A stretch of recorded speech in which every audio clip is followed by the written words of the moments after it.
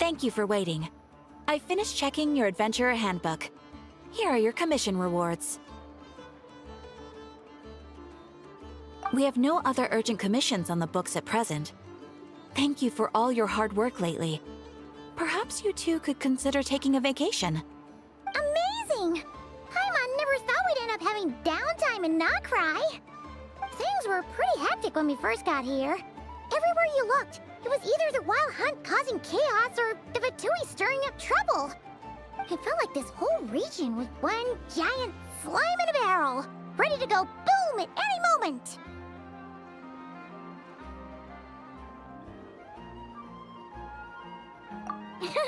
That's right! Another win for Tibet's top duo!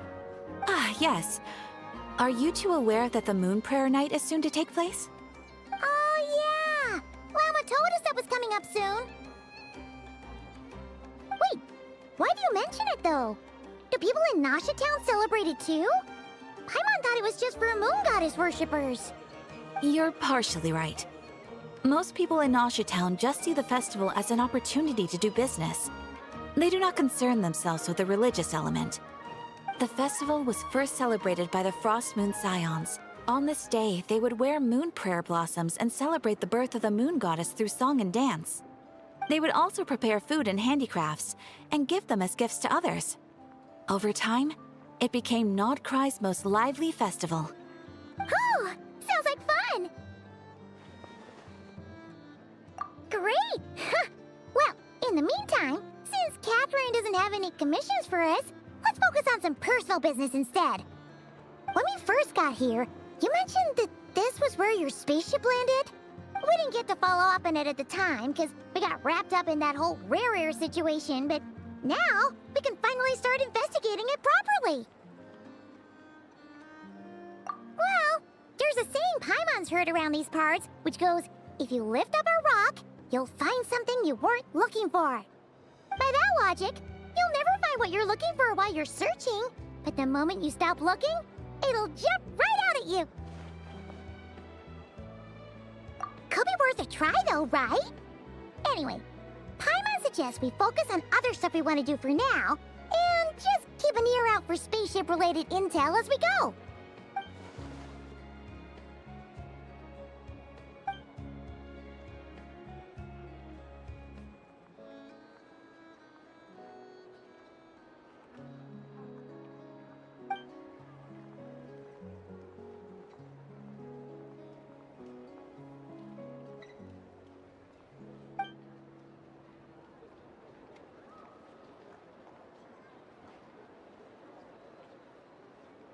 What's wrong? He looks super serious all of a sudden. Huh? Paimon gets why you'd be concerned about Columbina, but what does the doctor have to do with anything?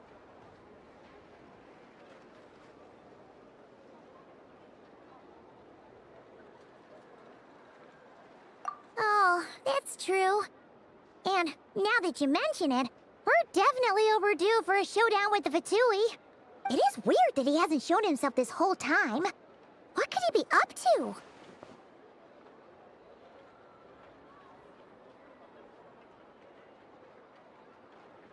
True. Paimon would much rather deal with Marionette anyway. She says the meanest things, but when it comes down to it, she doesn't seem like a bad person. Maybe it's the pressure of being a Fatuse? Especially as a Harbinger. Does she feel like she's gotta act tough to keep up appearances or something? But then, every time we headed out with Rarier, she always wound up having to repair Polonia and her other robots. That's gotta sting. Losing face always hurts more for people who care a lot about their image. She's probably still furious about it. What? Relax! She's not even here! Huh? What's the matter? Oh, nothing. Sorry, we'll be on our way now. Where are we again? Oh yeah, Columbina? Right, yeah, let's go see Columbina.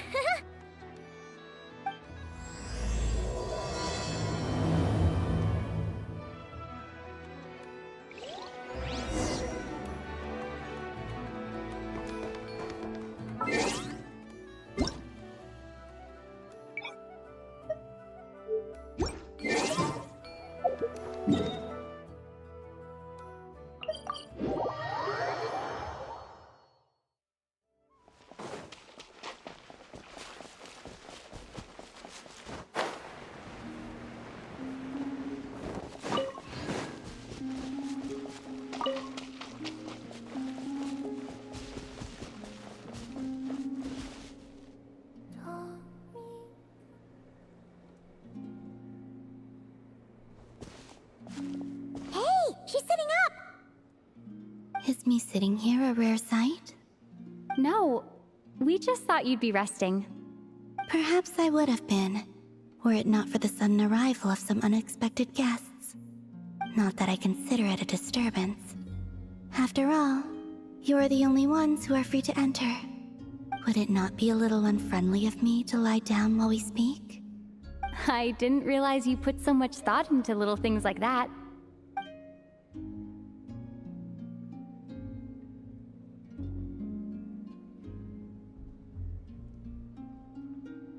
Only sometimes. There have been moments lately where I think about you and your companions. They are warm, mysterious, and cozy memories. Very few of my past memories are anything like that. They say that travelers return home bearing bags full of souvenirs. But my luggage was empty, and I believed it would stay that way. Return home? So, you're still planning on returning to the moon? Yes. This planet continues to reject me, reminding me that I do not belong here. If I remain in Teyvat, there will come a day that I disintegrate. And I don't mean reduced to dust, or turned into food for the flowers. I mean, I will cease to exist entirely. Alright then. Well, we're sure gonna miss you. But it sounds like we'll have to say goodbye. How do you intend to return? The moon prayer night is soon to arrive. On that day, the moon will be closest to Teyvat. The Kuvaki in this land will reach its peak at that time. I merely need to grasp the tide, and with relatively little effort. Oh, Paimon gets it! It'll work like a slingshot! You make it sound like she's gonna get blasted up to the moon. If I did that, I suspect I would crash into the false sky. I will be using a much gentler approach. But I do like the analogy. It's fun. You see? She gets Paimon's sense of humor. In the blink of an eye, the time has come to part ways. It does feel that way, doesn't it? Time seems to fly fastest when you are enjoying it. I have always thought of myself as a wanderer on this earth, and it has never expressed any desire to keep me here. Yet, just as I plan to depart, it tugs at my arm. Is this a gesture of affection? Or is the world mocking me? Oh. Were you hoping I can answer that? Yes, you are a traveler, so you must have a lot of experience in this area. Then, what I would say is, enjoy the moment. That's right! Don't overthink it! Happiness is happiness and joy is joy! The point is to enjoy it, not analyze it! I see. Then what I would say is, even though I am very tired right now, I am still happy. I can't tell from the tone of your voice. Oh, really? You don't think I sound happy? I'm just kidding. I could tell you were in a good mood today from the moment we saw you. Ah, a joke. Albeit not a funny one. Anyway, I assume you're here about you-know-what. Give me your hand. Actually, it's not that. There's something else we wanted to discuss with you. Oh, then, do you still want to give me your hand? Or not? Sure.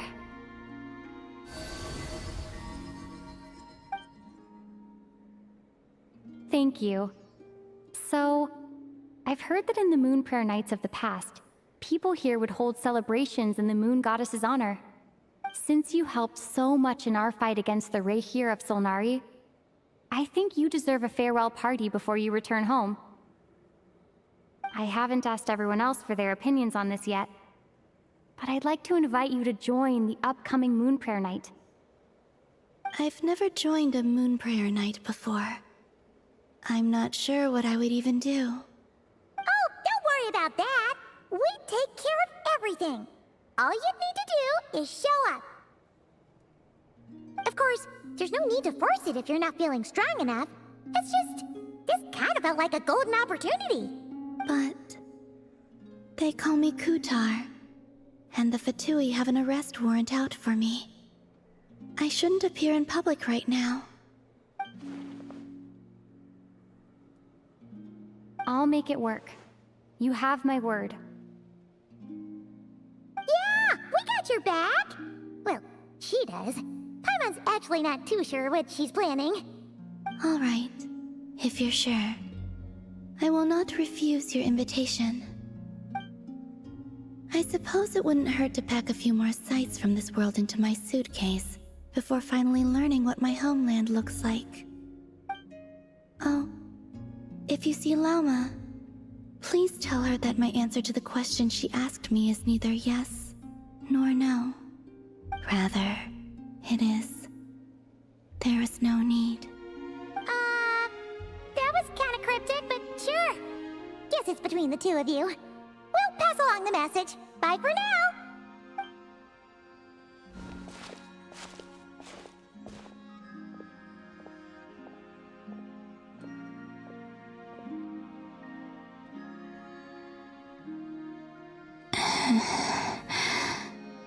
And also, I do not know.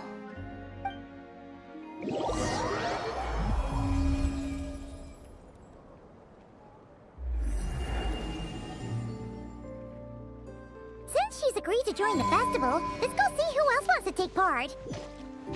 Lauma's gotta be the person most familiar with the Moon Prayer Night. We should start with her. Also, what exactly is your plan to keep her safe? Not sure yet. I'll figure something out. What? Are you serious? And Paimon even gave you her vote of confidence back there. When did you become so sneaky?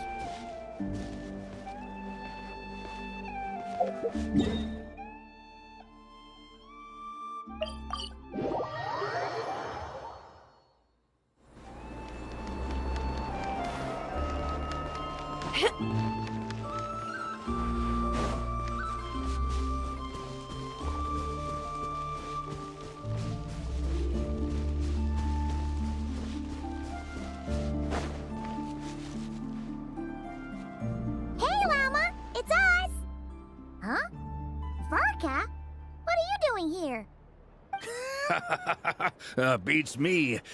I had a bit too much to drink last night, and when I woke up, I was on Hisi Island.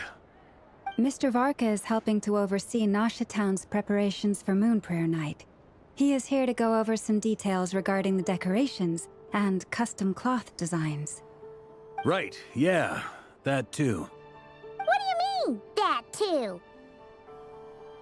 Yes, celebrating this festival is a long-held tradition here in Nodcry. On this day, the crescent moon at the top branches of the verdant crest turns into a full moon, and the moon prayer blossoms bloom with a special radiance. Our people take these to be blessed omens. It's an especially welcome event coming off the back of all that nasty business with Rare. Everyone got put through the ringer recently, and now they're looking to turn their fortunes around. The big shots in town all agree that a big, lively celebration is just what we need to rebuild people's faith in this place. No wonder Catherine said the people weren't so bothered about the religious element. That's right. It's become more of a local custom by this point. The celebrations have little to do with whether the religious stories behind this event are true or not. Even the Frost Moon Scions are eagerly awaiting the coming of Moon Prayer Night, despite now knowing that their past beliefs were founded on a falsehood. That's fair. It's a bit like the lantern ride in Liyue. It's a chance for people to enjoy themselves, not debate the existence of the Adepti. Oh, one other thing. We just went to see Columbina. We went ahead and invited her to take part in the festival this time. Hope it's okay. Wait, so... you mean she agreed to it? Huh. That's quite a surprise. Then, I suppose that she intends to return to the moon on that day. Oh yeah! It's complicated process, but basically, it's like a slingshot. I understand. In truth, I had a feeling that she might make such a decision. Well, if Kutar has decided to participate in the festival, we should prepare accordingly. Yeah, exactly. She was saying how it could be risky for her to show her face in public. We were wondering if there was any way we could hide her.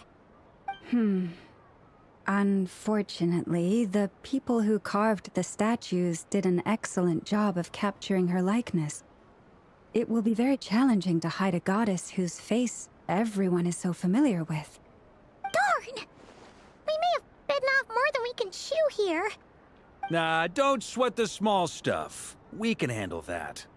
Huh? Are you saying you have a plan? Not as such, no, but the most important thing with a festival is to keep the mood light and your spirits up.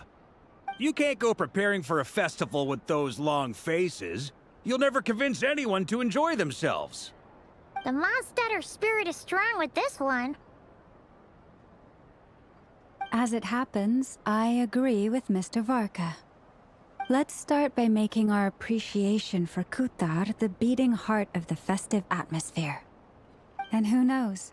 Once we get the ball rolling, perhaps everything will just fall into place.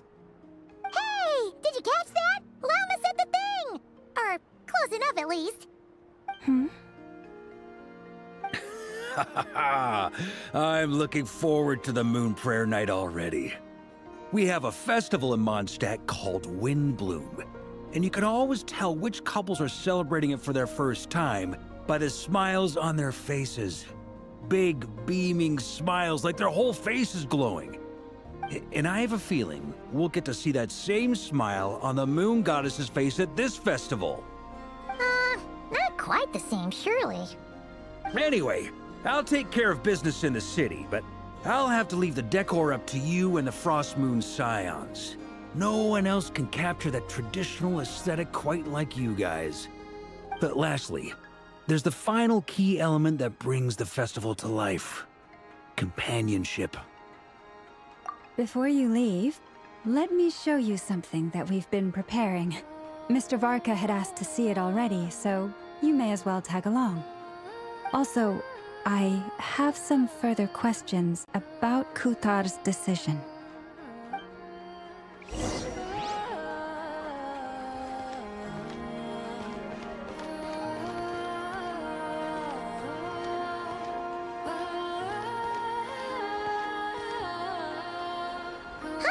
What's this? They sure look like they're having fun. I believe so. Kuhenki seem very skilled at playing drums like these, although I'm not sure where they learned it from. Maybe it's an innate talent? In their eyes, they're probably just playing with toys. Lunar!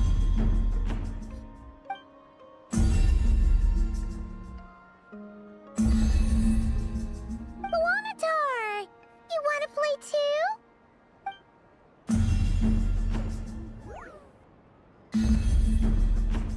Yeah. She looks more confused than anything. Maybe we can teach her next time if we get the chance.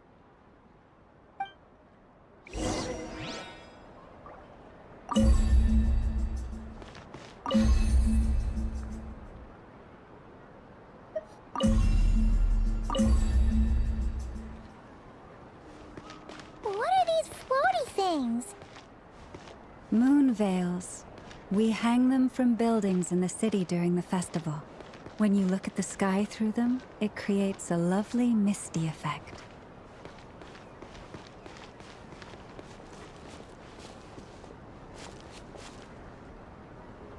Everyone seems hard at work. They are preparing items for Moon Prayer Night. For instance, the sculpture being made over here, Mr. Varka and I were just finalizing the details of where it will be placed.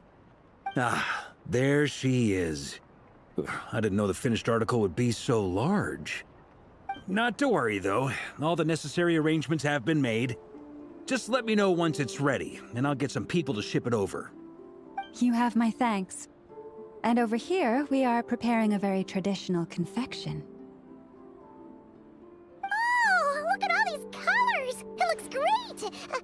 Can Paimon try one? Of course. I have a feeling you'll like it a lot. You bet! Sweets and treats are Paimon's favorite! If you included those in the Feast of the Moon, I bet Paimon would have joined the Frost Moon Scions by now. There will also be verdant crests like this present in Nasha Town during the festival. The timing of Moon Prayer Night is not completely set in advance. We make a rough estimate, then observe the changes in the verdant crests and moon prayer blossoms to guide us. As such, the wait itself is a fun feature of this particular festival.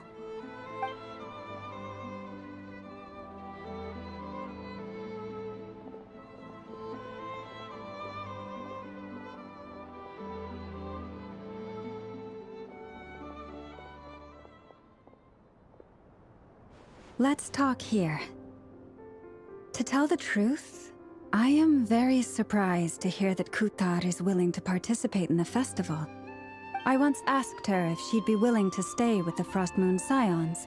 I could introduce her to everyone, and we could be a family to one another. She did not answer, but she has not appeared here since.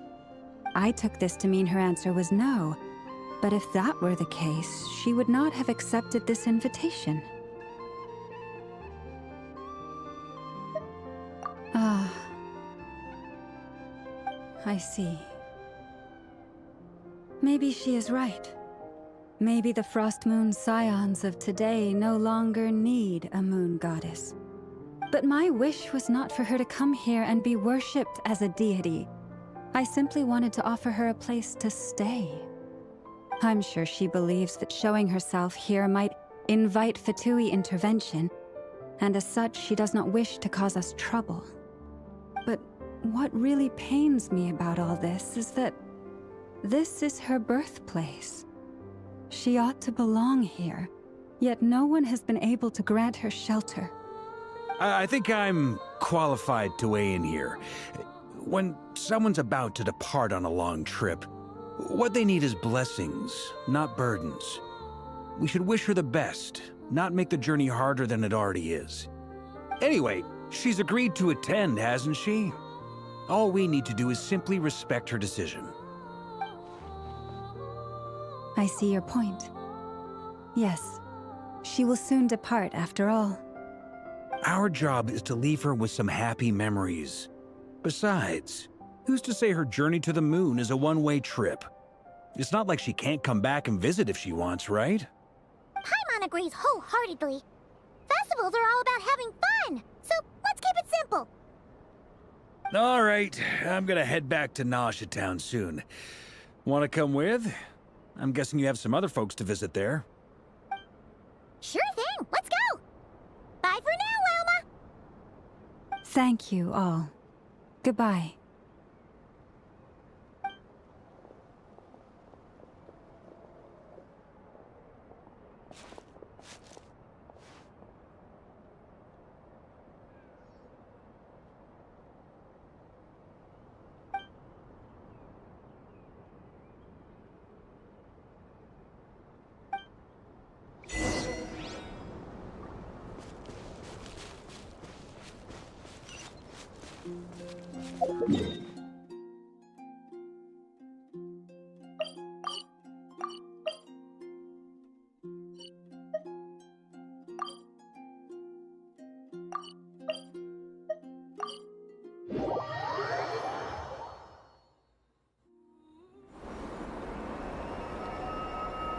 Huh?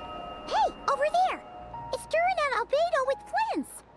What could they be chatting about?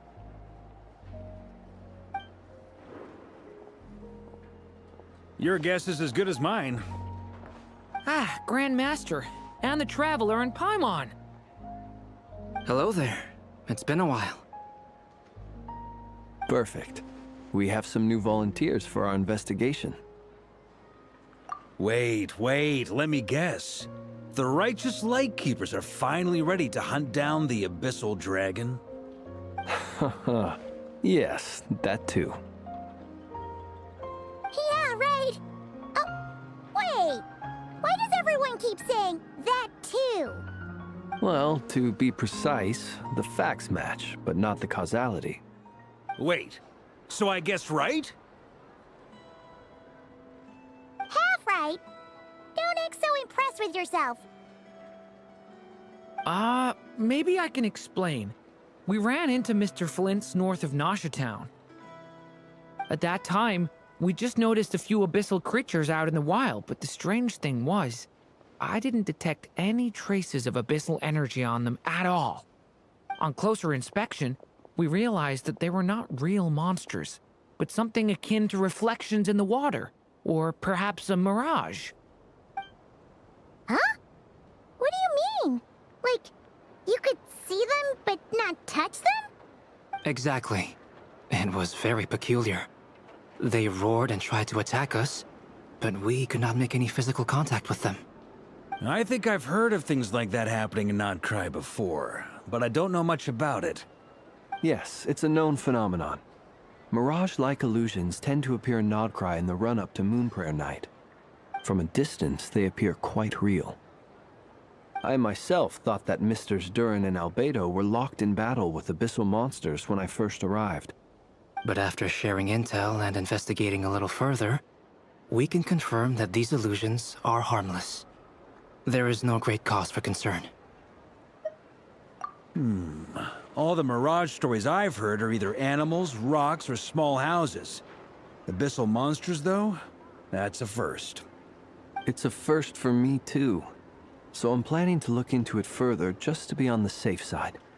I intend to inspect a few more locations. What about you two? Any plans? Alice contacted me a few days ago. She'd like me and Durin to assist her with an experiment.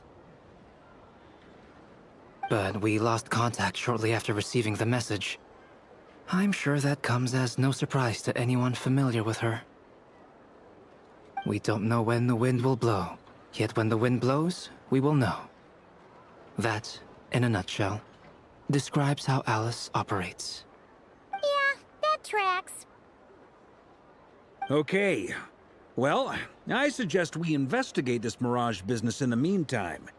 It's piqued my curiosity, and I'm pretty sure I know someone who will already be 10 steps ahead of us. Well said. Right?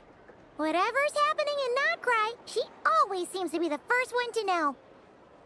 Let's go see what she knows. We can invite her and her staff to the festival while we're at it.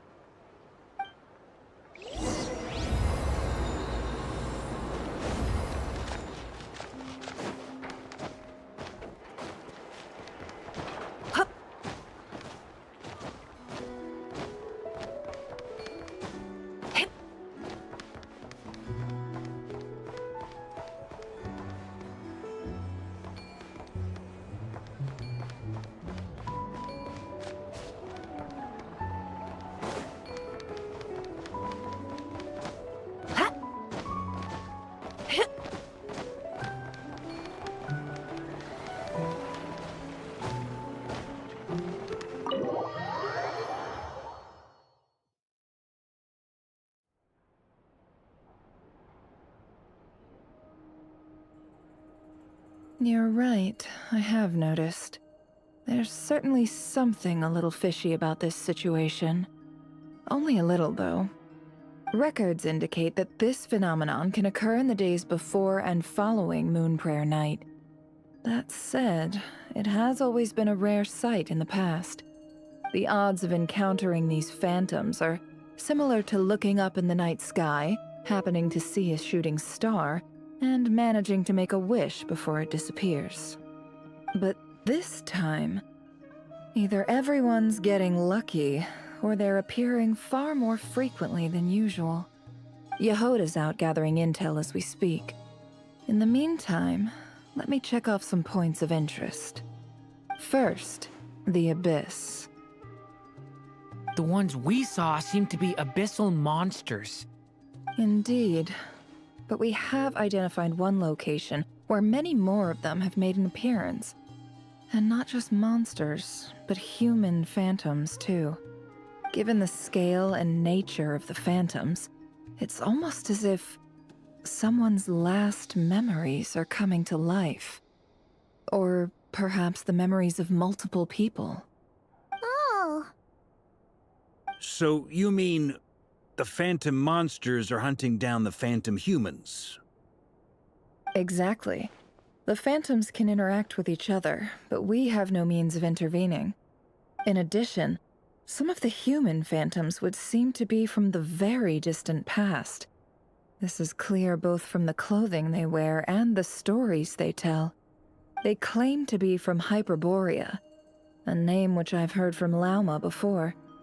If this is true, it means they must be from 6,000 years ago. Did Paimon hear that right? 6,000 years?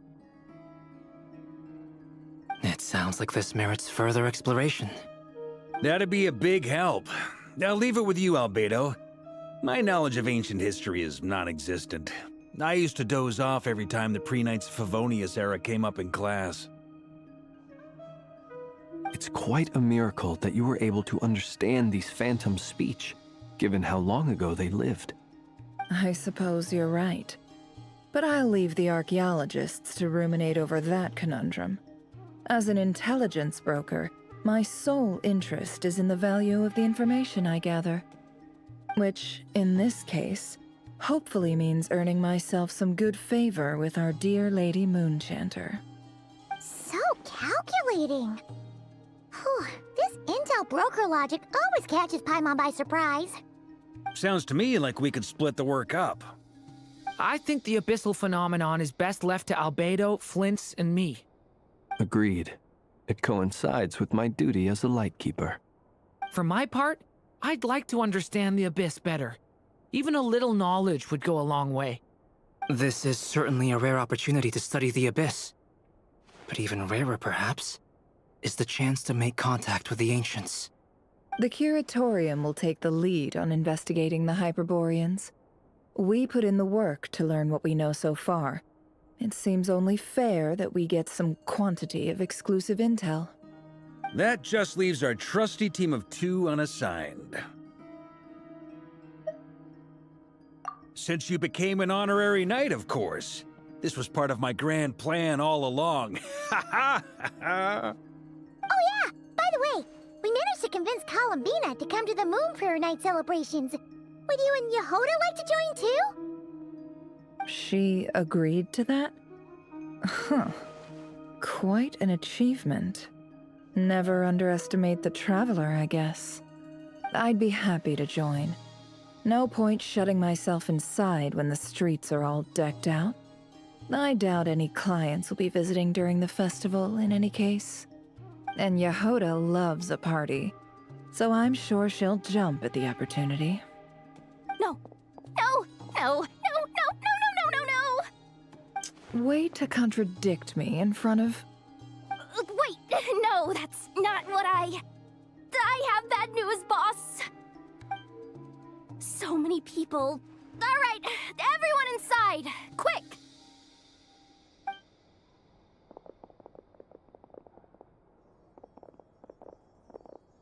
This is gonna sound crazy, but hear me out. I saw one of those phantoms at Star Sand Shoal, and it was some sort of flying ship. Like a spaceship? That's gotta be the one you came to Tibet in. You said you saw the same thing through the moon marrow, right? Huh? You already know about it? Ugh, I thought I was gonna blow people's minds. Turns out I'm the last to find out. Wait, back up. You came here in a spaceship? Now my mind is blown! What's it like on the inside? Was it like flying through space? I want to know everything! Yep, exactly. Huge discovery. You're the best. Second best intel broker in the world. After your boss, of course. Wow. Really? Well, I don't know if I'm all that, but... I guess that decides where we're heading next. Come on, don't look at me like that. I know the spaceship doesn't have anything to do with me, but you don't want to leave me as the only one twiddling my thumbs, do you? Please? Fair enough. You can tag along. In that case, let's meet back here to discuss our findings once we're done. I wish everyone a productive investigation. You too!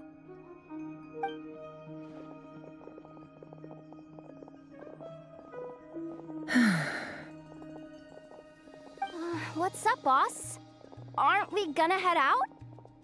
Tell me, Yehoda, when did the curatorium start giving out intel for free? Oh, sorry, boss!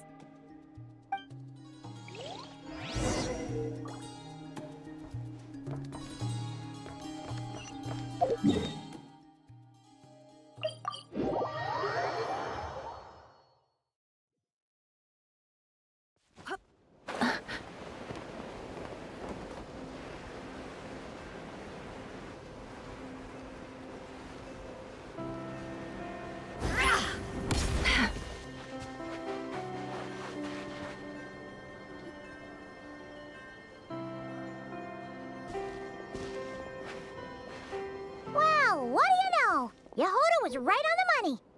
This Phantom really is your spaceship. But that's so weird. Why would it show up here? Is it some kind of projection?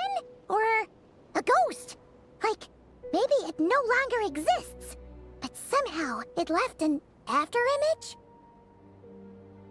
Ah, you're already here. Miss Lauma, what a surprise. I thought you were busy with festival preparations. I was, until one of our people informed me that a strange sight had appeared at Star Sand Shoal.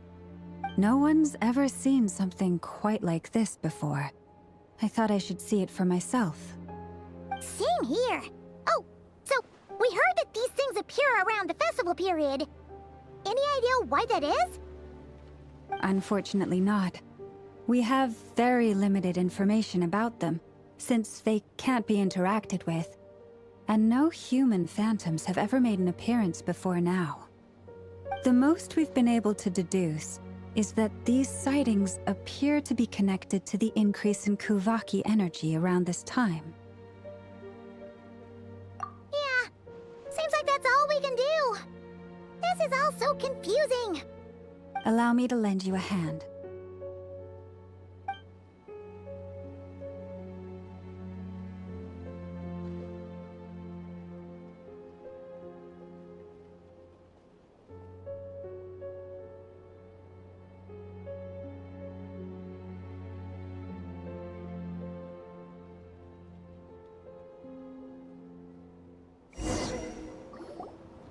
Everyone, our friend here should be able to provide us with some information. Is that a phantom rhymehorn deer? I've heard about how the Frost Moon Scions live in harmony with the animals and can even communicate with them. That's coming in handy now, for sure. Okay. Yes, I understand. Then how about this?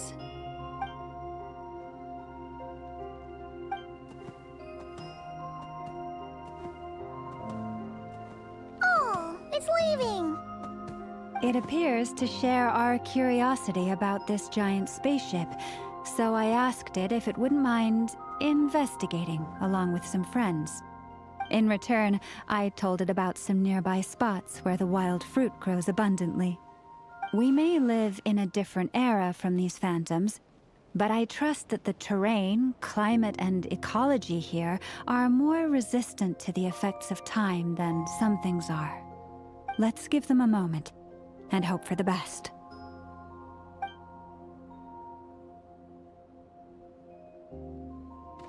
All back together?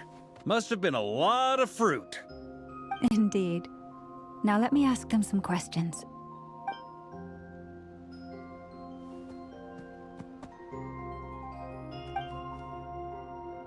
it did find a lot of wild fruit, enough for them to feast for a long while. This puffin circled in the air several times, but didn't spot anything out of the ordinary. Certainly nothing to do with the spaceship. Huh. Well, it definitely makes sense to get a bird's eye view. Indeed. Other than that, I was also thinking that the world these phantoms see is also different from ours. Oh, I get what you mean. The wild fruit exists in both times and spaces, but there might also be things that only exist in that space-time, which we can't see.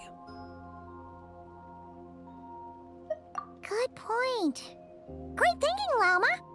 Blunthorn rhinos can use kuvaki to shift great rocks, but this one says it couldn't get that ship to budge by even an inch. The sniffer mole tried too, but despite being a skilled digger, it could not get through. They say that the spaceship looks robust and undamaged. It seems completely impervious to any and all attacks. Whatever lies within is well defended from harm. So, just like us humans, there was nothing they could do about this spaceship either. Yes, still, they deserve our thanks. We are grateful for all your efforts, dear friends. Now go, and enjoy your feast. I've noticed some other human phantoms gathered nearby. Come on, let's go talk to them.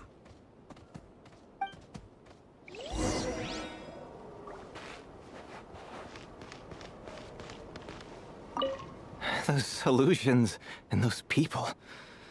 It's all a little creepy, don't you think? Nah, all part of the festive atmosphere.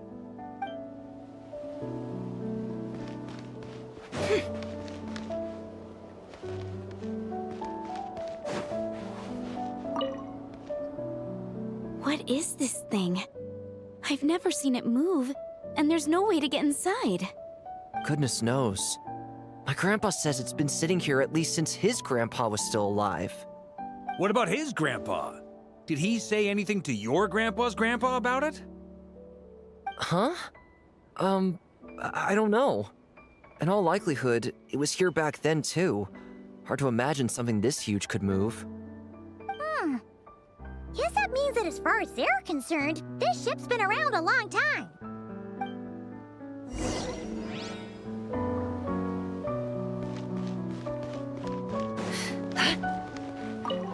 Have you ever seen anything like this?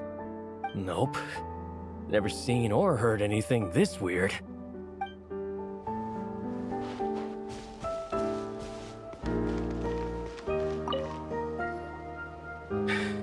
Come on, brothers.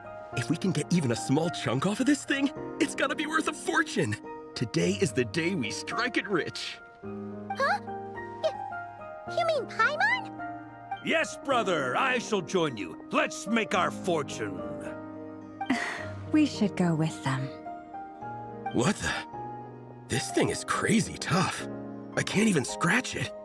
What's it made of? Sorry, brother. Looks like we'll have to seek our fortunes elsewhere. Enjoying yourself? I was just seeing if I could influence this phantom's perception by playing. But nope, no dice.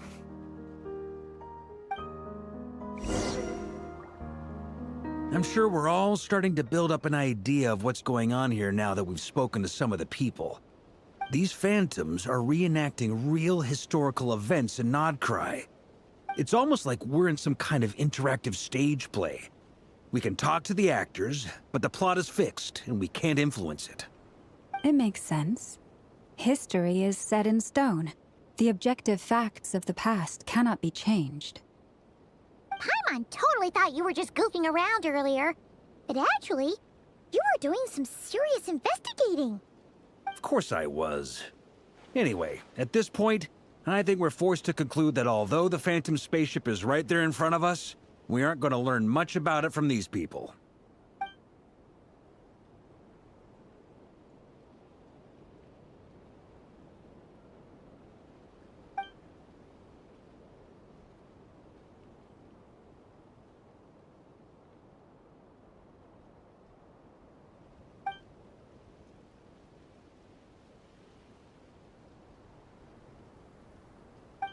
Don't be discouraged. If nothing else, this is proof of the ship's existence. And think about it. So many people tried to hack their way inside, but no one could get the door open. It's made of very tough material. To me, that says that we'll either find the ship itself or the story behind it. It's just a matter of time. Huh. Every now and then, when Varka gets serious, he actually does seem like Grandmaster material for once. I wonder how the others are doing. Let's head back for now. Sounds good. Also, drinks are on me if Team Knights of Favonius is the first to finish. Wait, we have a team name now? Am I in Team Knights of Favonius as well? You're very welcome to join.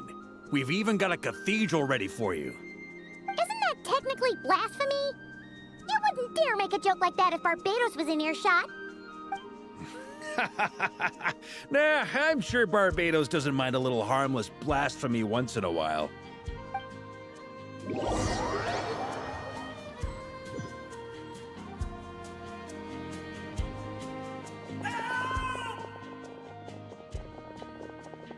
Oh, no! Get away! Oh.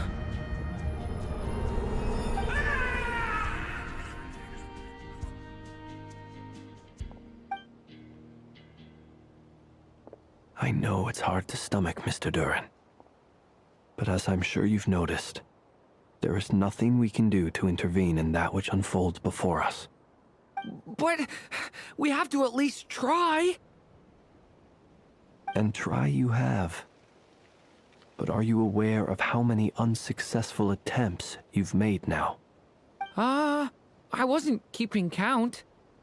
I'm afraid this is the 39th failure so far.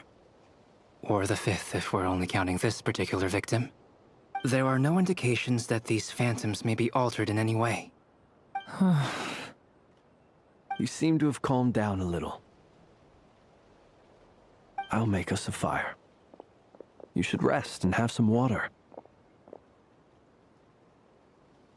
Feeling any better now, Mr. Duran? May I ask a few questions? Be my guest. What exactly are we witnessing here? What happened to those people? My guess would be that we are seeing Nodcry during the Conrian Cataclysm. Would that be accurate? Conria. That is correct. As you know, once the Abyss senses even the tiniest crack, it floods in and spreads like wildfire. There was a time in the distant past when it permeated all of Nodcry, causing immeasurable harm. The people paid a terrible price to heal this land. Then, 500 years ago, the whole of Teyvat suffered an abyssal disaster. Once more, Nodcry was dealt a devastating blow. I see. In the face of the abyssal onslaught, all were like grains of sand tossed around by a tidal wave. Be they human, fae, or god. The moment you witnessed is but one drop in a whole ocean of catastrophe. All right. I guess that answers my second question, too. I wanted to know why there's nothing I could do to help them, and that's because what we are seeing is history. That would be my guess as well. As I understand it, history and fate are not all that dissimilar. The latter may be unseen to us, but both are immutable. Yes. Fate was determined long, long ago. I still have a couple of other questions for you, Mr. Flint. You mentioned more than one abyssal disaster that has struck this land in the past. How can you be sure that what we're seeing is from the Conrian incident? And also, how are you able to stay so calm when you're talking about these events? From everything I know about you, you're not cold or ruthless, and you're not indifferent to the suffering of others. Alas, I am forced to show my age. I must be 600 or 700 years old by human measure. Wait, so you... One is not easily moved by history when one has witnessed the truth firsthand. I'm sorry. You needn't apologize. Your passion is a good thing to have. Treasure it, because someday you may find it in terribly short supply. Now, at the risk of offending you, I have a question in return. Your curiosity toward the Abyss, is it born from hatred or because you sense its call? I only ask because I kept a fragment of Rerear's body in my lantern for a short time. Specifically, his heart. So I know what a burden it can be to carry the Abyss with you. And I hear its power growling from somewhere within you. In my eyes, your mere existence is a miracle. My honest answer is... I don't know. I don't think I have the confidence to say for certain. What I will say is the Abyss is not the only issue that haunts me. Even before I became who I am today, the question dogged me constantly. Should I even exist at all? My doubts remain unresolved. But when we fought Rerear, something became a little clearer to me. Sometimes it is the darkness within us that allows us to achieve the impossible. I certainly got the sense from your 39 attempts that you were trying to achieve the impossible. It sounds like you've resolved to see the truth for yourself. Absolutely. In that sense, he and I are quite similar. Then I wish you every success. I look forward to the day of your transcension. Well, if everyone's caught their breath, I suppose we should head back. Oh, and one last thing. I'd appreciate if you kept our discussion about history a secret.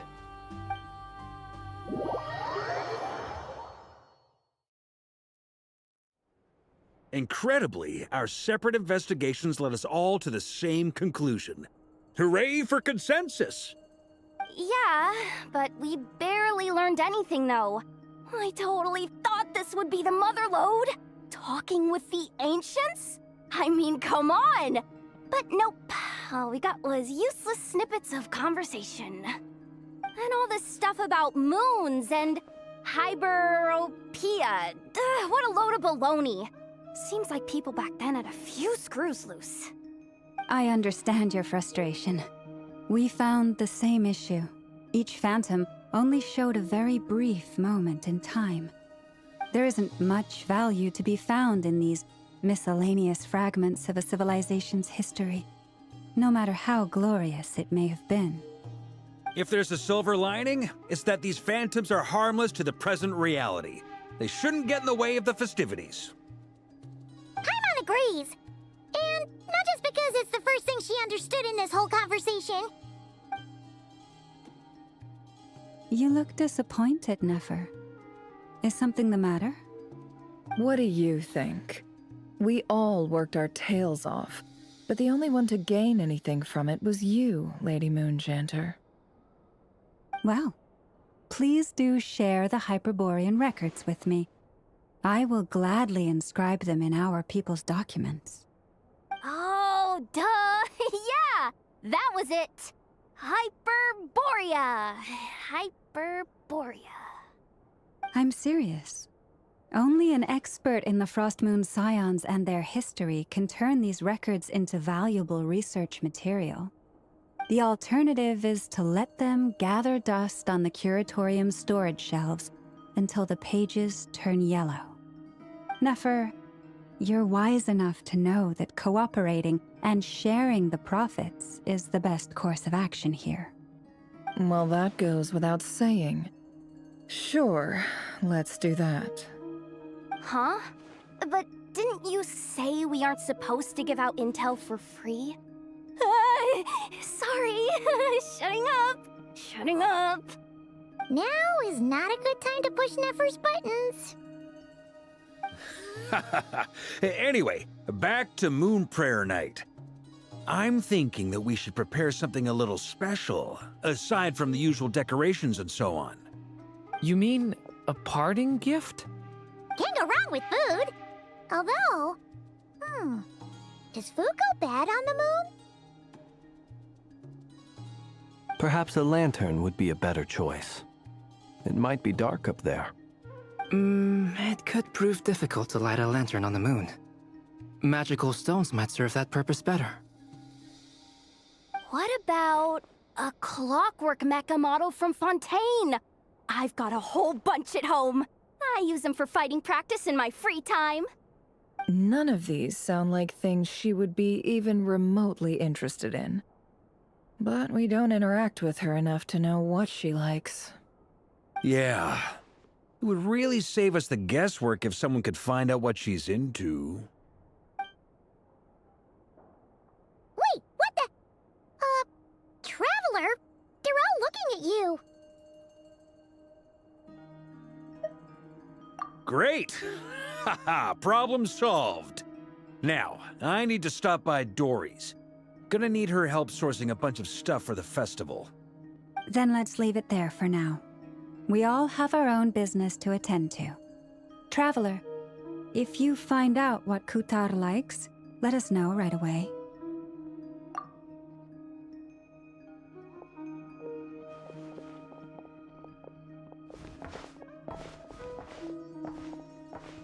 Is something the matter?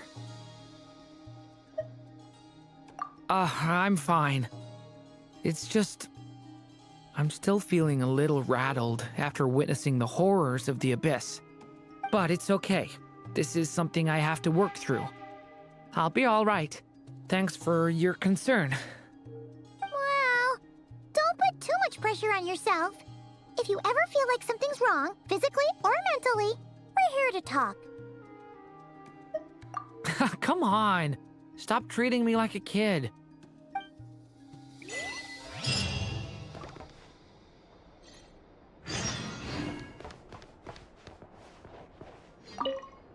You should get going.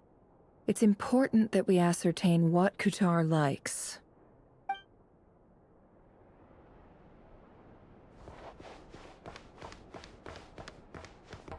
Which is why we need a lantern guaranteed to work on the moon. Yes, I have a few ideas, but the lantern itself is the easy part. The real issue is how little we know about the lunar environment. Wait, you two are serious about this? Let's just say I'm intrigued by these shining magical stones that Mr. Albedo has mentioned. Could you do me a solid and try to smooth things over with Boss Neff?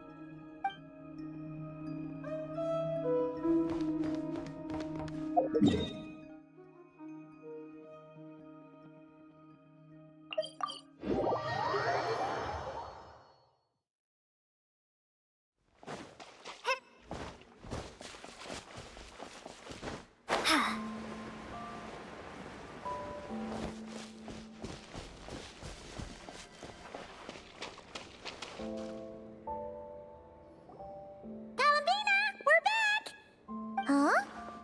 She's not here. Weren't there a few Kuhenki here last time, too? Where did they all go?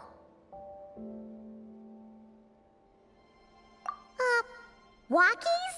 For Kuhenki? You're not pets, you know. Oh, well. Looks like we just came at a bad time. Let's try again tomorrow. There's still a few days until Moon Prayer Night, so we're in no rush. Besides, she needs time to rest anyway.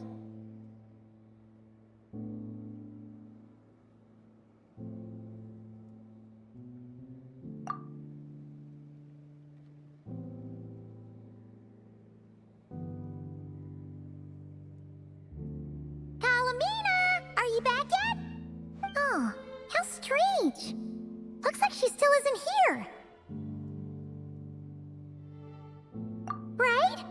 It's not like her to spend so much time outside, especially since she's worried about attracting unwanted attention. What about Luonatar? Luonatar, you there?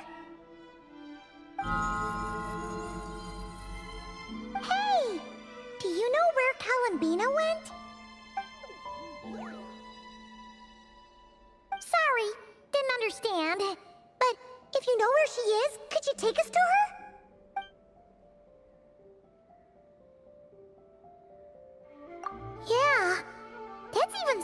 treasure. What about them? Oh, that's not good news. They change color when Columbina gets weaker, right? And they look super pale right now. Good idea. She might know what's happening.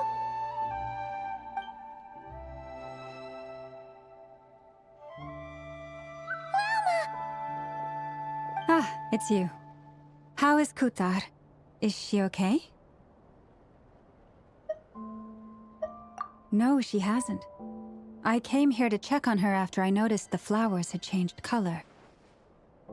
Based on past precedent, she must be very weak right now. Even getting up to walk would be a struggle. It seems unlikely that she wandered off outside. Not to mention that she doesn't do that at the best of times either. So yeah, this is super weird. No. Very few people are in the know about Kutar's whereabouts. And if anyone suspicious had visited, they'd have left some sort of evidence. Come on, let's go to Nasha Town. If anyone has seen her, someone there will know about it. It's not Kry's information hub after all. Makes sense. Let's go!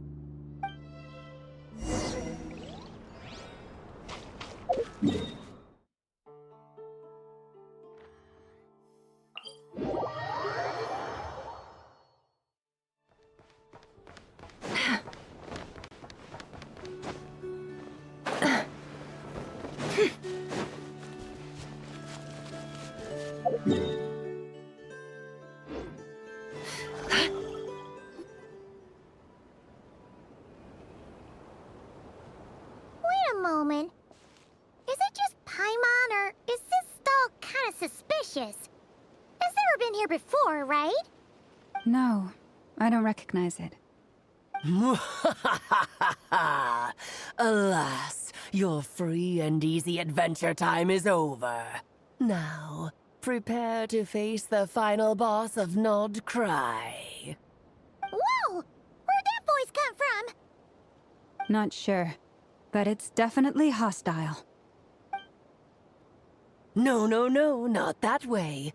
The final boss is right here. The sniffer mole? That's the final boss? Surely not. Also... Okay, the jig is up. I'll stop teasing you. Turn around. I'm right behind you. It seems I've managed to leave quite an indelible impression, even though you've never seen my face. Oh, nothing could make a great mage more pleased with herself.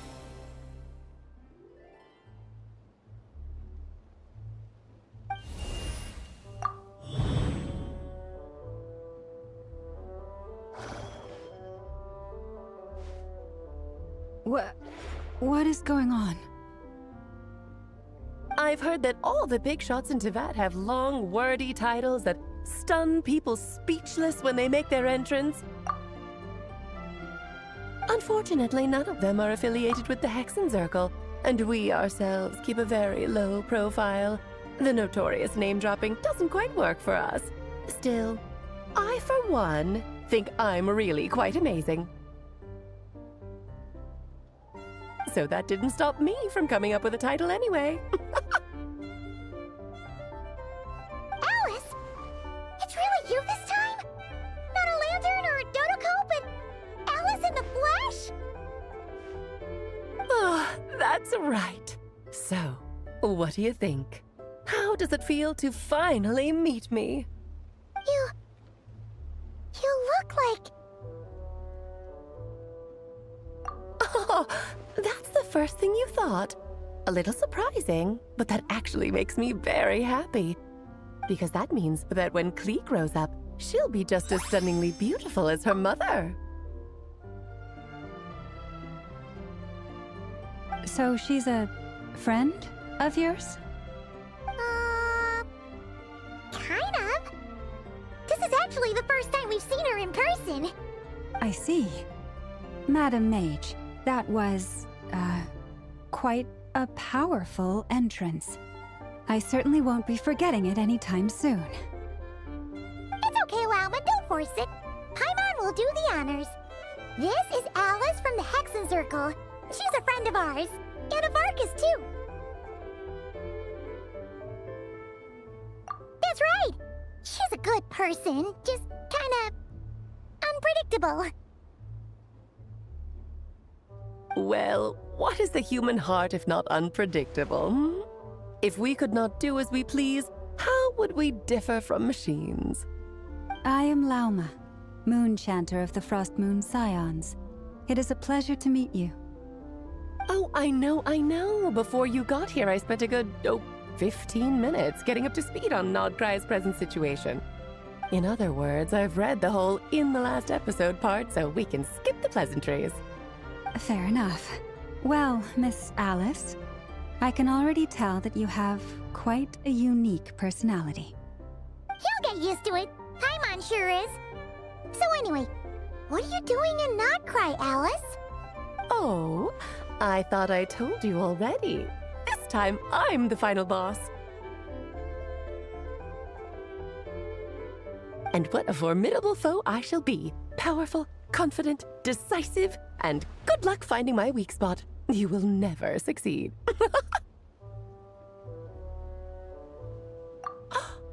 Oh, drat! My one weakness, and you found it in an instant. Fate has been dealt a devastating blow.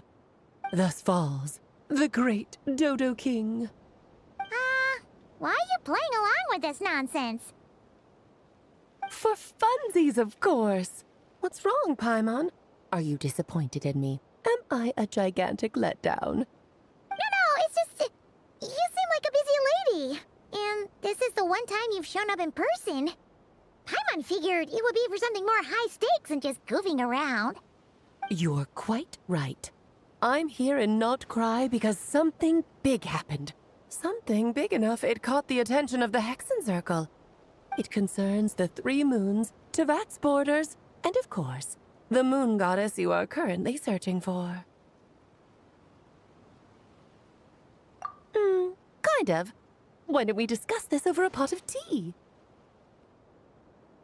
My main reason for coming on this trip to Tevat was, of course, to have some fun.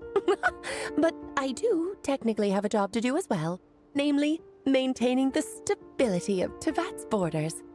I'll skip over the complicated parts, but to sum it up, abyssal energies are all that lie beyond Tevat's border. We'd find ourselves in a real pickle if they ever made it through.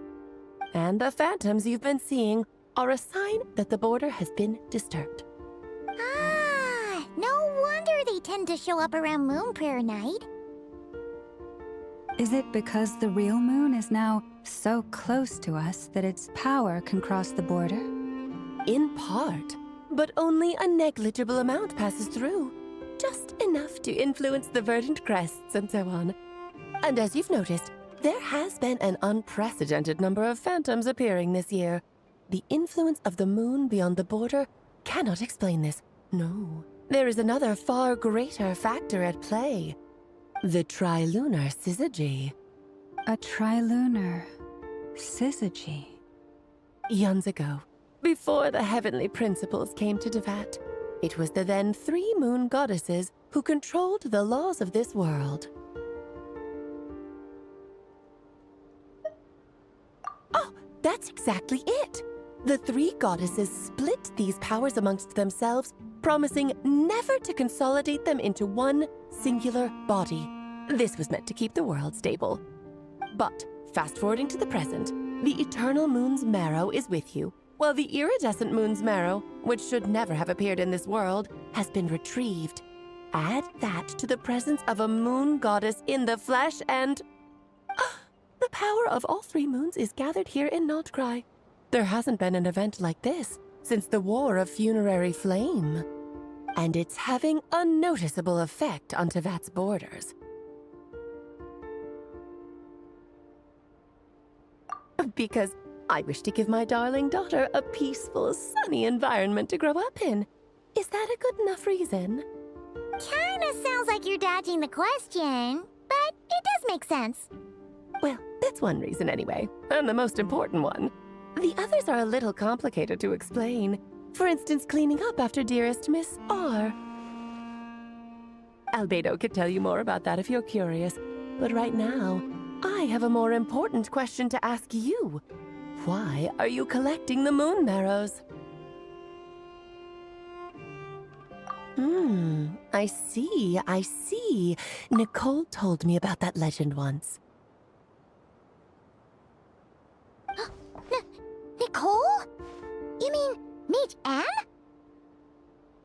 Oh, so you remember.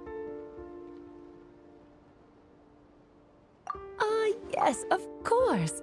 That was a story about fate, her area of expertise. But back to the story of our dear moon goddess. I'm afraid her intended method of returning to the moon is unlikely to work anymore. What does that mean? She may be missing, but she hasn't gone anywhere. She has disappeared.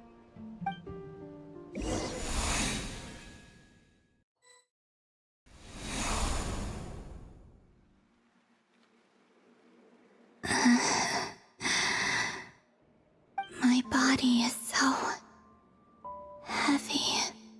Wait, no. It's my mind that's heavy. My arms and legs are as light as a feather. What's happening to me? I feel drowsy, like I've been asleep for too long.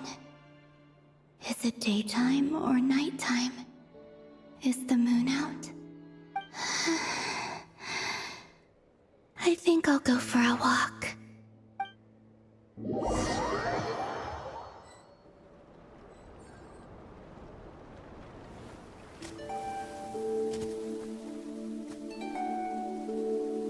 Are you out for a walk too? Huh?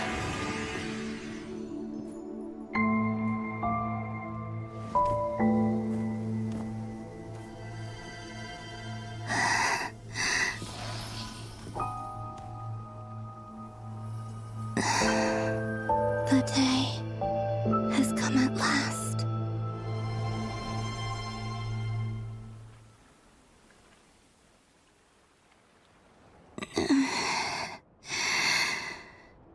Have I grown so weak that I can't even sustain my physical form? But Moon Prayer Night is nearly here. I was so close to returning home. Death is near. Is this how it ends for me? Will I return to the moon after I disappear? Or... I don't want it to end like this. So far, at least, I still exist. Even if not physically, I can still feel. But as my power wanes, I'm sure that too will fade. I suppose I might take one final look at this world. The world where I was born.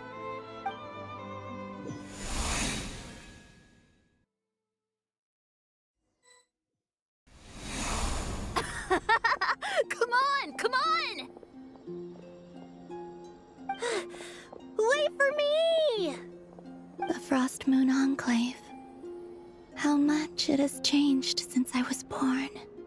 These decorations, they're so heavy.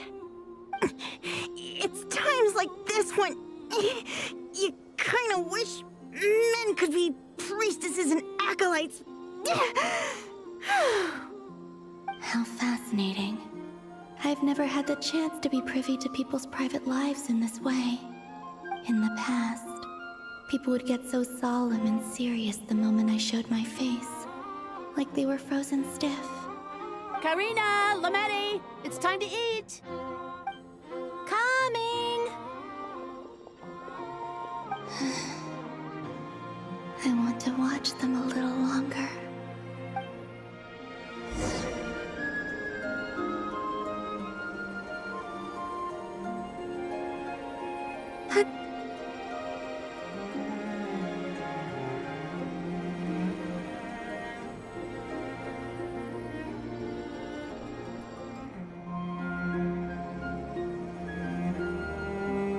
So just fill these balloons with air, right?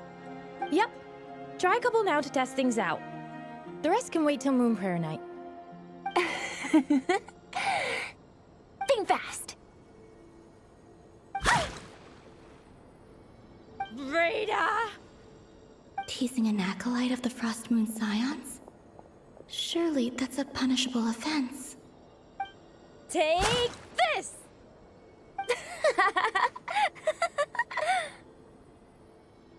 Huh?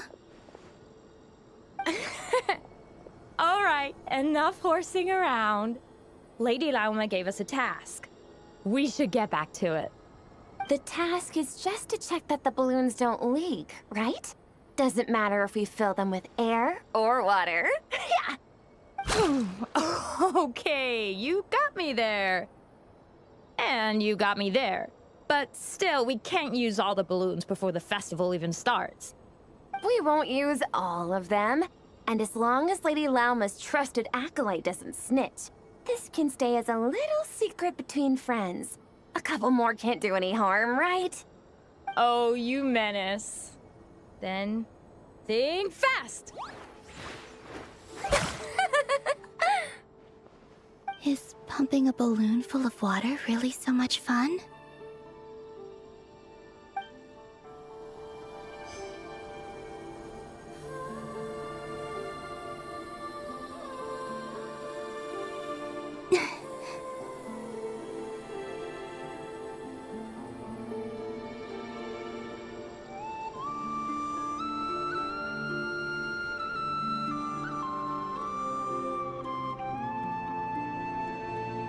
I'm sure you're both tired from playing all day. Come on, eat up. A plain, humble meal. That has always been the way of the Frost Moon Scions. Huh? How come Lamatti got a midsummer berry dessert? Oh, I always get Lockaberry. I don't mind sharing. You can have a bite of mine if I get to have a bite of yours. Hmm? They're sharing food? I've never shared food with anyone before. Even at the Harbinger tea parties, everyone just ate off their own plate. And when I couldn't finish my food offerings from the Frost Moon Scions, they'd leave the leftovers out under the moonlight for the animals to claim. Hey! That was 2 bites! Oh, then you can have another bite of mine. Oh, you too. Oh, don't fret now. Here, have some of Granny's too. So this is what it means to be family.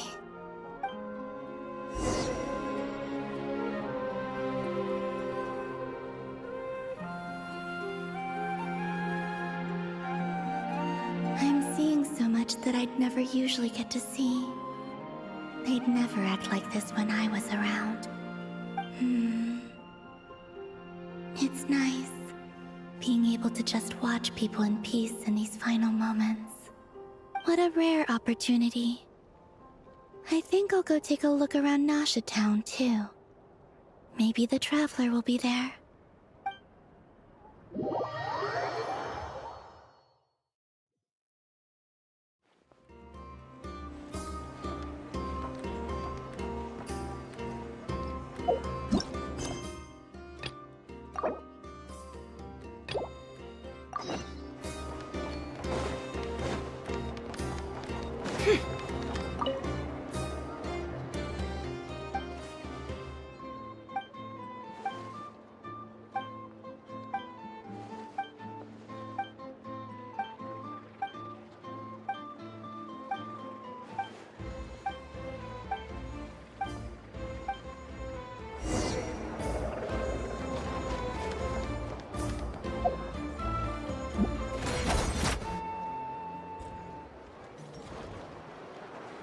After the War of Funerary Flame, the Moon Goddesses were no longer recognized by Tevat. They lost the whole foundation for their existence. That's why the Moon Goddess's strength is fading. She cannot withstand the world's rejection of her. To be more pedantic about it, the Moon Goddesses did something to offend the heavenly principles, and that's why they were ousted. something of a recurring theme in Tevat's history. Theoretically, speaking so candidly should put me in their crosshairs too, but they can't tell me what to do. I'll say whatever I want. Anywho, the Moon Marrow energies were but a drop in the bucket for her, and that battle against the Ray Hair of Solnari only weakened her further. Fortunately, it happened close enough to Moon Prayer Night when the Kuvaki concentration here is high. That's the only reason she managed to survive this long. What do you mean, fortunately? You said she disappeared. We're too late. Oh, what a headache. I thought this was all common knowledge. I guess I have some more explaining to do. Okay, buckle up. It's time for another lecture.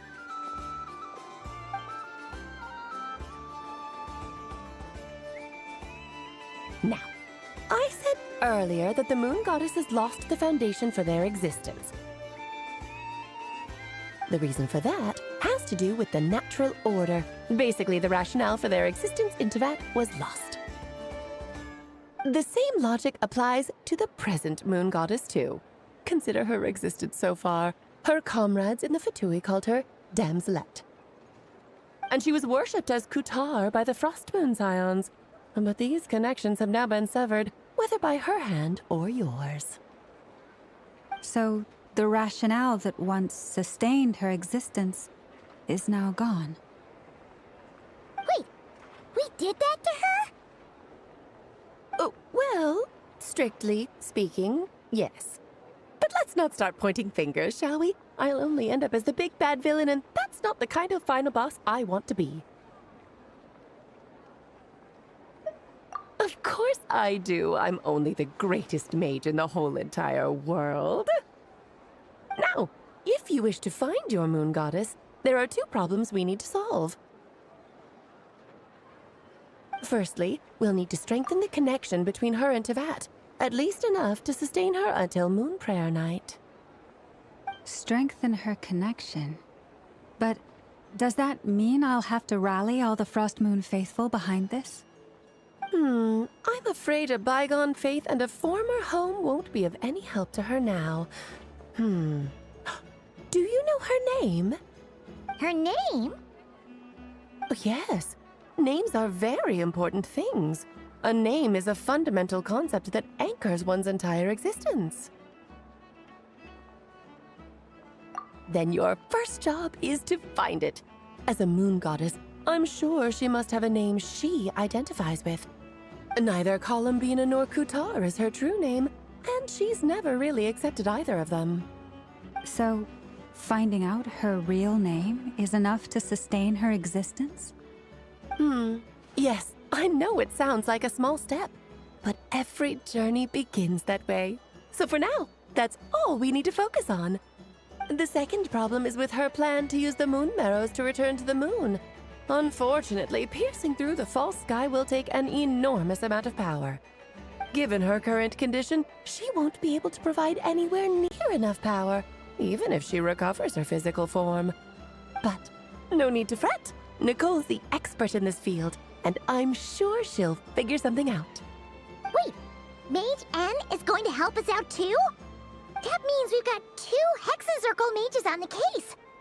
This is turning into a pretty big deal. Actually, this is more of a side quest for me. Like you said, I'm a busy lady, so I can't stay for too long. I'll have to return to Tevat's border soon. That's the upside you get for looking out for my little Klee. Hopefully that will incentivize you to carry on keeping her company in the future.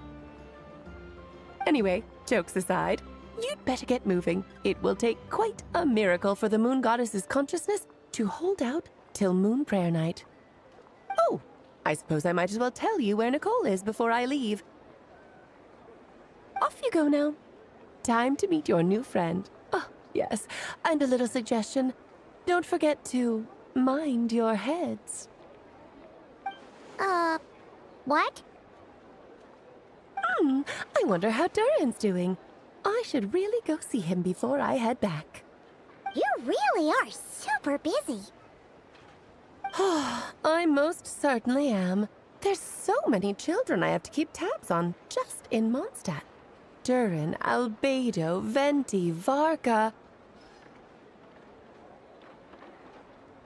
Klee didn't make the list, huh?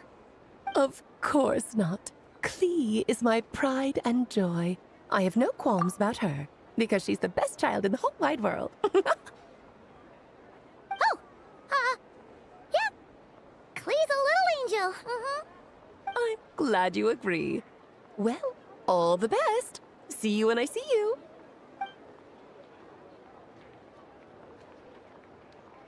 She left in a hurry. Yeah, she didn't pack up her stall. Should we handle it for her? I must say, I'm now very curious about her daughter. Klee, wasn't it? What's she like? That's a long story. Come on, we'll fill you in as we go.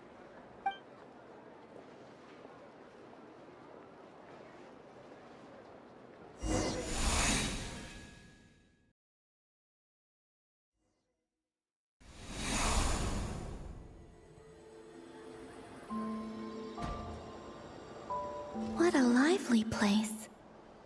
I've never experienced Nasha Town like this before. Hey, you old geezer! Your hammer's rusted through! Who are you calling old geezer? Are they quarreling? I'm looking right at him! You've really gone downhill since giving your daughter free rein in the workshop. Can you even swing a hammer anymore? It shouldn't take you days just to fix a single chair. You might as well use that hammer to massage my back for all the good it's doing. Don't run your mouth, or you'll get a back massage that'll put you in bed for the rest of your life. Look, the materials haven't arrived yet, all right? You know how busy it gets in the days before Moon Prayer Night. I'll bet you send all the materials to your little princess. Blood's always thicker than water, huh? All right, you've made your point, Uncle Koski. As soon as the materials arrive, fixing your chair will be the #1 priority. And Dad, if you've got time to chat, why don't you lend me a hand, See? Lolka knows what the score is. I guess they're friends. But the way they spoke to each other was so ugly. Then again, it wouldn't be the first time I've seen something like this. Columbina! Sing outside my door in the middle of the night one more time, and I'll unscrew your vocal cords. You hear me? Oh, Sandrone. So that was her way of trying to be friends with me. What a pity. I won't get the chance to say any ugly things in reply.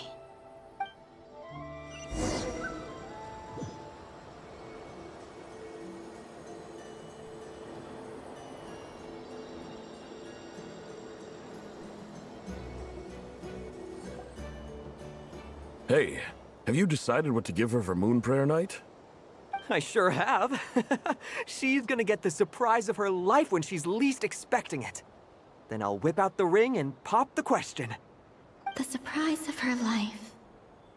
What a fun turn of phrase. Cool, I get the picture. You can spare me the gushy details. Ooh, looks like we have a customer. Hello there, ma'am. Would you like some Moon Prayer Night candy? Huh? Is he talking to me? Can he see me? Here you go.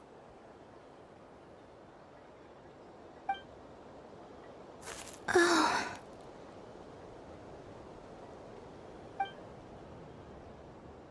Come back anytime. Right. Now, where were we? I don't know why, but I still held out hope.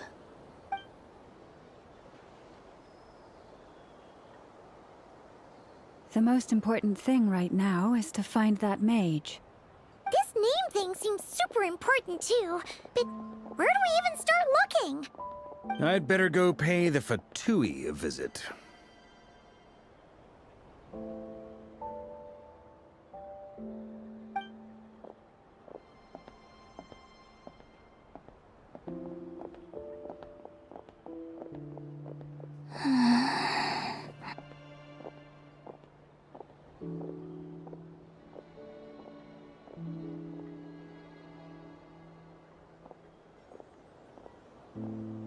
Columbina?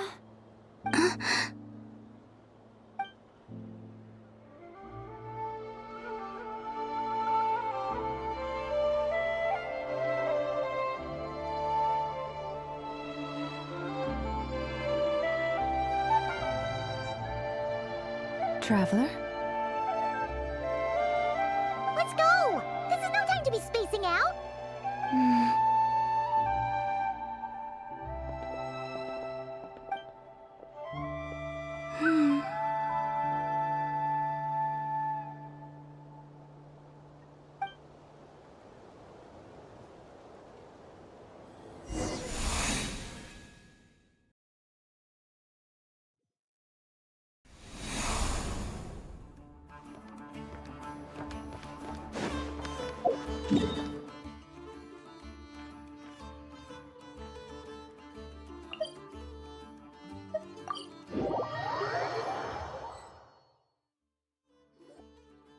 Where are they going?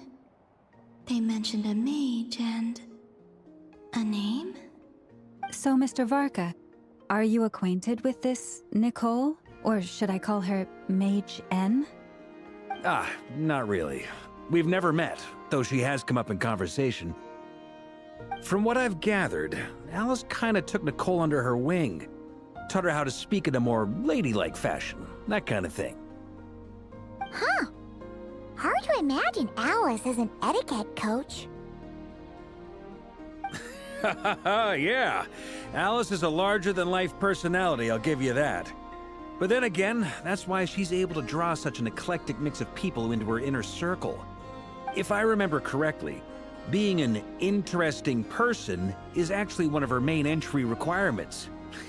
So, if you ever wanted to join the Hexenzirkel, I'm sure you'd both be eligible to apply.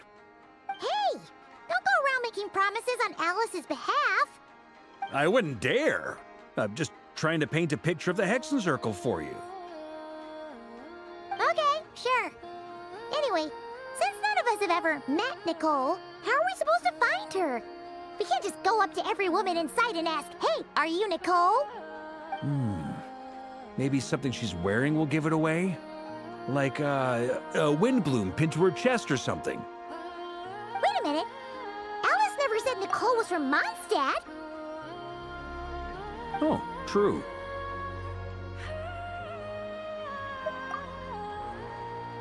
That would be... this young lady, then?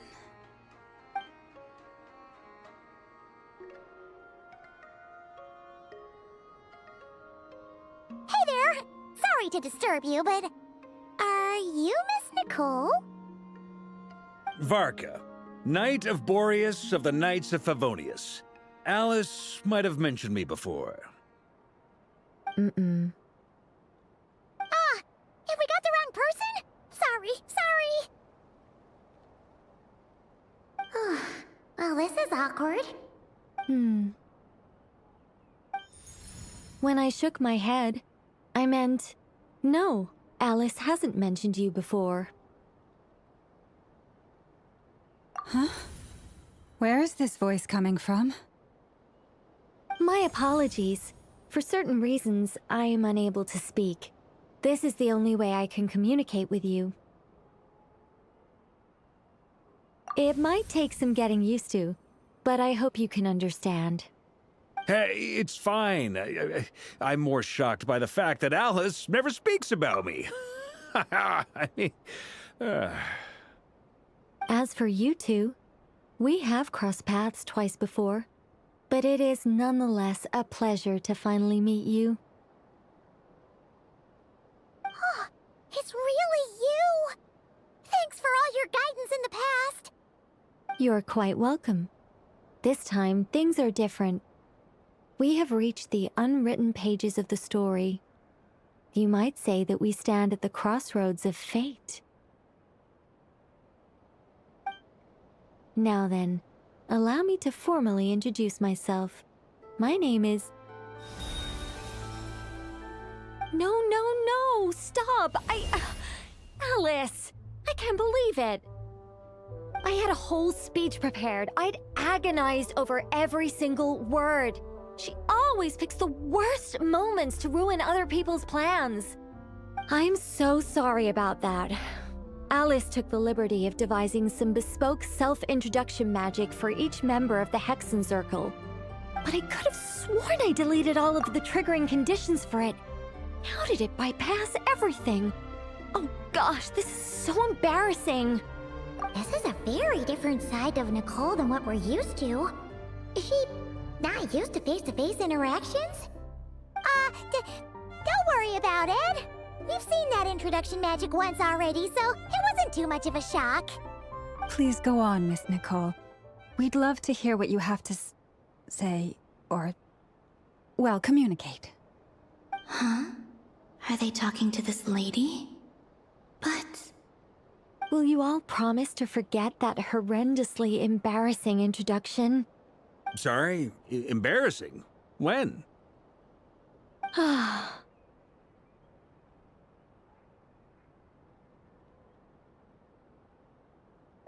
Yes, my name is Nicole, and I am one of a very few angels who have retained both their preferred form and their power.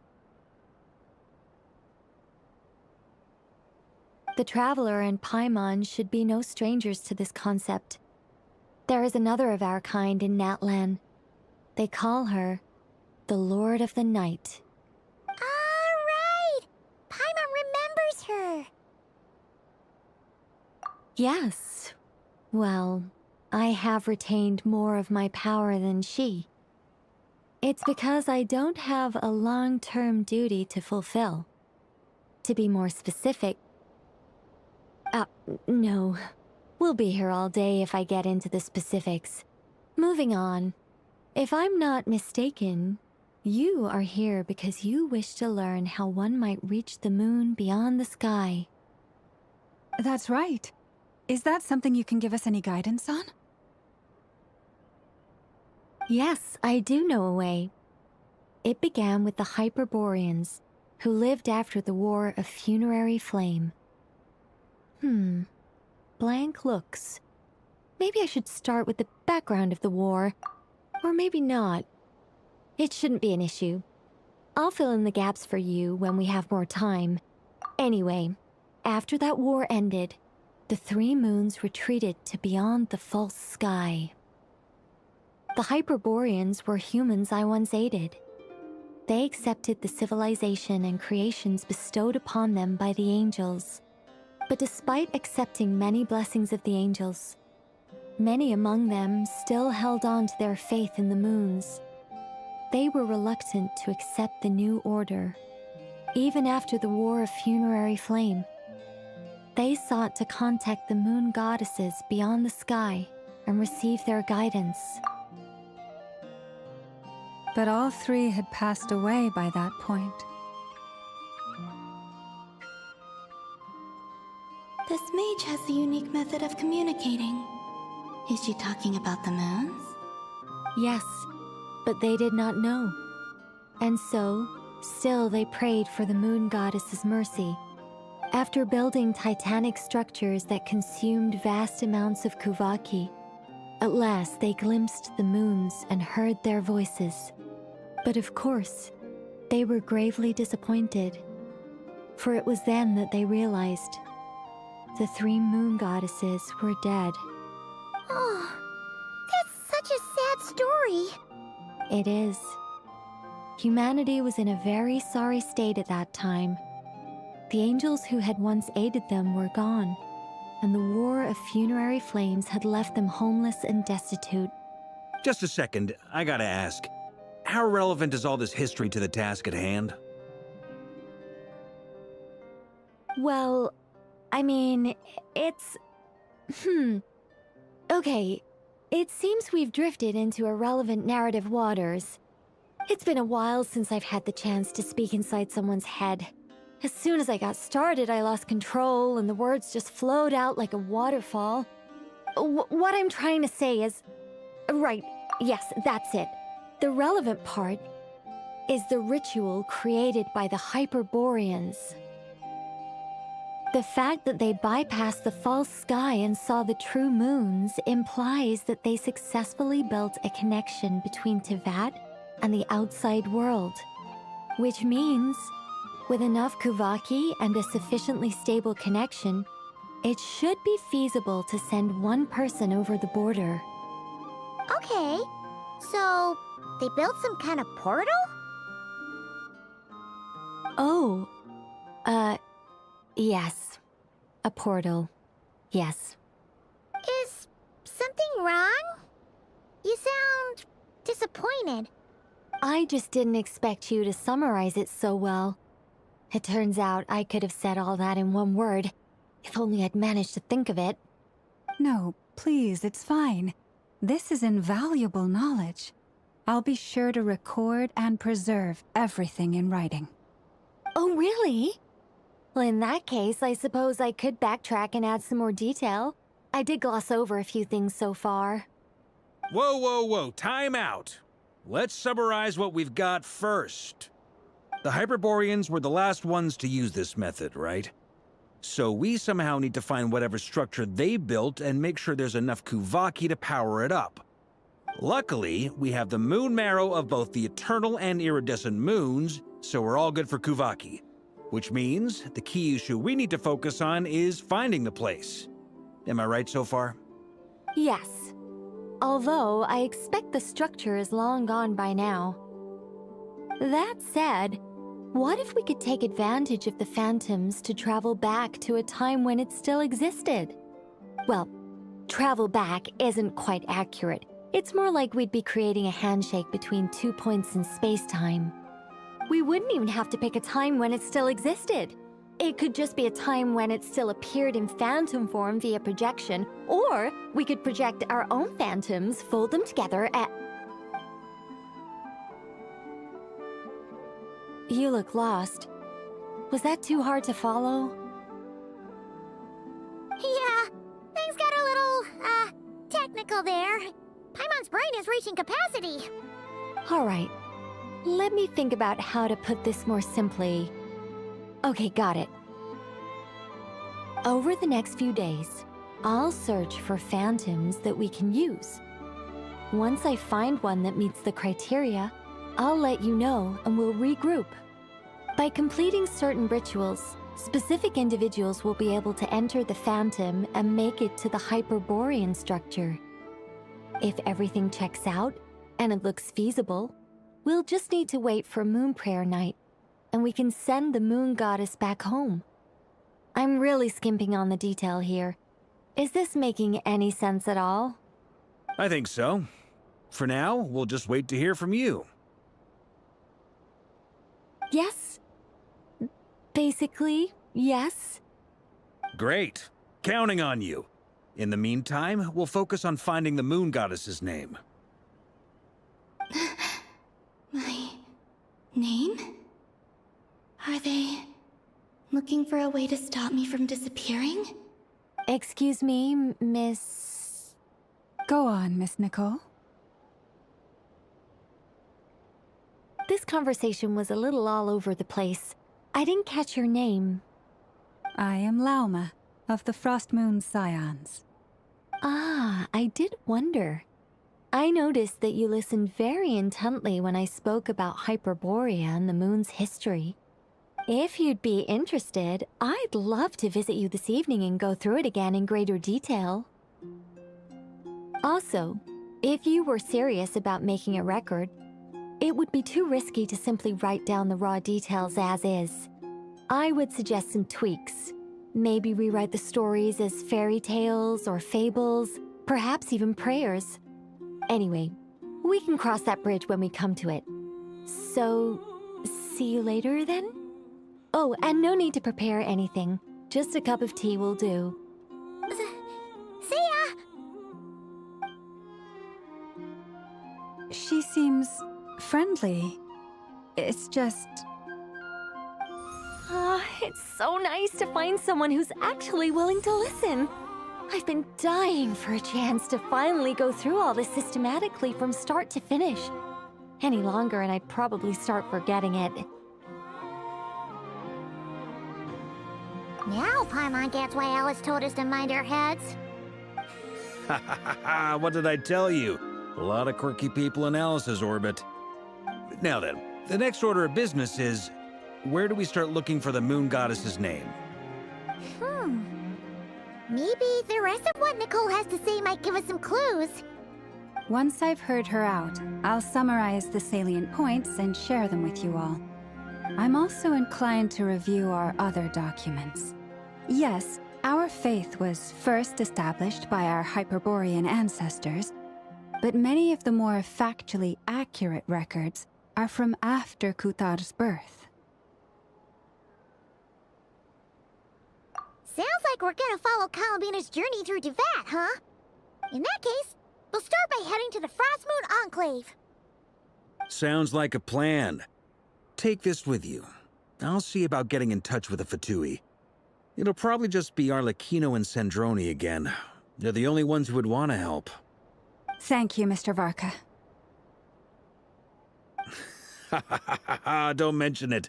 Honestly, I'm more comfortable dealing with the Fatui than prying into the details of a young lady's childhood. Catch you later. I should follow them, just in case there's some way that I can help.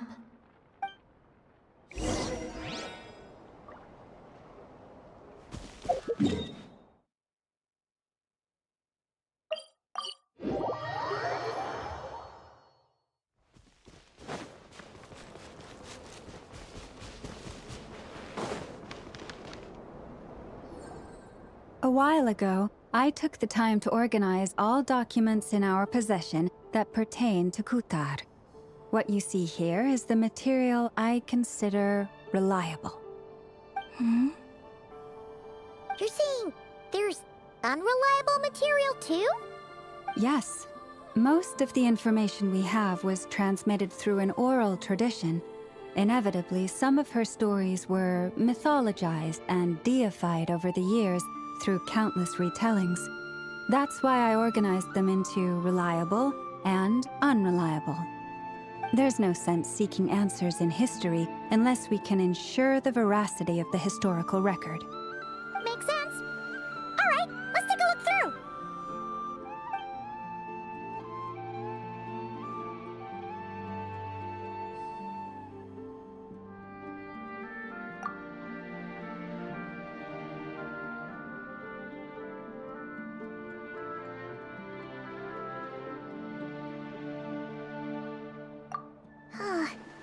Almost all these records refer to Kutar instead of Columbina. Although neither of those is her real name. Paimon's not sure what point she's trying to make. What we can gather from these records is that the Frost Moon Scions worshipped her as a god, placing impossible expectations upon her. I cannot fault them for their earnest faith, but for all their devotion, worshipping her day in, day out changed nothing. I imagine that none of it resonated with Columbina. It wouldn't surprise me if, even back then, she had already begun to reject the name Kutar and everything it represented. Lauma speaks the truth. When I heard them call upon Kutar with hope and expectation in their voices, they may as well have been calling upon somebody else.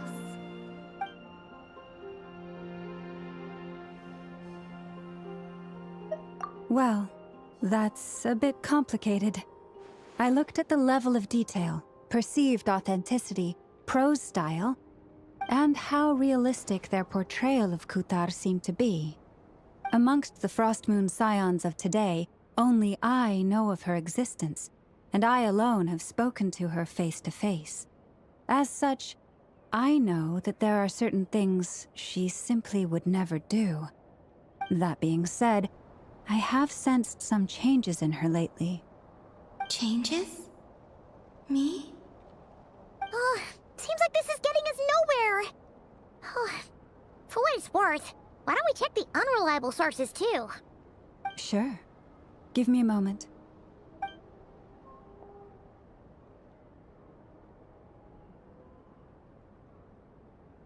Exerting but a fraction of her divine might, Kutar sheared a great mass from the snow-capped mountain and cast it into the sea, upon whose surface shone the mirror image of the moon. Thus was formed the island of Hisi. Yeah, right. That doesn't even begin to pass the sniff test.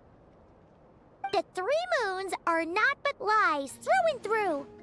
Only one moon has ever shone for us, and Kutar is her name.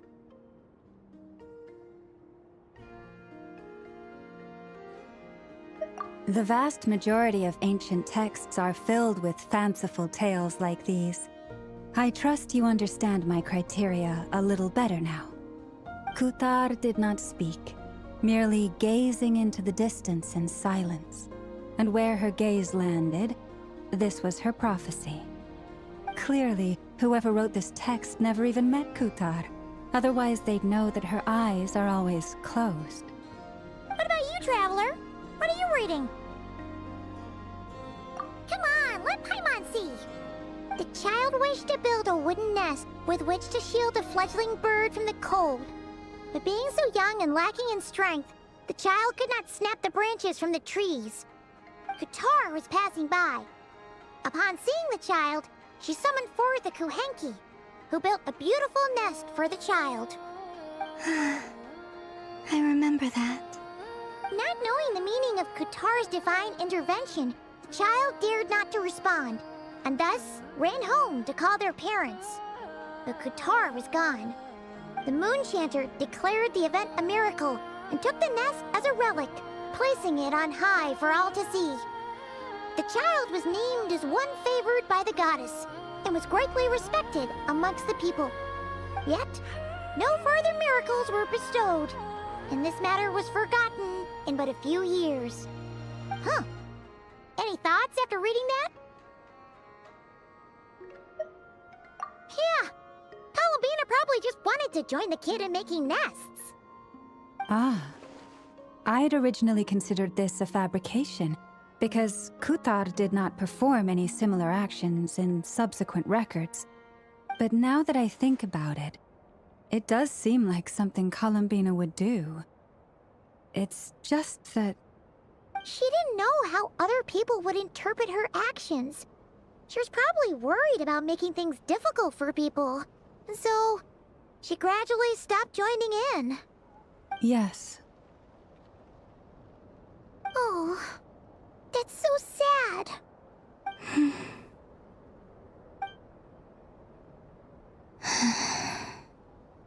And now, I can make no such gestures of warmth, even if I want to.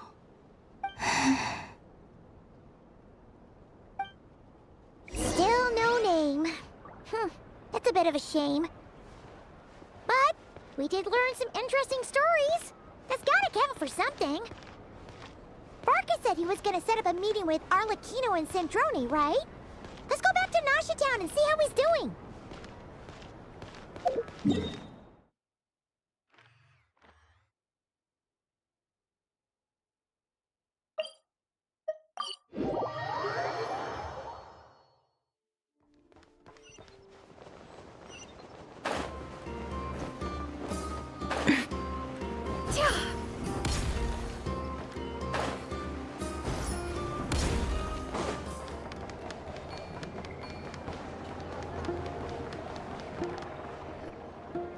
Let's see.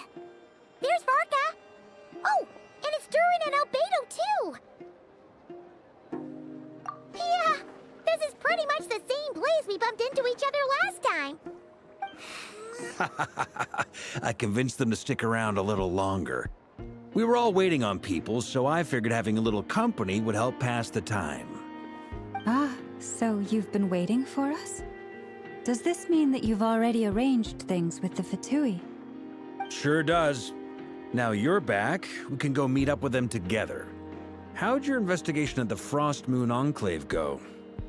Well, we didn't find out Columbina's true name, But apart from that, it went pretty well. Aha, just as well that I didn't tag along then. I'm sure our moon goddess wouldn't want every man and his dog knowing all about her private life. Still, desperate times, desperate measures, I guess. Someone had to do it. So, Varka was waiting on us, but what about you two? Are you waiting for Alice?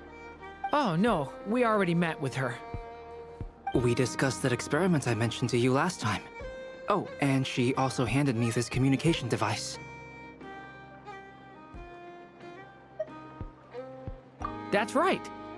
I understand she informed you about the relationship between the phantom phenomena and Tevat's borders, yes? She wants me to help her with some more experiments on that front. She said that she'll contact me through this device with more information. Ah, I see. Following instructions and making observations. Pretty common research method. Takes me right back to Albedo's lab. Wait, then who exactly are you meeting? Someone you know. Albedo's met him too. But I don't think Miss Lauma or the Grand Master have been introduced. Introductions are overrated, especially in cases like this. It's you! So, it's not like the Academia has prohibitions against going abroad. Also, I applied for leave. I've been writing to Hat Guy since obtaining a human form. I've already brought him up to speed on everything that's been going on in Nodcry. Hat Guy? Turns out, I actually have heard that name before. Oh? Then why did you react the same way I did? I only knew the name, not the fella. But since we're all here, let's do some introductions for what it's worth. I'm Varka, Grand Master of the Knights of Favonius. Lauma, Moon Chanter of the Frost Moon Scions. And I'm a Driosh from the Vahumana Darshan of the Sumero Academia. Hat Guy. Good to see you again, Mr. Guy. I believe we last saw each other on the boat ride here.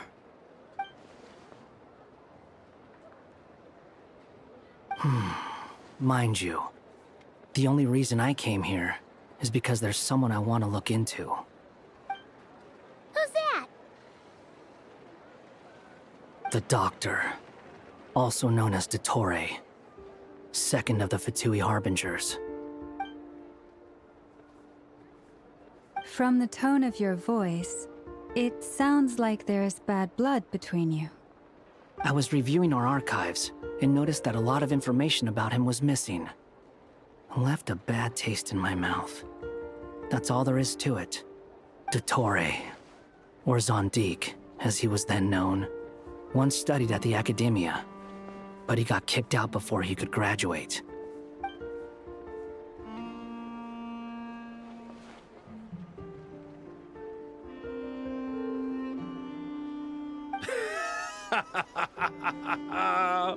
So the Harbinger's #2 man is a college dropout?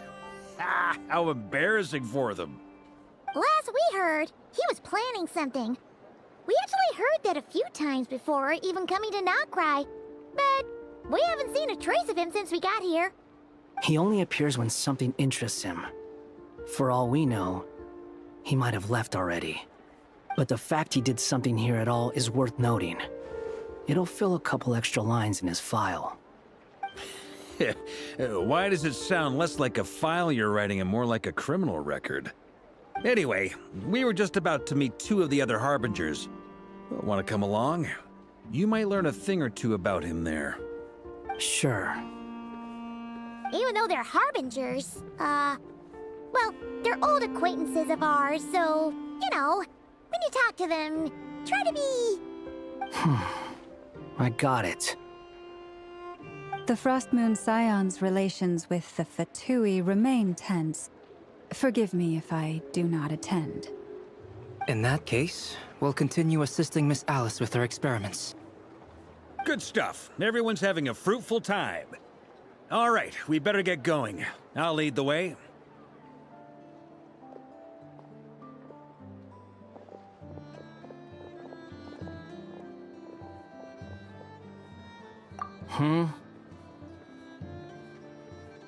Well, yeah, that's obviously part of it.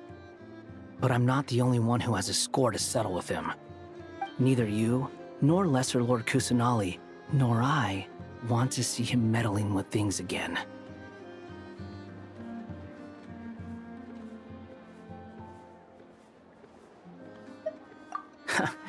What's the hurry?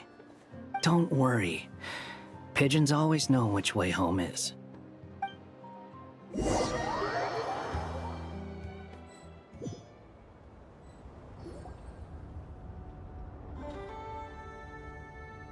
You made it. Who is this? A scholar from Sumeru. They call him Hat Guy. He's an old friend of the Travelers. Wait, this is the academia representative you wrote about? He doesn't exactly look the part. I believe this will prove my identity. You'll notice it bears the seal of the Sanctuary of Surasthana. Well, what do you know? So it does. All right then. My mistake. It's fine. I expected as much. What? So as I mentioned in my letter, the Academia's got its eyes on Dottore. But this matter remains top secret. Apart from those assisting in the investigation, the fewer people who know, the better. If anyone asks, I'm here in Notcry to pursue my personal academic interests. Gotta say, Marka, you did pretty well to keep all this under wraps for so long. Sounds like you got in touch with the Academia about this way back. you flatter me.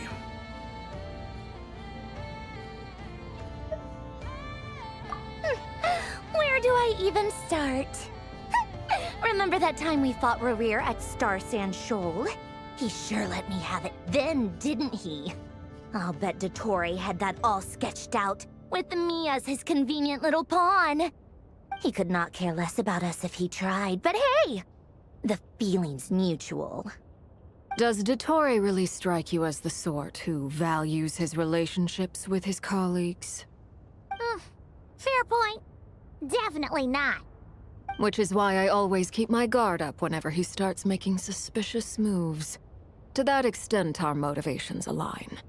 On top of which, I consider you trustworthy people. Now, back on topic. In the wake of the Reikir of Solnari episode, Sandrone and I grew suspicious about Dottore's complete inaction during the entire affair. So we tried to find out what he'd been up to, but unfortunately to no avail. He never lets anyone in on his plans. The more he cares about something, the more secretive he gets. Indeed. Perhaps he believes that by keeping a low profile, he can avoid trouble. But that trick isn't going to work on his colleagues. Yeah, I mean, he's been researching the ancient moon's remnants. And he's been trying to get his paws on the moon marrows. Only an idiot would believe he doesn't have something more planned. With this in mind, I returned to Snezhnaya and relayed my thoughts to Her Majesty the Tsaritsa, entreating her to have him recalled. That's pretty direct. Did the Tsaritsa agree? Yes. I made it abundantly clear that the Fatui's business in Notcry is almost concluded, and we do not need 3 harbingers in this territory. Her Majesty concurred. Accordingly, Dottore has returned at her orders. I imagine he is continuing with experiments, which no one besides he would ever have any interest in. Common sense might mean nothing to him, but he's not stupid. He knows that no good can come from opposing the Tsaritsa. Smarts alone won't get him all the way.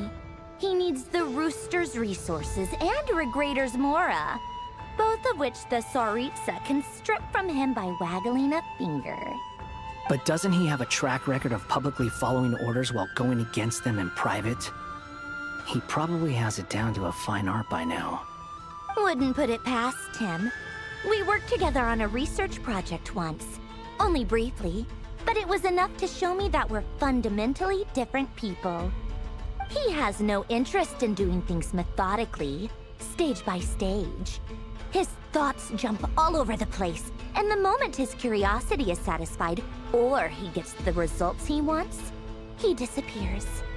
The only similarity we share is that, once we set our minds on doing something, we will see it done. Whatever it takes. Well, we definitely saw some of that in your battle with Rerir. You got so competitive. Ugh, do not remind me. Then I believe we all concur. Dottore will not simply give up. Fantastic. Now this is turning into a whole day of unpleasant memories. Ugh. Are you talking about the moon marrow stuff? He also strikes me as the kind of person to disregard experimental regulations, ruin all the equipment, and go way over budget. Then leave the first person he can find to deal with the fallout. Exactly. This one time, he was running some high-temperature experiment and the substance exploded. But does he care? No. He orders his subordinates to open the device so he can observe the results, which causes the gas inside to leak out. That gas was poisonous! If I hadn't been there, who knows how many people might have died? And after all that, he left, while I was still cleaning up after his mess. What a waste of time, he said. Waste of time? The nerve! He wasted my time! You've been bottling that up for a while, huh? Hat guy, I must say, you seem awfully familiar with internal Fatui affairs. Especially when it comes to Dottore. Thank you, Lady Harbingers, for providing such valuable information. I have no other questions for now, so I'll be on my way. Wait, what? You're just gonna leave? You're welcome to join if you want. Ugh. Just when Paimon thought he'd finally mellowed out. He makes quite the impression. I'll say. I've met tons of headstrong people, but not many of them would join me in bad-mouthing Dottore. Anyway, back to the main agenda. Barca, you said that Columbina has gone missing? Or rather, disappeared. Yeah. We're working on building a connection between her and this world. The simplest method is to find out her real name. I've actually asked her that question before, but she said she didn't know. Considering our relationship, I doubt she was lying to me.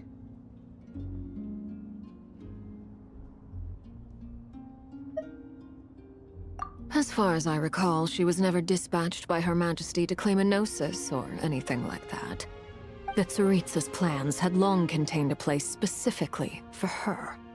I always thought that was weird. What could she do that the rest of us couldn't? Knowing what we do now, it's probably something related to Kavaki, right? More than likely. When she first arrived, Columbina would often go to Her Majesty and ask when she could start the task assigned to her. But Her Majesty always gave the same reply. The time has not yet come. So she spent her days in Snezhnaya doing basically nothing. The Tsaritsa has summoned a beautiful blind maiden to be a harbinger, giving her the third seat by virtue only of her enchanting voice. It was a dumb and stupid rumor, but the reality of the situation made it hard to refute. And what happened after that? I imagine she stopped caring. She no longer seemed to care why she had been recruited, and Her Majesty never gave her any missions, so she just continued to sing in the flower garden. For my part, I was busy. So busy, in fact, that watching someone be that idol had me fuming. But still, I got the sense that she had long been used to a life of other people claiming she was needed when she wasn't. I just felt that having a place to stay would cost me something eventually. And so I waited quietly for the day that I would have to pay the price. And on the other end of that spectrum, you had me. Someone once told me that I had the lousiest work and the toughest luck. That's a good way of putting it. I forget who said it, but those words have always stuck with me.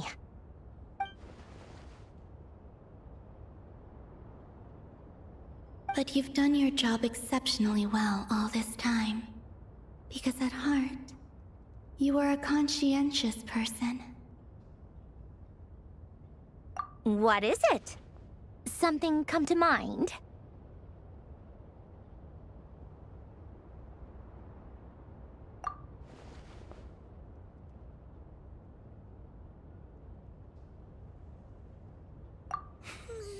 That makes sense. Nothing screams you are needed like your name shouted from across the town. Well, good luck with it. But if you ask me, Colambina is still the most shoutable name.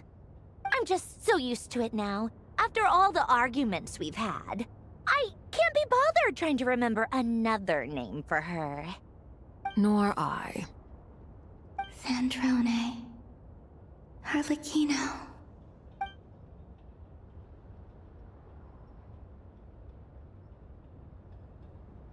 Huh! It's a Sealy! Does that mean Nicole has news for us? Ladies, I thank you for your hospitality. If the chance ever comes up, I definitely owe you both a drink sometime. I'm sure it will. You can make your own way out. Heck, you've been here enough times, you probably know your way around better than I do. Okay, time to do what adventurers do best. Follow that Sealy!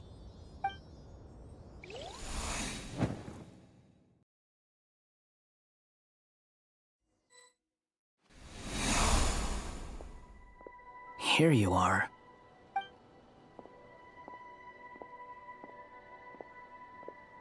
Oh, hat guy. How come you're back so soon? Did things go all right with the Fatui? Fine. Dotori's been summoned home by the Tsaritsa. Couldn't get much more than that. How about you? Any progress with the investigation? Unfortunately not. We've tried everything. Different phantoms, different locations, different points in history. But the results are the same each time. Abyssal monsters roaming the land. People crying out in despair, with no hope of being rescued. Every time I see it, I can't help but think, is this what it was like in Mondstadt when Dragonspine Durin attacked?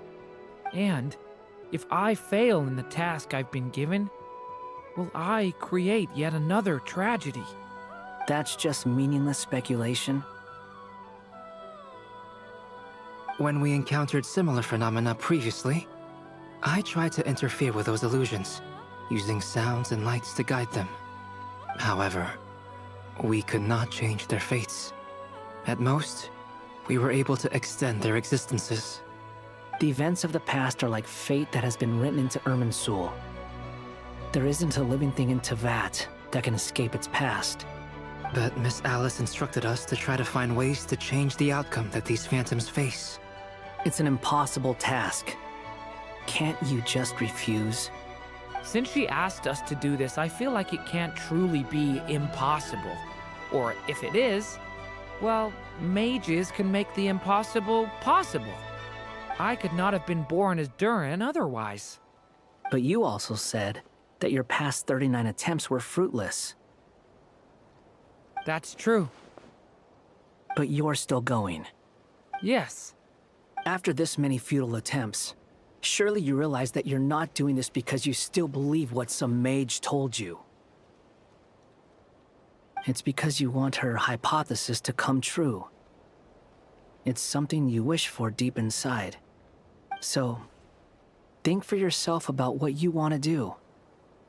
As long as you don't believe it's futile, it isn't. Yeah.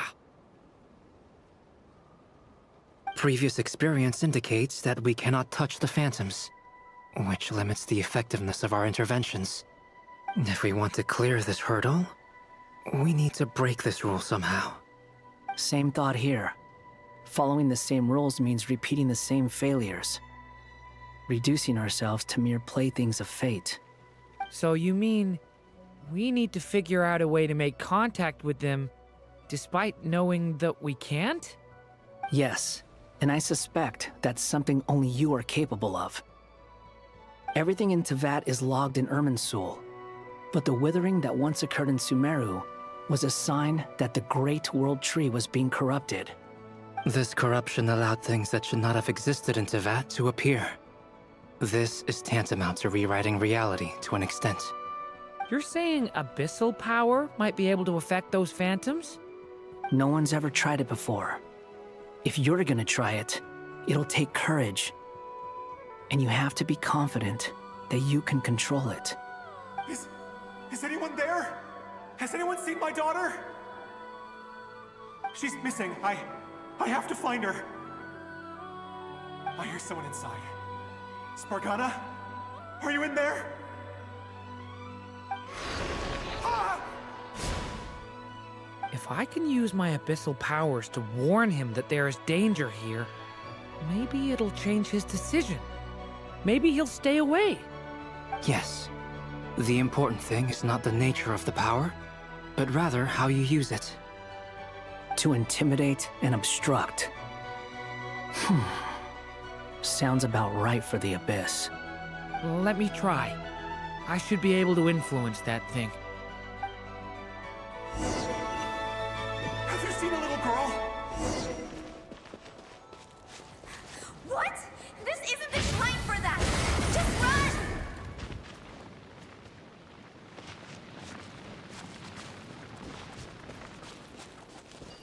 I hear someone inside. Spargana? Are you in there?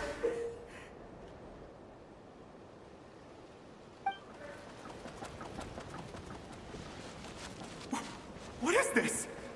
Looks dangerous. I should get out of here.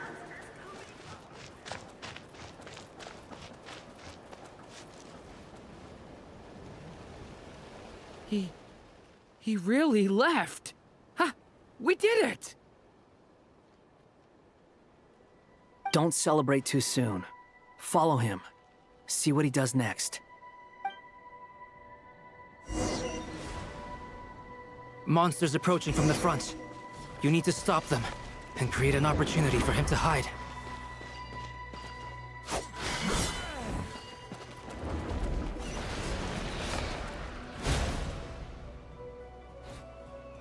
Help me!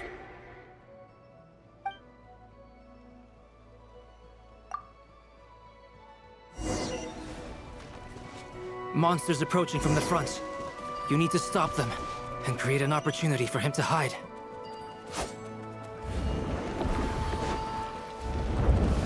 No! There's monsters ahead!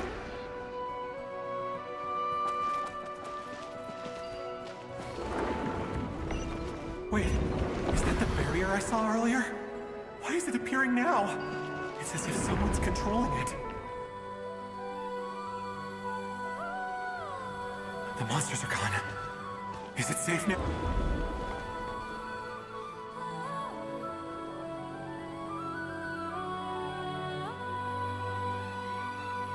The barrier's gone too. How odd. Anyway, I guess I'll keep going. Quickly, let's keep up.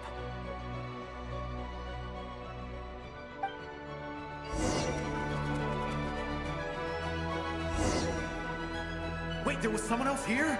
Don't go any further. We've got anti-monster traps laid out everywhere. But my daughter must just be up ahead. I have to go. This way's blocked.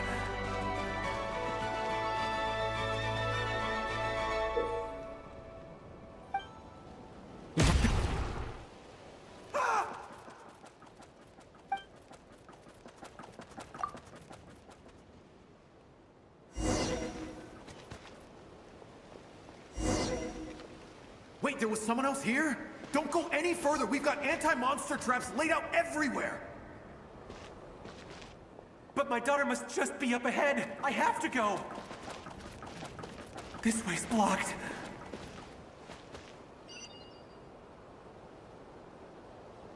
We might be able to use the explosives over there, but we need to take care not to hurt him.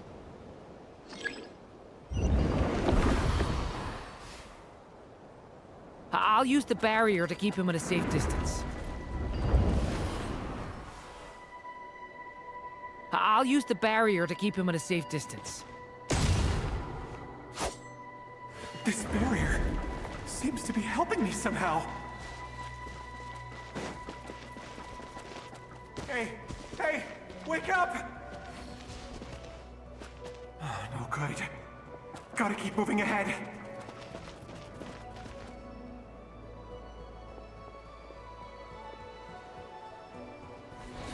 So many monsters! There's still a chance, Durin. Use the traps.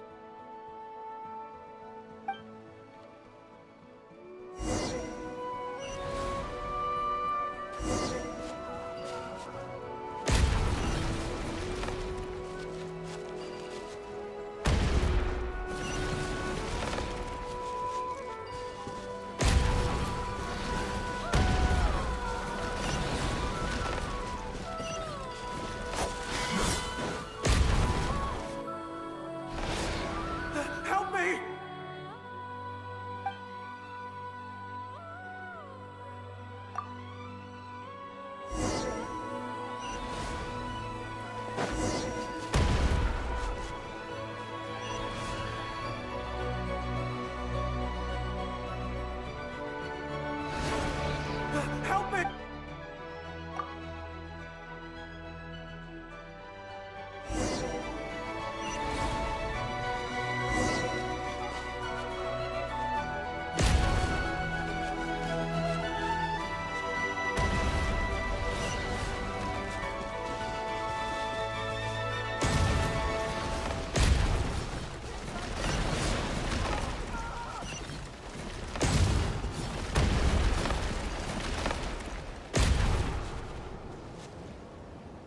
This is a new development. I've never seen this happen before. We might just be able to save this person.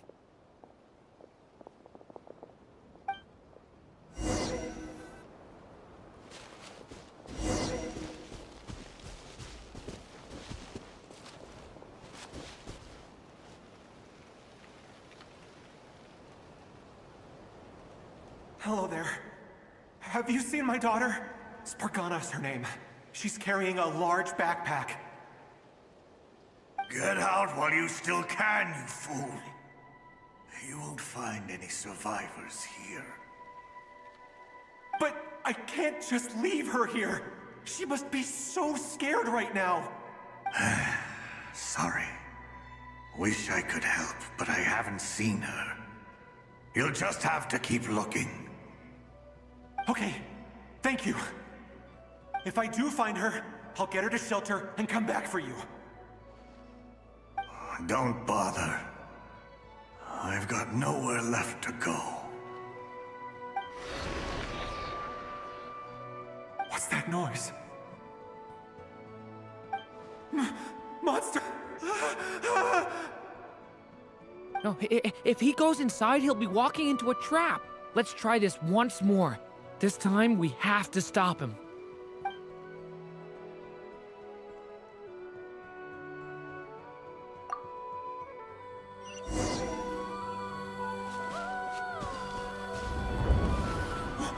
Why? How will I know where Spargana's gone like this? You know what? I'll trust this strange barrier. It's gotten me this far after all.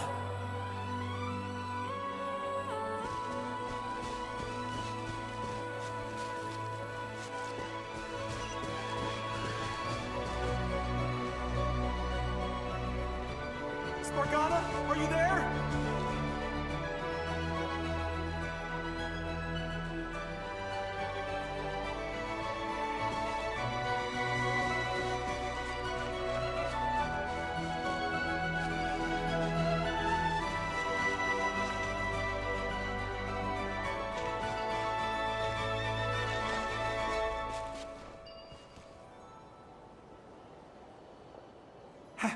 Hello, I'm looking for...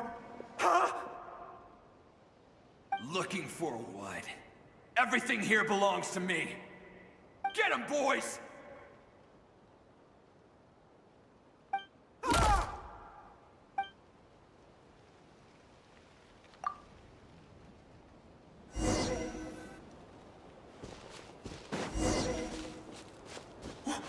Why?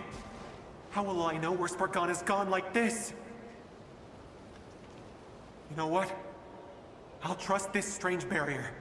It's gotten me this far after all.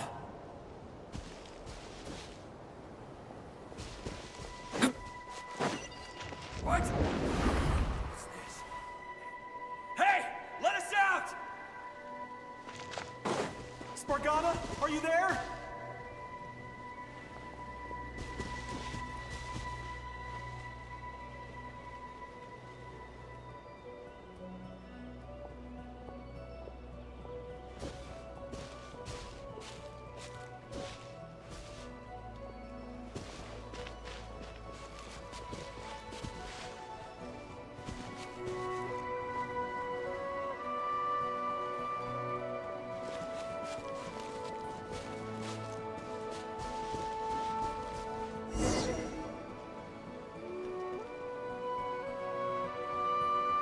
Huh? That looks like one of my daughter's books!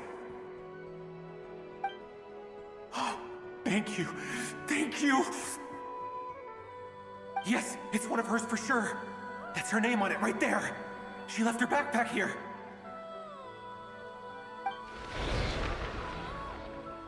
Durin, just like last time. Use the explosives.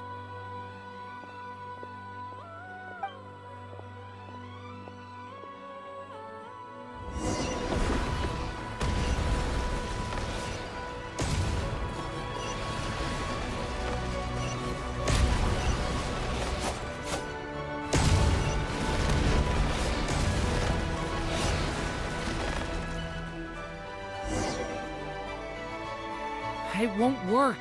There's not enough left. If he makes it in, he'll die. But then, this clue could be the key to him finding his daughter.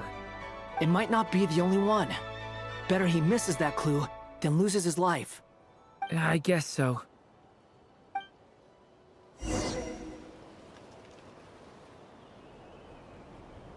Stop him, Durin. We can't let him get any further in.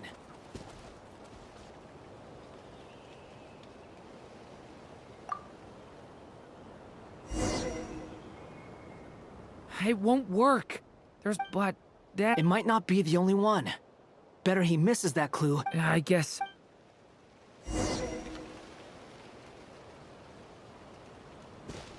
Stop him, Durin.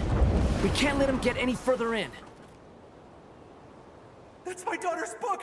She's passed this way! Why? Why won't you let me go in? I've searched and searched and searched just for this! But how will I find her without any clues?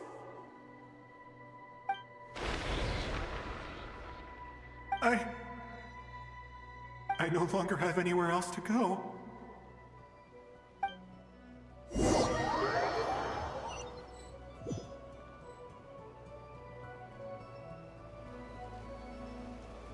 I'm sorry.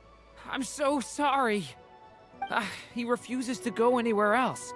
Whether he opens this door or not, all that awaits him now is death. We couldn't change his fate. Albedo? Hat Guy? Let's try one more time. I don't know how we're gonna do this, but I don't want to give up either.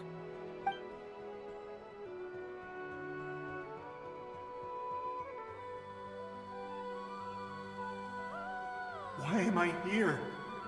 What's going on? All these scenes running through my head. Where are they from? Huh? What's going on? His reactions have changed. How many times have I... What's happening to me? Huh? Wait, who are you? You can see us now? I feel like I always could. but that I only just realized you were there. I'm sorry, I don't know how to describe what I'm feeling. But you were the ones guiding me using that marked barrier, right? I haven't done anything yet, but those monsters, those deaths, they feel like memories. Like things I really did experience. I won't find my daughter. In fact, I'll ultimately die trying to find her. Isn't that right? Well, no, it isn't. Yes, it is. Even so, we're trying to find a way out of this. You've not seen my daughter either, have you? It seems she really isn't here.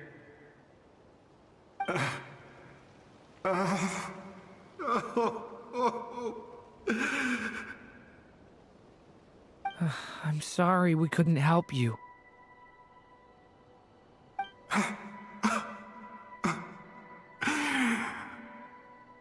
I'm just tired. Maybe this is destiny. Maybe it doesn't matter how hard I search. How long do I have left? Experience says 15 to 20 minutes. 15 to 20. Thank you for all your help. Let's rest a while. You look exhausted too. Now's not the time for you to start pitying us. It's not pity. I'm just realizing that I've only got 10 or so minutes left. You know?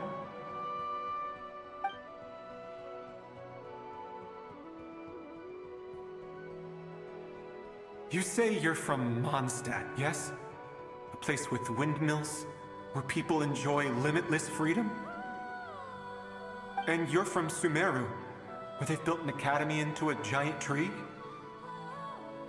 Yes. It seems you've never heard of either place. Those names are unknown to me, I'm afraid, yes. Have you heard of Hyperborea? I have, but I heard that it was destroyed in the distant past. I see.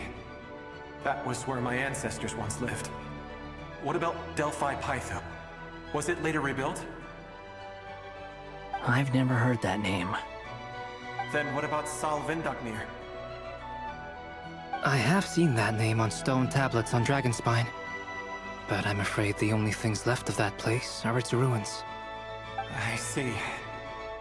Sure enough, there was no way to turn this around, huh? I'm sorry. I was the one who asked to chat, but it seems like we're too many ages apart.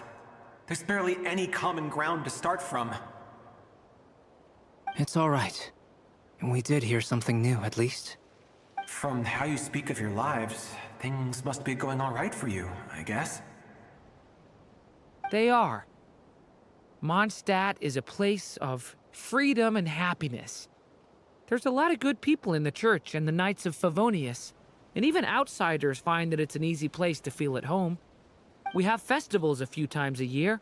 Everyone gets together to drink, sing, and be merry.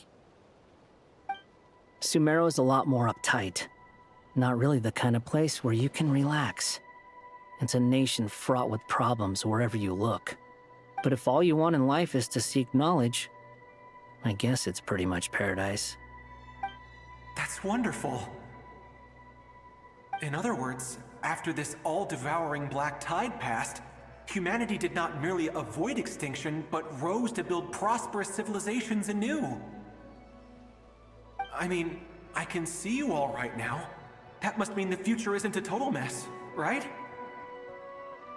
That's true. Well, time's almost up. Let's part ways, I think. Might be best if you don't waste too much time on me.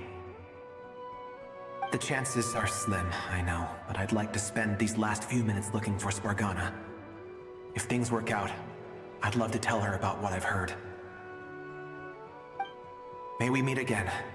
Well, or not, most probably. In that case, may your wishes come true.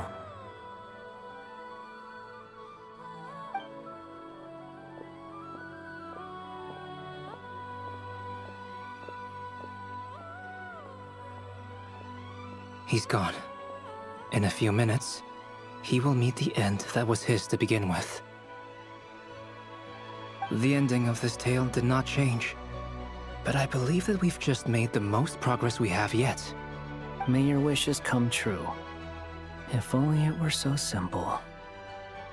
Hat guy, could I ask you a question?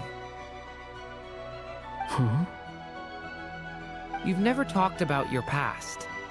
It seems complicated, and it weighs heavily on you, too.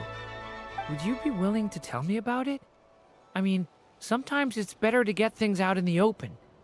Take that guy we try to help, for instance. At least he said goodbye with a smile, right?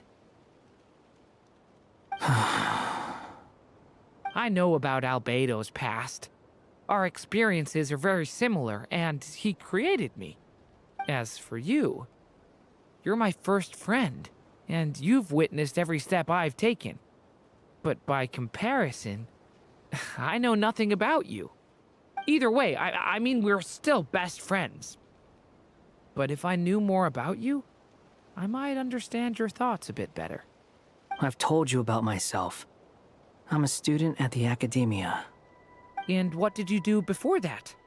Prepared for the entrance exam? All right. If you really don't want to talk about it, I won't press you any further. I was a puppet built from the branches of a white tree, using technology left behind by the Conrian schools of mechanical engineering. A white tree? You mean an Irminsul tree? Yes. A branch of Irminsul that was once connected to the main tree. So you had a human creator too? Yeah. But my creator abandoned me after deciding that I was a failure. After that,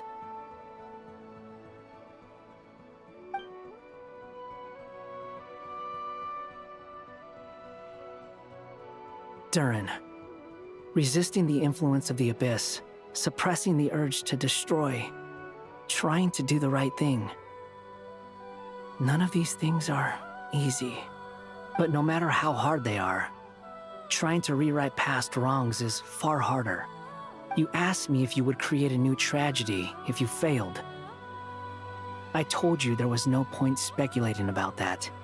But the real answer is, yes, you absolutely will. Hat guy. But at least you've got people here to help steer you away from the wrong path. So, just keep aiming towards the light. I will. I promise. All right, break time's over. Hello? Durin speaking. Hello, friends, it's me. What have you been up to, I'm detecting some unmistakable fluctuations here at the border. The amplitude isn't particularly high, but they're completely different signals from the ones before, and the scale is comparable to those I've detected previously. Alice, we were unable to save that person. However, he appears to have retained a portion of the memories gained through that cycle, and was able to hold a conversation with us. I see. Well, that is rather odd indeed. It definitely merits further attention. Could I trouble you to keep trying the same approach? I need to gather some more data. Counting on you. I should probably have Nicole come and check this out as well.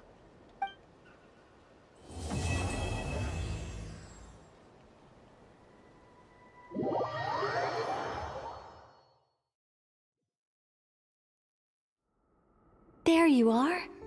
I was worried you might stop to collect treasure chests opened by the Seelie along the way. It would have taken you so much longer to get here. Another conversation I cannot hear. I am delighted to see that you understand what takes priority, and that your adventurer's instinct has not swayed your resolve. Really, I must applaud you for it. You should know. Paimon's head. Okay, I'll try and keep it short. My senses are telling me that this is where we shall find the entrance to the ruins. Oh, cool! Well, what are we waiting for? Let's open it up and see! Patience. This was a sanctuary of great importance to the Hyperboreans. A special process is required to open the gate. Oh, like the place that housed the Eternal Moon's marrow? Okay, so what's the plan? Need us to do anything? And just the short version, if you can. Ah, all right then. I was planning to start with some background on the invention of these techniques. Are you sure you don't want to hear it? It's quite informative. Remember what you were saying about priorities? Fine. Simply put, we need 3 human representatives to successfully undergo a process of Kuvaki resonance. Think of it as a test from the 3 moon goddesses to see if the entrants are qualified, with the most recognizable qualification being Kuvaki. Pretty sure Lauma would ace that test. Oh, wait. But we need 3 people. I also have no doubt that the Moon Chanter would be qualified. But we would need 2 other people with the same constitution. Therefore, the most feasible method is not so much to follow the rules, but to figure out how the test functions and find a workaround.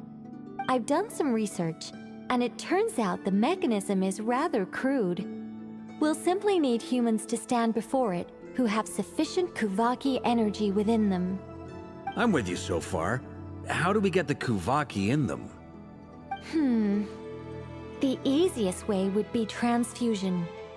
Take some Kuvaki from Nodkrai's soil, put it into the bloodstream, and get it circulating in the body.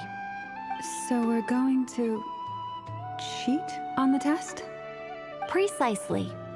There are other methods, but this is the simplest one. Cheating the system is much easier than trying to hide from it. Huh? Ah! Sorry? Does the idea of cheating upset you, Miss Lauma? No, that's not it. I suddenly had an idea. Oh, what is it? It's about Moon Prayer Night. I figured out a way for Kuthar to join in the festivities. Huh? But as Paimon said, we need to have our priorities straight. Let's get back to the test. I'll follow up with Nefer on the festival arrangements. Oh, okay. Anyway, is this really the best method we have?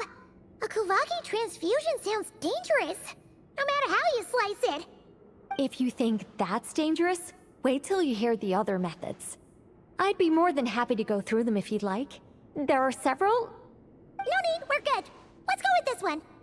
Very well. Kuvaki transfusion it is. Now, I should mention that the risks can be greater or lower depending on individual compatibility. It would be rash to simply infuse the Kuvaki and hope for the best. If the body rejects it, the reaction can be quite severe. The symptoms are similar to another condition that some people living here suffer from, known as congenital Kuvaki sensitivity. So, before we execute our plan, I will perform a simple test of my own to see who is compatible and who is not. Once that is done, we will have to complete the resonance process as rapidly as possible. The participants must remain stationary while the Kuvaki circulates and bonds with them, and they mustn't eat or drink anything. What? No eating or drinking? That's some hardcore fasting. They'll all be monks by the time they're through. 3 days. Oh, that's so long! And we still need to find 2 more people who are not just compatible, but also willing to volunteer. Fasting? What are they talking about? Really? Don't you want to think this through? Haha, count me in too. 3 days without food? I can handle that. Miss Nicole has made it clear that this is the easiest way. The way I see it, there's nothing else to discuss. It's time to step up.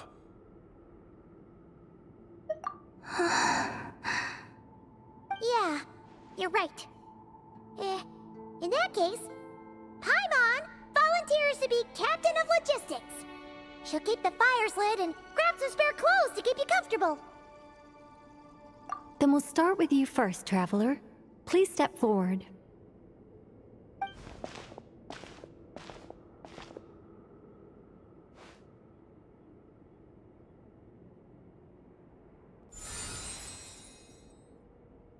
How's it going? Do you feel anything?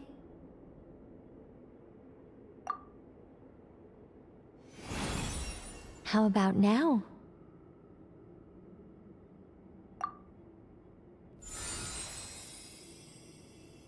And now?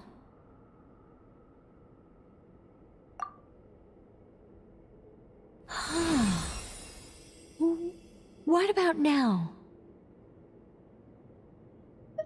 You guys, it's not a competition, you know. All right, I'm officially impressed.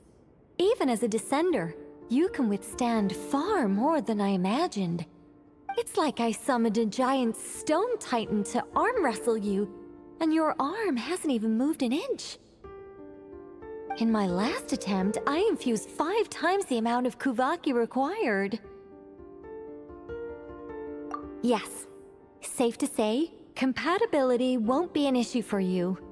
You're eligible to join. You're next, Mr. Varka. Sure, here goes nothing. All right, I'll start where we left off. 5 times the required Kuvaki dose. Whoa, whoa, whoa, hey, wait a minute.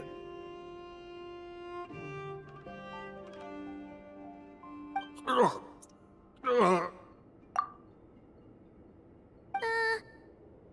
it going? No, not great. I kind of want to puke. Feels like I've been drinking too much. A few bottles of wine, then a big stein of Dark Horse, with some hard liquor from Liyue mixed in.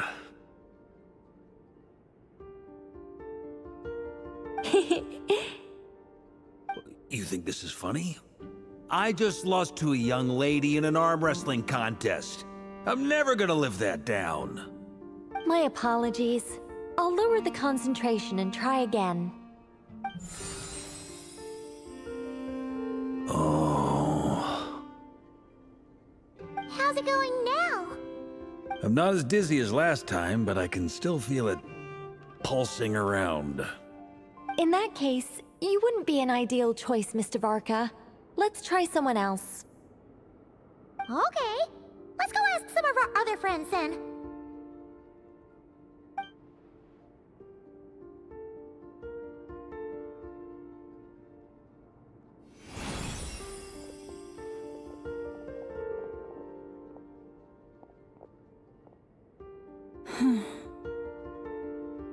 No surprises here, Miss Moonchanter.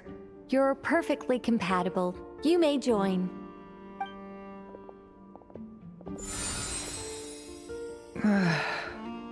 I'm getting a slight headache. Shame. You were so close. Whoa! Time itching all over!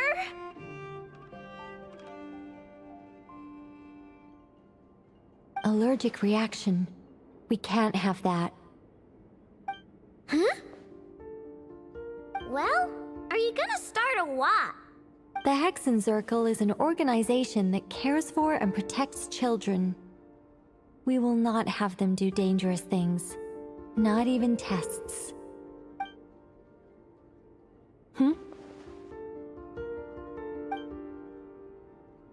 Is something the matter? The candidates have to be human. I guess that rules me out too. Huh. Everyone except the Moonchanter got beaten. Guess I don't need to feel so bad after all. I mean, looks like this isn't gonna be as easy as we thought. Perhaps I could ask for volunteers among the Frost Moon Scions. I'll see about talking to some trusted Lightkeeper colleagues. Itlua springs to mind. In fact, I think we had some former Frost Moon Scions join our ranks recently. Can you give me the scientific explanation for how the test works? I can probably make some kind of test bot. Then we can just zip through Nasha Town, going up to people and pressing a button to check their status. Wouldn't that be way easier? No. Wow! No elaboration for once. How about I contact the Knights of Favonia's garrison in the Wave Chaser plane? Shame that Lohan's already left. And that guy's even tougher than I am. Strange. The moon goddess is clearly revered by many people. So why is she on the brink of disappearing? She mentioned that the world has rejected her from the very beginning. And when we fought the Reikir of Solnari, it seemed like she exhausted her power for our sake. Also, Paimon's not sure revered is the right word for how people feel about her. Gratitude, certainly. For my part, anyway. It's basic reciprocity. She helped us, so she deserves our help in return. Yeah. Even though she looked like she didn't care, she still saved a ton of people, including me. A review of the relevant data leads me to conclude that Miss Columbina is a good person. Yep, you bet! They really think so? I'm super surprised that Columbina isn't her actual name, though. I think it really suits her. It's light and graceful and... yeah, just a really pretty name. I know, right? Unfortunately, that's not our decision to make. Columbina. That was the code name the Fatui gave me. But it also came up in the song I heard when I was born. But... is that really all there is to it? What do I truly think of my own name? Is there anyone left who will still call me by that name?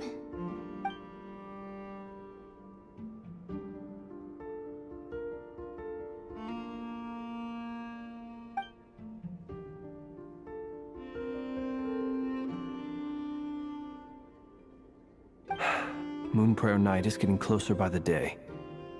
We're running out of time. We need to look for other candidates. Then allow me to try. Huh? What are you doing here? You contacted your friends via the Adventurers Guild. Sandrone has been keeping an eye out for something like that, so she informed me. Since I have the ability to accommodate a moon marrow, I should prove to be a suitable candidate. Arlecchino. When can we begin? I see. We can begin right away.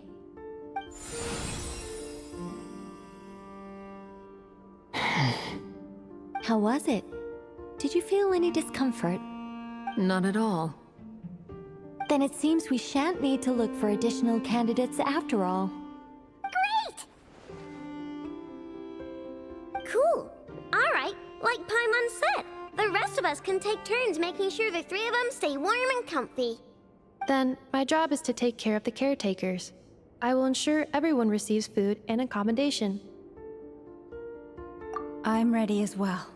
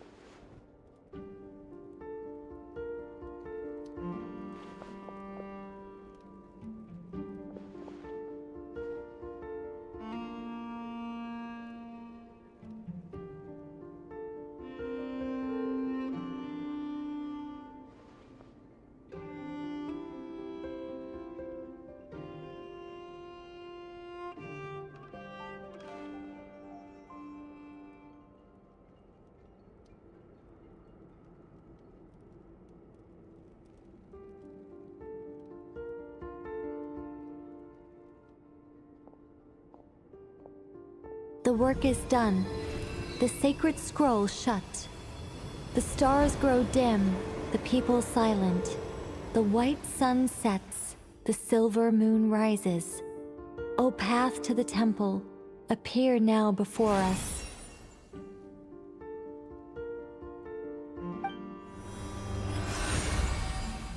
Wow! So that's what all this is about. They've been trying to open this gate. Come, let us enter. It might be best to eat something first. Take care to chew properly and swallow slowly. It will give your body time to readjust to the digestion process. They will head in soon. They will need to enter this gate.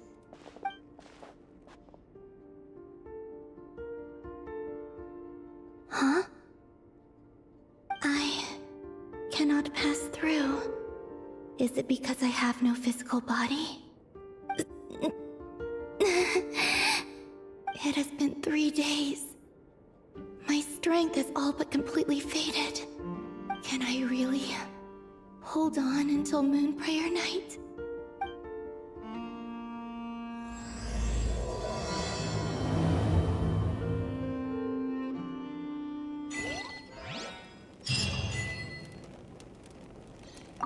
I have confirmed that you are all in good health.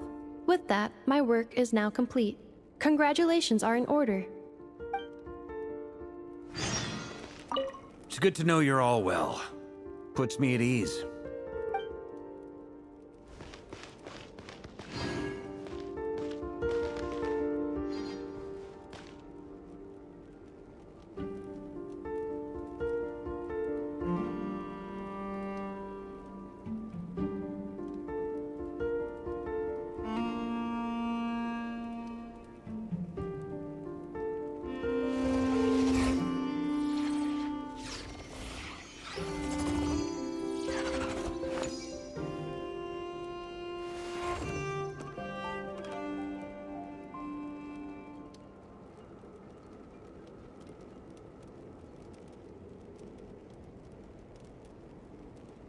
Why does Ashru sit up on the counter?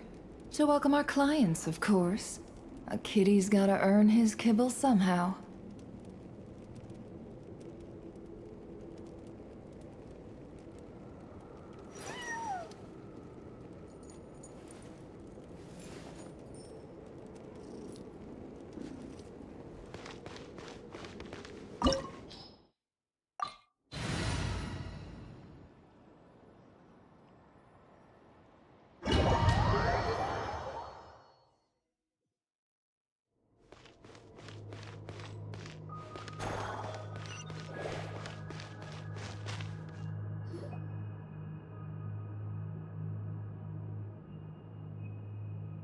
Are these people...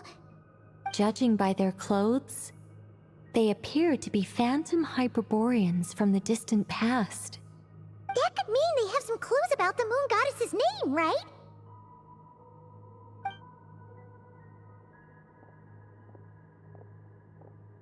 Hey there! Could you tell us what the moon goddess's name is? Sorry. That's probably a weird question, huh? How do we explain this? The moons are long gone, and their goddesses are dead. Their names no longer mean anything. When a new moon goddess is born, we will surely know her name. We have used every last resource at our disposal. All that remains is to wait, patiently and quietly.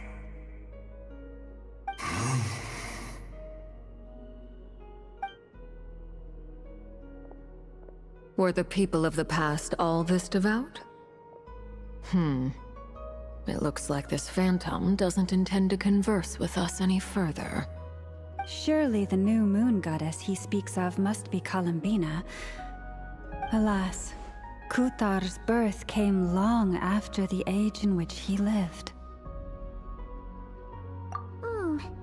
But, maybe if we find a phantom from a more recent age, they might know Columbina's real name. True. Keep an eye out. We should be able to tell which era they're from by the clothes they wear. Yeah, you've been pretty talkative this whole time. What changed? Oh, nothing. I'm fine. You all make good points. When the Hyperboreans speak of moon goddesses, They mean the three from truly ancient times. I can't imagine they would know anything about our current moon goddess. There once was a time when the moon goddesses blessed them greatly and protected them from harm. So, when the war between the gods and dragons plunged the world into chaos, it seems they looked once more to the moons for help, praying for a new goddess to be born. Yeah, that checks out. Let's continue on. Who knows what else we may discover?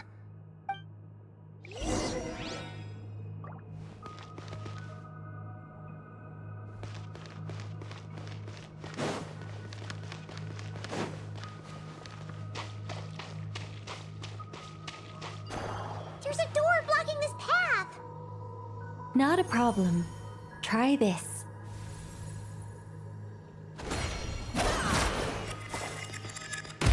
Whoa! How did that door suddenly collapse? This device was maintaining the door's integrity. Remove the core, and the device stops working.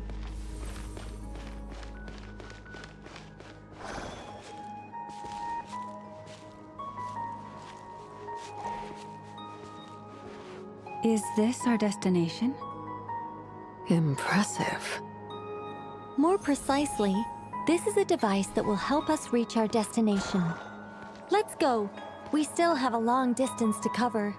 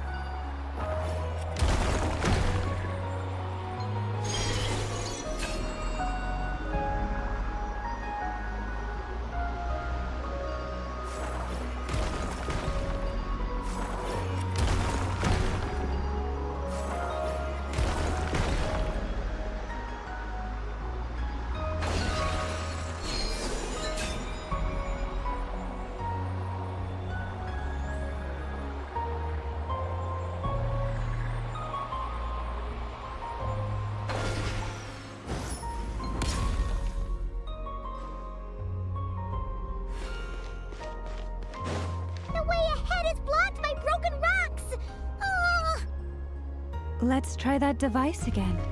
Remember the door from earlier?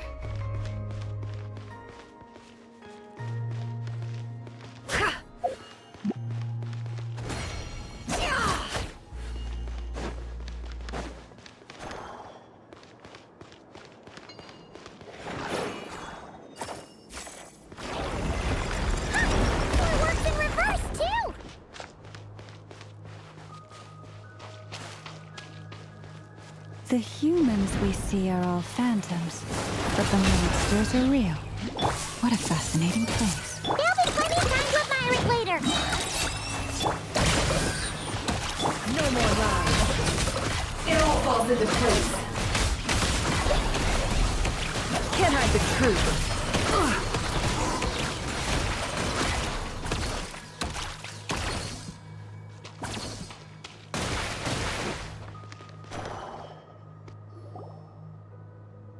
Ooh, there's a whole bunch of artwork in here. Seems pretty old. Nicole, this is probably your area of expertise. What do all these paintings mean? Let me see. To understand these murals requires some knowledge of the history surrounding the War of Funerary Flame. I shared a little of this with Lauma before. Yes, I think I follow. The dispute between the Moon Sisters, the transformation by Nibelung.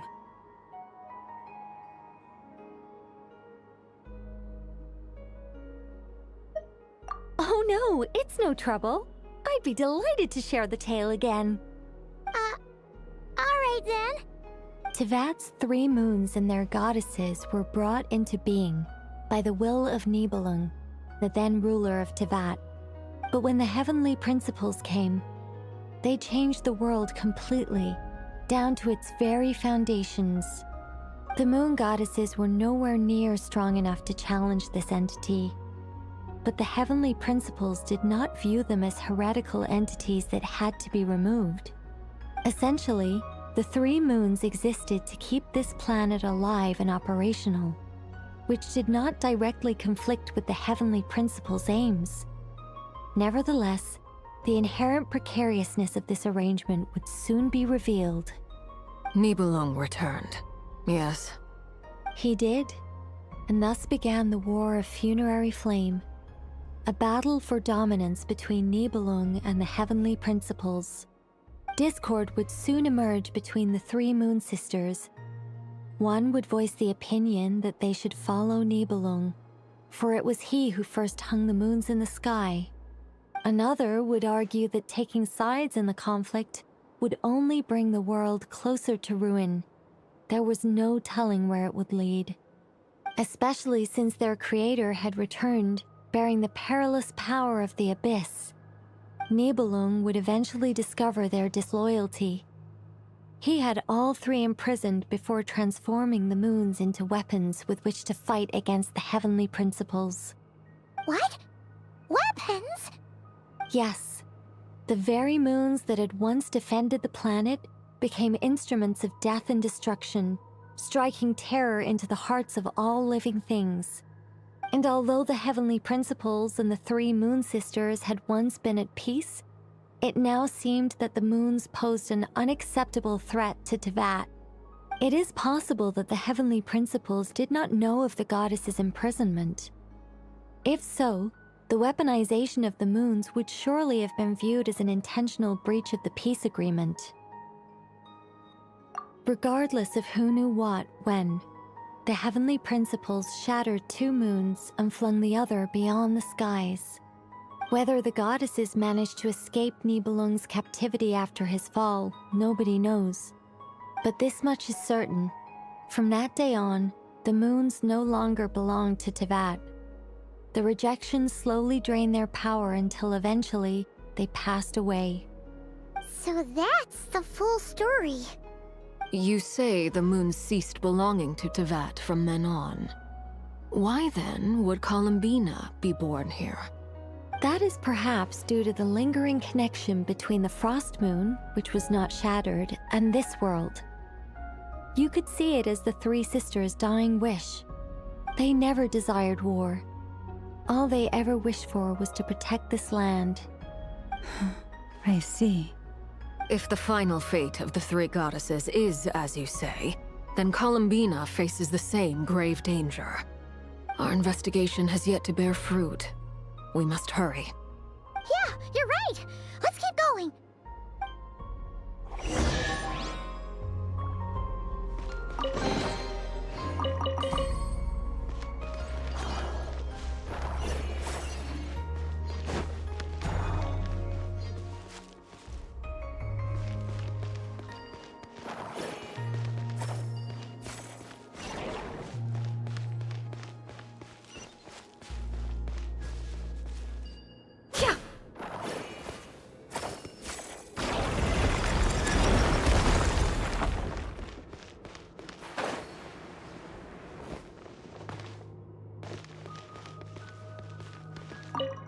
Should we trust him to keep his promise? We have to. There's nothing else we can do.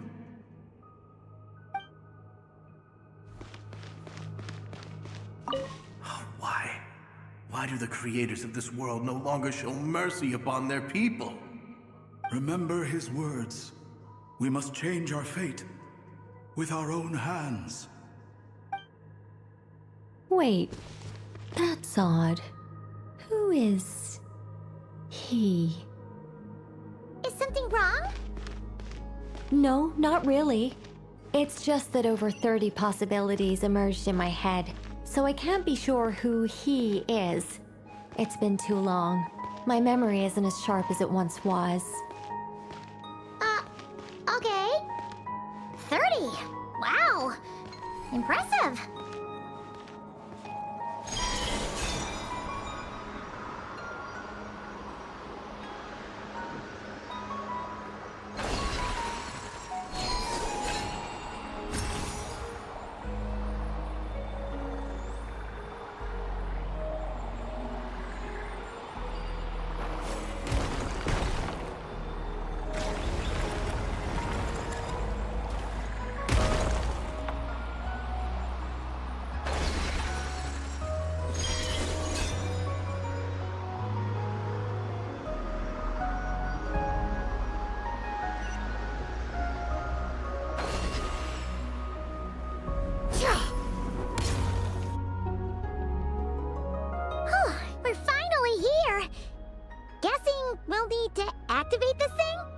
Indeed. I was a little worried about that at first, but as we got closer, I sensed that the Kuvaki within it flows unimpeded. It should be functioning normally. The only issue is how to activate it. It's looking a little worse for wear. What about the cores from some of the other devices we've seen? Can we repair it using those? In all likelihood, yes. I imagine that would have been the Hyperborean's backup plan. Let's look for some cores.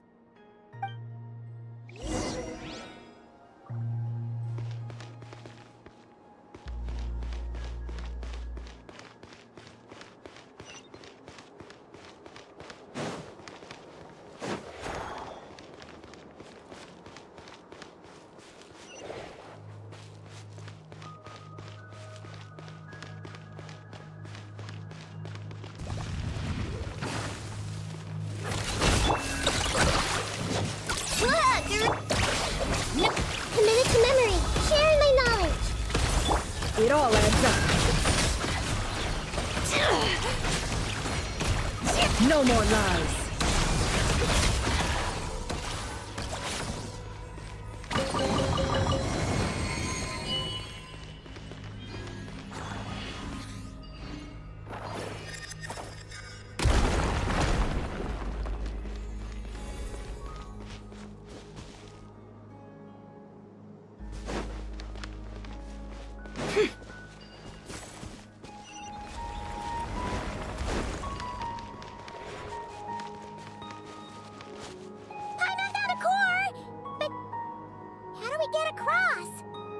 Walk up, then jump down.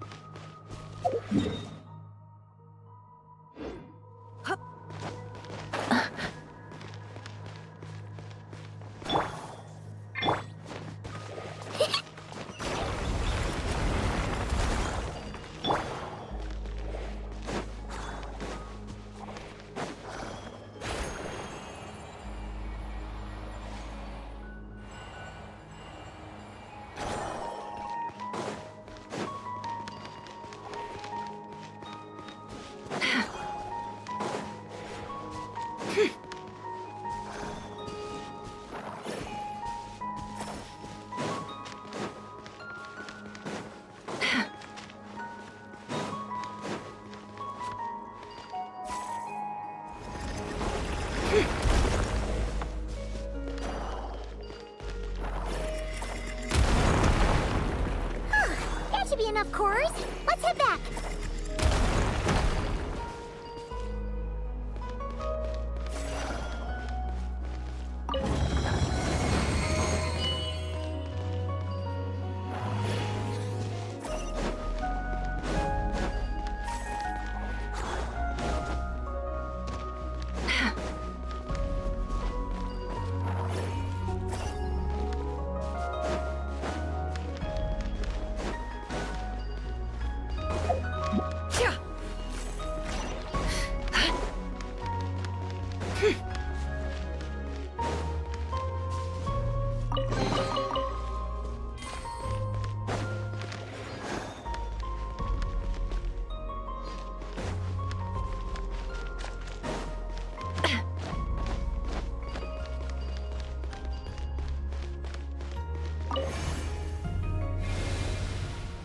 The device is up and running. It's hard to believe that the ancients were capable of constructing such things. I'm on Caesar destination! It's right up ahead! Yes, let's go.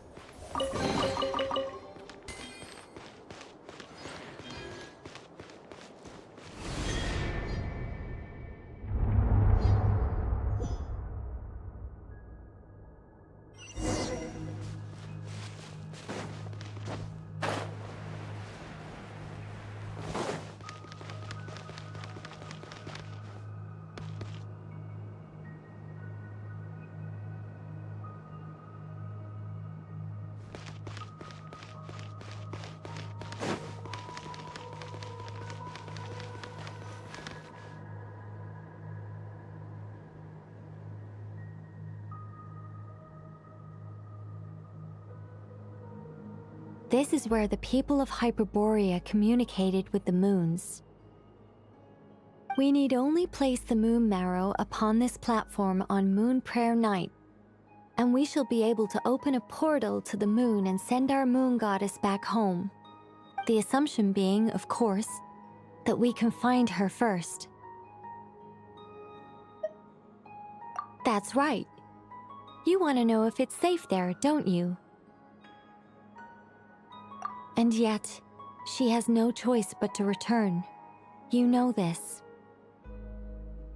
Oh, that's not the only issue here. This is the end of the line, right? We've explored everything we can. And despite looking at historical artwork and talking to people from Hyperborean times, we're still no closer to learning Columbina's name.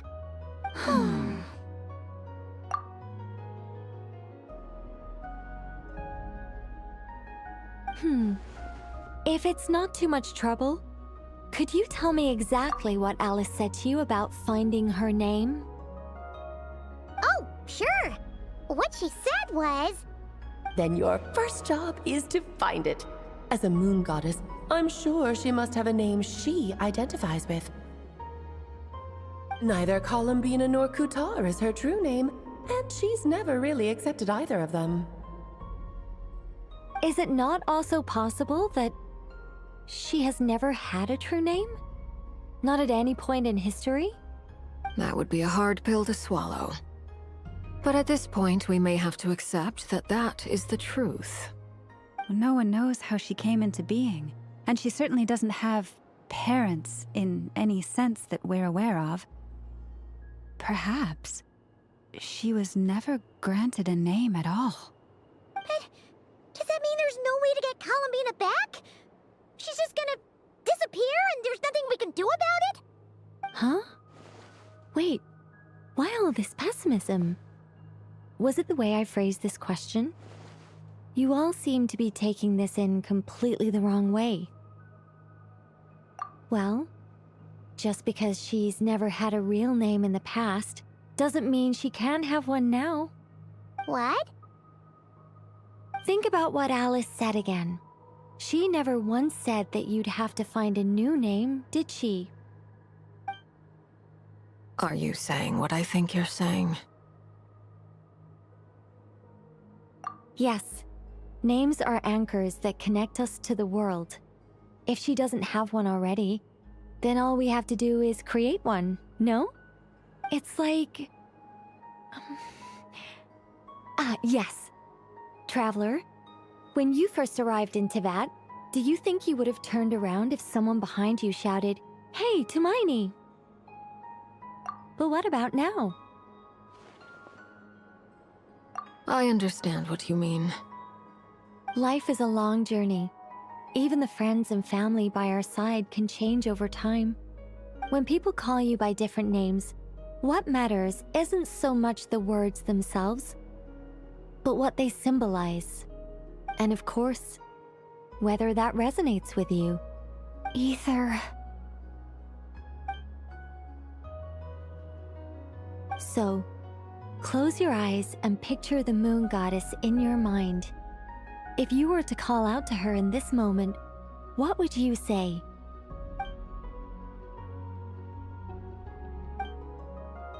Columbina. Columbina. Hi, Mama Columbina too. Well, she has long forsaken everything that Kutar represents. I think from now on I should call her Columbina too. Well, it sounds to me like you found your answer. Are you sure? Is it really that simple? We haven't found her this whole time, and not for lack of trying. For a journey like this, the process is every bit as important as the outcome. Had you not searched far and wide, rejecting every other answer you were offered? How could you have come to an answer you felt was finally correct? Oh, it all makes sense now. This has Alice's fingerprints all over it. Are you suggesting that Mage knew from the start that Columbina never had a real name to begin with? I can't say for sure. But I can definitely imagine her chuckling in satisfaction somewhere right now, saying, "Ah, what fun." Llama! Your antlers! You should hurry. The festive moon has begun to rise. Do not worry, for when you called the name Columbina just now, I could sense that the power within was enough to summon back the moon goddess. The power within what? The name? Yes.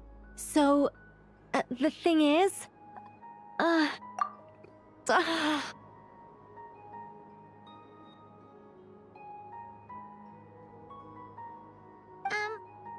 What's wrong now?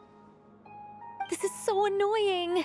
I really want to explain how that whole thing works. Starting from the founding principles of Tevat and... Oh, I could talk about this for hours. But... Deep breaths, Nicole. Deep breaths. You're an angel. A sober, sensible, solemn angel who has her priorities straight. Okay then. Sorry for asking. Clearly a bad call on Paimon's part. Anyway, you all need to hurry. Last thing, remember how it felt when you called out that name. Then it is agreed. By the name Columbina, we shall find her. Then we'll throw her the best Moon Paranite party ever! And at last, we will send her home.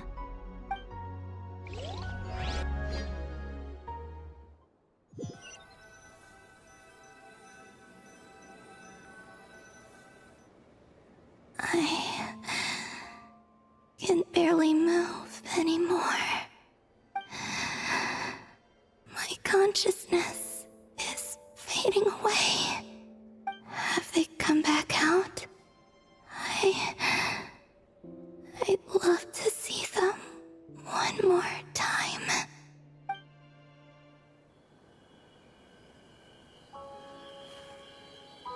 They didn't make it.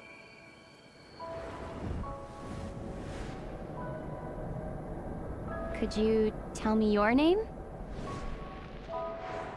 My name is... Columbina!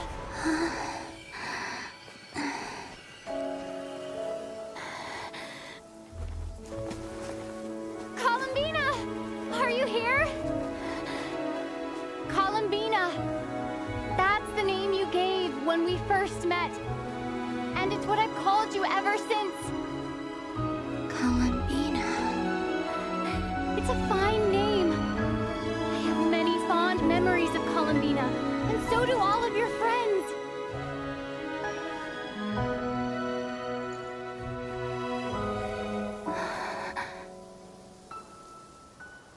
If you like this name,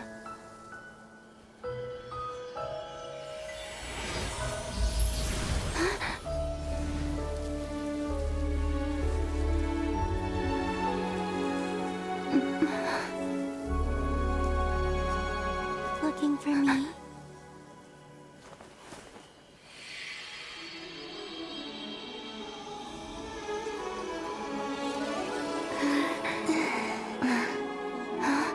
I like it. You can carry on using it. My name is Columbina Hyposelenia.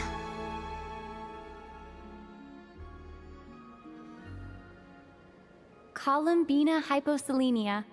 That's a wonderful name. I never thought that Columbina would become my real name. But after I met you and my other friends, the things that this name stood for slowly began to change. It went from being a Fatui code name to something my friends call me.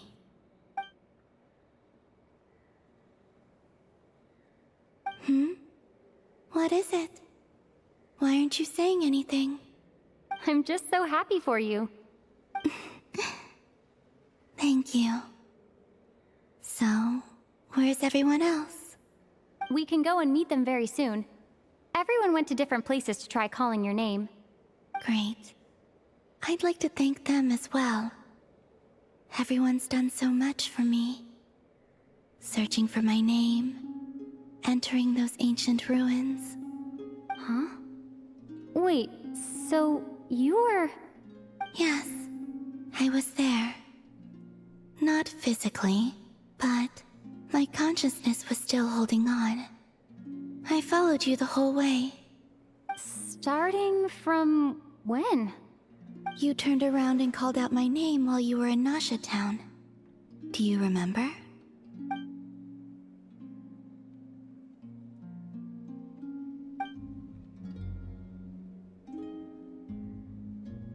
Let's go. We don't want to keep them waiting. Sure. In that case, come with me. But... Hmm? Before that, could you call my name one more time? Sure. Come with me, Columbina Hyposelenia.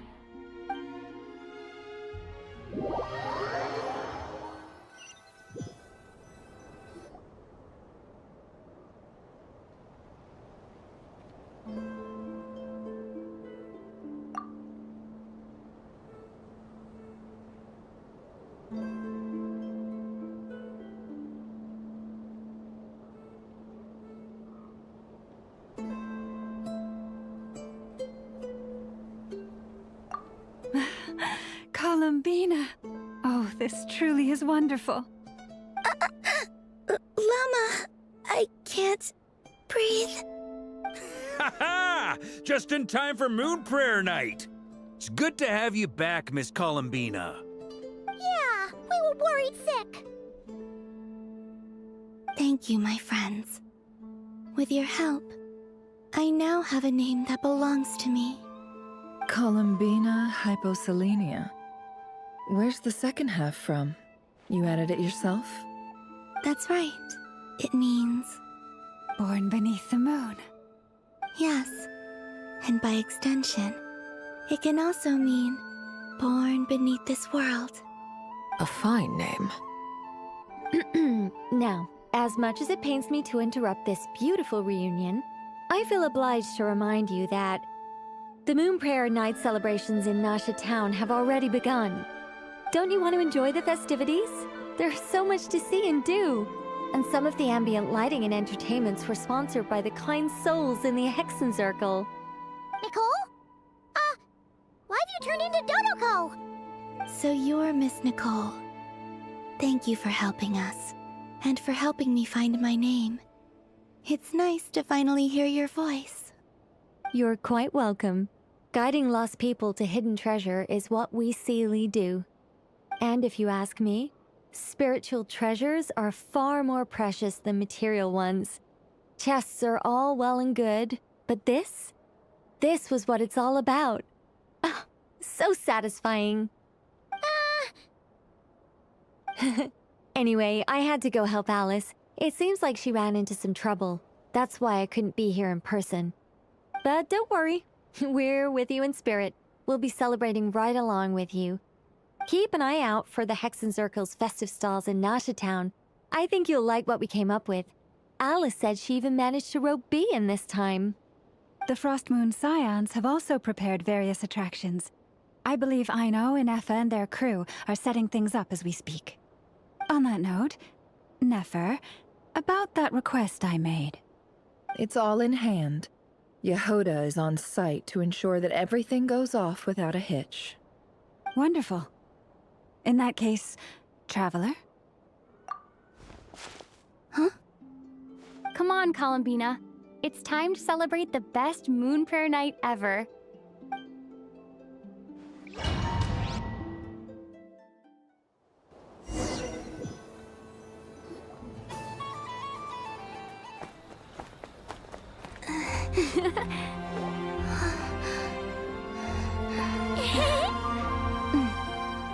Hey, young lady. Would you like some moon prayer night candy? Happy moon prayer night. Oh, yeah. I almost forgot to say. Welcome home, moon goddess.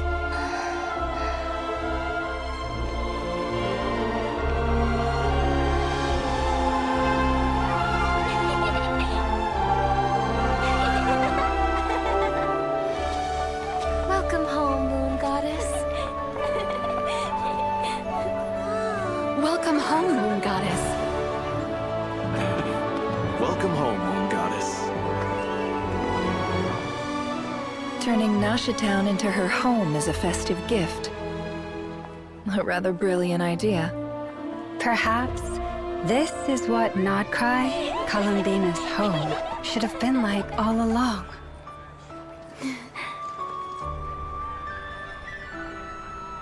Thank you for the gift.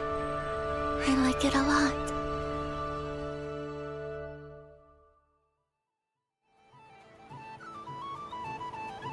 This feels like the surprise of my life. I do. I never imagined I'd ever get to enjoy Moon Prayer Night with everyone so freely. If you're happy, we're happy. Quite a strategy you came up with. Hide the tree in the forest. It's not your usual style, Lauma. Is there something about Moon Prayer Night that enhances what's in your head as well as the antlers on top? Apparently so.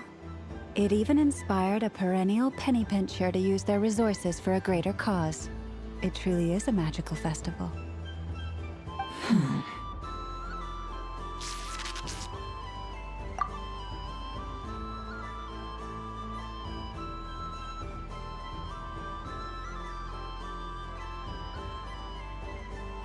I see it now.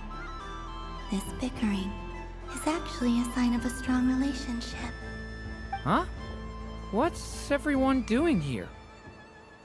Oh! Miss Columbina, you're back! Yes, I'm fine now. Thanks for your concern. How's your progress with Alice's assignment? Very well indeed. I've never heard her sound so excited. Not like this. This time, her excitement seems more serious. Seems like she's had a major breakthrough. She said she'll contact us once she knows more. In the meantime, we're free to relax and have some fun. Enjoy the time off while it lasts. I have a feeling that our next task won't be so simple.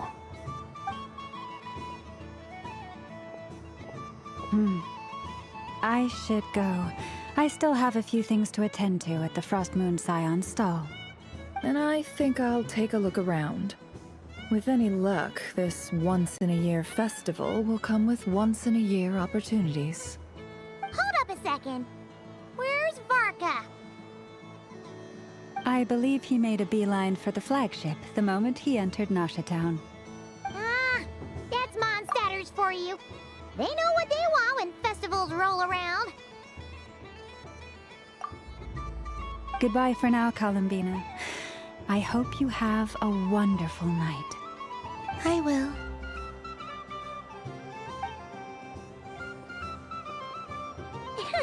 Well, in that case, don't just stand there. Get out there and have some fun. You'll definitely get a warm welcome at every stall. Oh, also, take this map with you. It's a guide to the festival.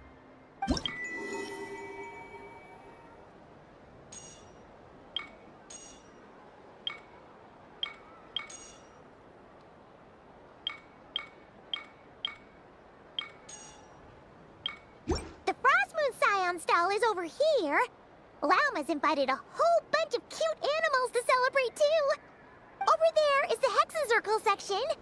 Alice seemed more excited than anyone about this festival, so she insisted on making it a grand affair. Oh, and then there's the Nashatown local specialties, including... Actually, forget that. Better if you go check them out for yourself. Thank you. It looks like a lot of fun. You're not coming with me? We'll be around. But don't you want to browse by yourself for a bit first?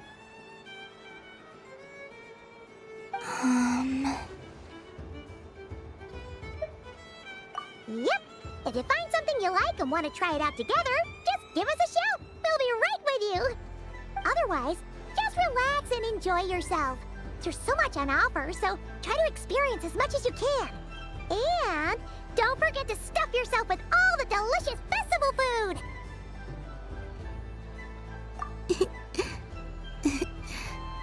All right then. Off I go. Where should I go first? This must be the mage's stall. It feels like I've entered a fairy tale. Ah, how lovely.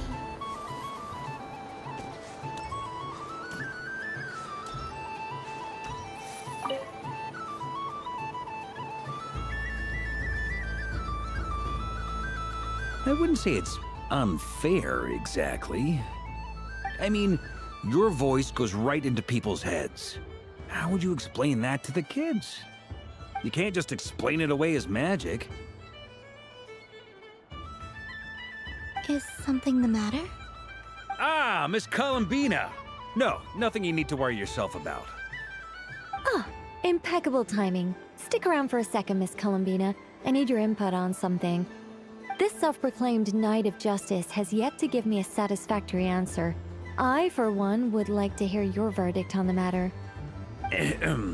Hey, now, I left the flagship just to help you out, Miss Nicole. What's going on? So Alice and I are both using long-range remote control spells that work on similar principles, allowing us to attend this festive fair in Dodeco form. Sorry, let me backtrack a little. While similar, there are some key differences. Alice, being a great mage, wanted her Dodeco to reflect something of her own charm and mystique. So she adjusted the way its tail moves when it spins around. An entirely gratuitous move, in my opinion. I hardly see how anyone is going to notice that.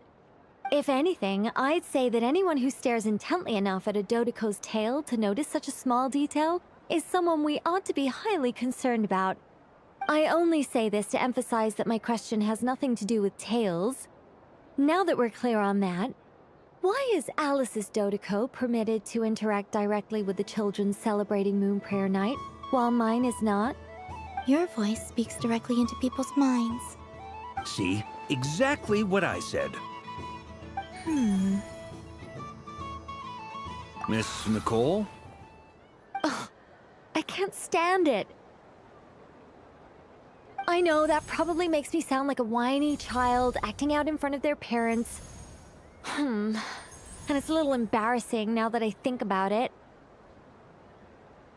But hey, I said it now, I can't take it back. That would be even more embarrassing. Also, don't go reading too much into that analogy. It was off the top of my head. I'm actually an awful lot older than either of you. Miss Nicole, are you saying that you'd like someone to play the game you've prepared? I'm not so invested in that. It's just something cobbled together using items I borrowed from Alice. She probably didn't even make them herself. The point is, I want to know everyone's thoughts after they receive their prizes. But as you've said, I can't just ask. I've been biting my lip for so long, and I've had no one to vent my frustrations on. I thought this was going to be a nice, straightforward festival where I'd get the chance to guide people to treasure. Well, can I play? I can't guarantee that I'll win a prize, but... You will? I'd like to try. Then what are we waiting for? Let the game begin! It's like they forgot I was ever here. Ha!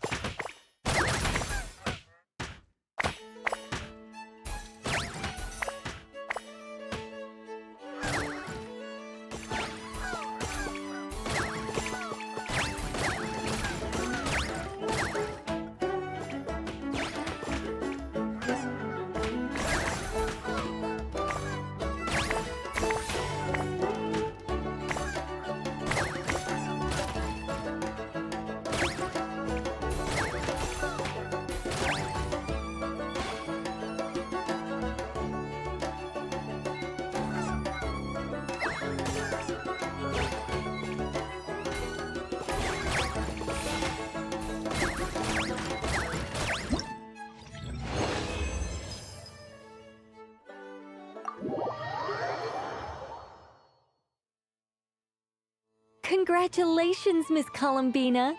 With your great wisdom, you have overcome every obstacle in your path and conquered the great challenge posed to you by fate.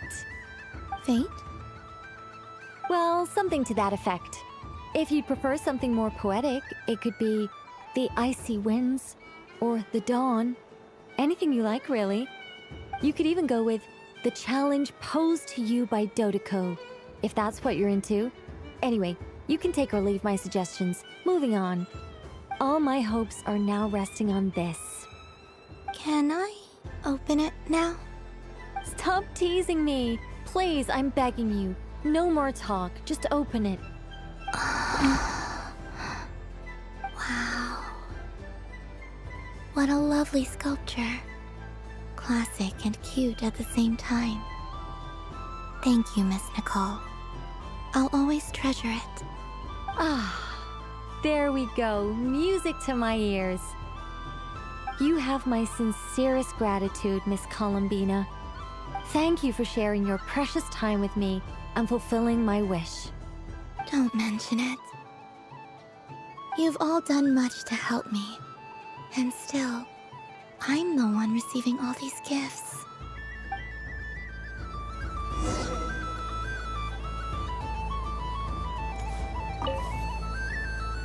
A soft and furry creature that bounces and jumps. Welcome home, Moon Goddess. This one talks, too. Allow me to introduce myself. I am a Dodeko from a distant archipelago, the most mischievous of all my Dodo brothers and Dodo sisters. When the going got tough, I powered through, and when I met obstacles, I boomed them away. That sounds like a lot of fun. Doesn't it just? Oh, but then the trouble started. Recently, I found a lovely beach, the same beautiful jelly color as my hometown, and so I dove in to have a look. Only to find it overgrown with seagrass and nasty little spiky fish everywhere, looking to turn me into a Dodeko kebab. I made it back to shore by the skin of my teeth, but my tail was sorely hurt. Couldn't you just boom them away? Oh, I wanted to, believe me. But I've heard that you, Moon Goddess, can understand animal speech. The last thing I wanted was to cause a gigantic fuss and get taken to court by a school of spiky fish. I'd be driven out of these waters for good, and my winter holiday would be ruined. And so, dear Moon Goddess, I was wondering if you might lend me your allegiance. Are you roping me into a crime? Oh, let's call it a once-in-a-lifetime carefree adventure. Does that sound better? All the festival goers tonight are dressed up as the Moon Goddess. But there's nothing to say that the Moon Goddess can't disguise herself as a Dodoko, is there? Besides, this is your home. You should be free to be whoever you wish. I'm afraid I'm not well acquainted with Dodokos, Madam Mage. Oh, that's quite all right. We Dodokos are innocent, happy creatures with a free-spirited nature. Many, like myself, are mischievous troublemakers. Others are lazy souls who like nothing better than to lie down on a nice rock and take a nap. In our eyes, every creature who yearns for happiness and freedom is a Dodoko. But perhaps in yours, we Dodoko are a fluffier and more mischievous breed of Kuhenki.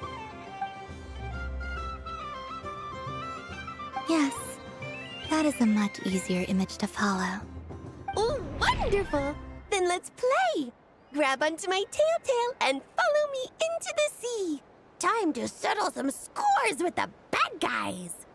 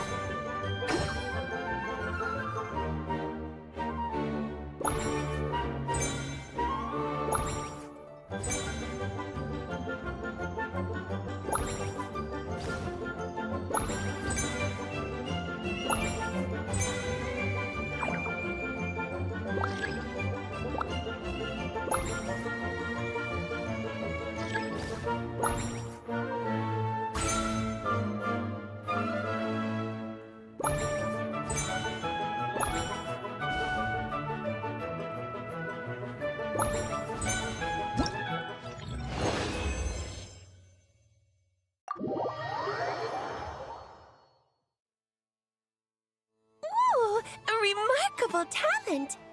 So, what do you make of it? The use of Jumpy Dumpties doesn't come as naturally to me as Kuvaki, but their unpredictability makes it fun. I think they call this... novelty?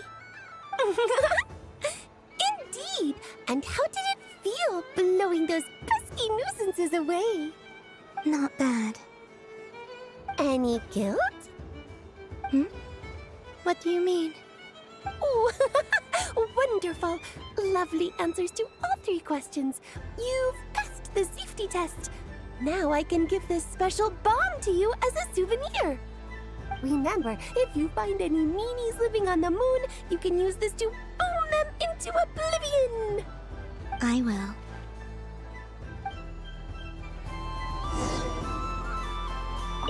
Up for another round of fish blast? Oh, I mean of bye-bye, bad fishies.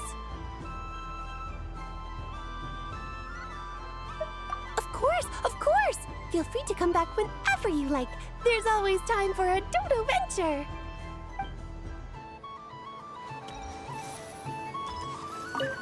I don't suppose you'd like to play again, by any chance? Don't get me wrong, once is plenty. You're under no obligation to indulge me any further. And besides, I don't have any other prizes for you. Alright then, happy Moon Prayer Night.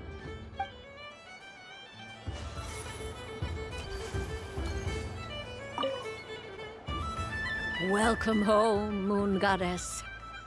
Oh, you're the genuine article. Alice was right. This Moon Prayer Night was worth watching after all. Another one that talks. Greetings. Pleased to make your acquaintance. I am the Hexenzirkel member they call B. Barbeloth Trismegistus. Columbina hyposelenia. Pleased to meet you too. Hyposelenia.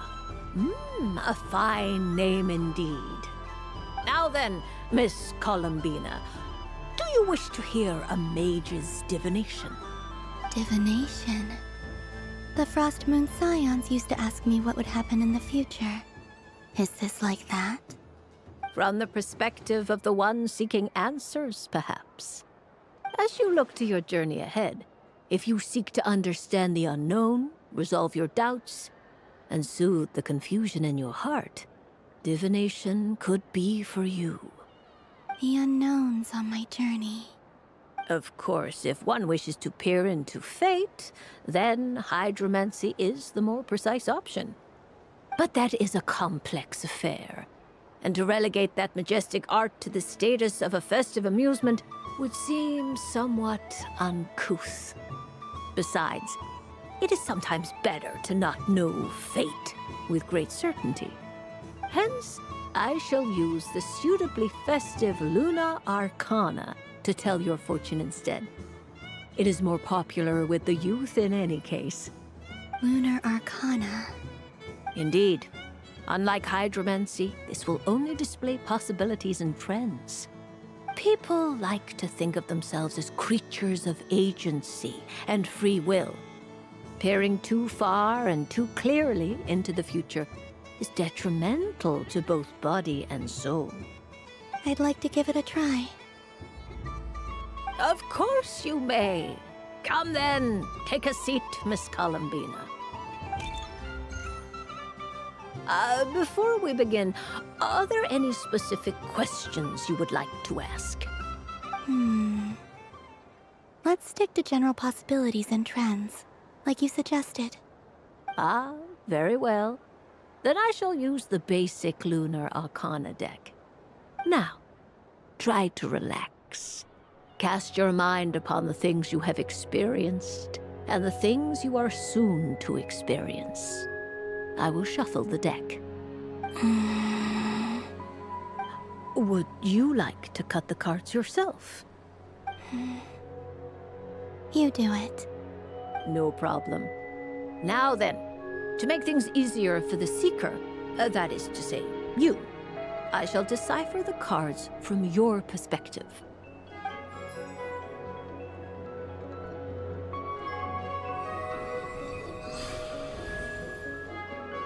Please, draw the first Lunar Arcana. This represents destiny and is the foundation for the divination as a whole. Now, draw your second card. This will stand for the past, the sum of all your experiences that have come before. And now the third Arcana. This is the present, your interpretation of the current moment. Finally, the last card. This shall speak of the future, which... Oh. Kuvaki Pulse? Fascinating. I've never encountered this before in my role as a diviner. Something has exerted an influence upon this card, causing it to leave its designated position.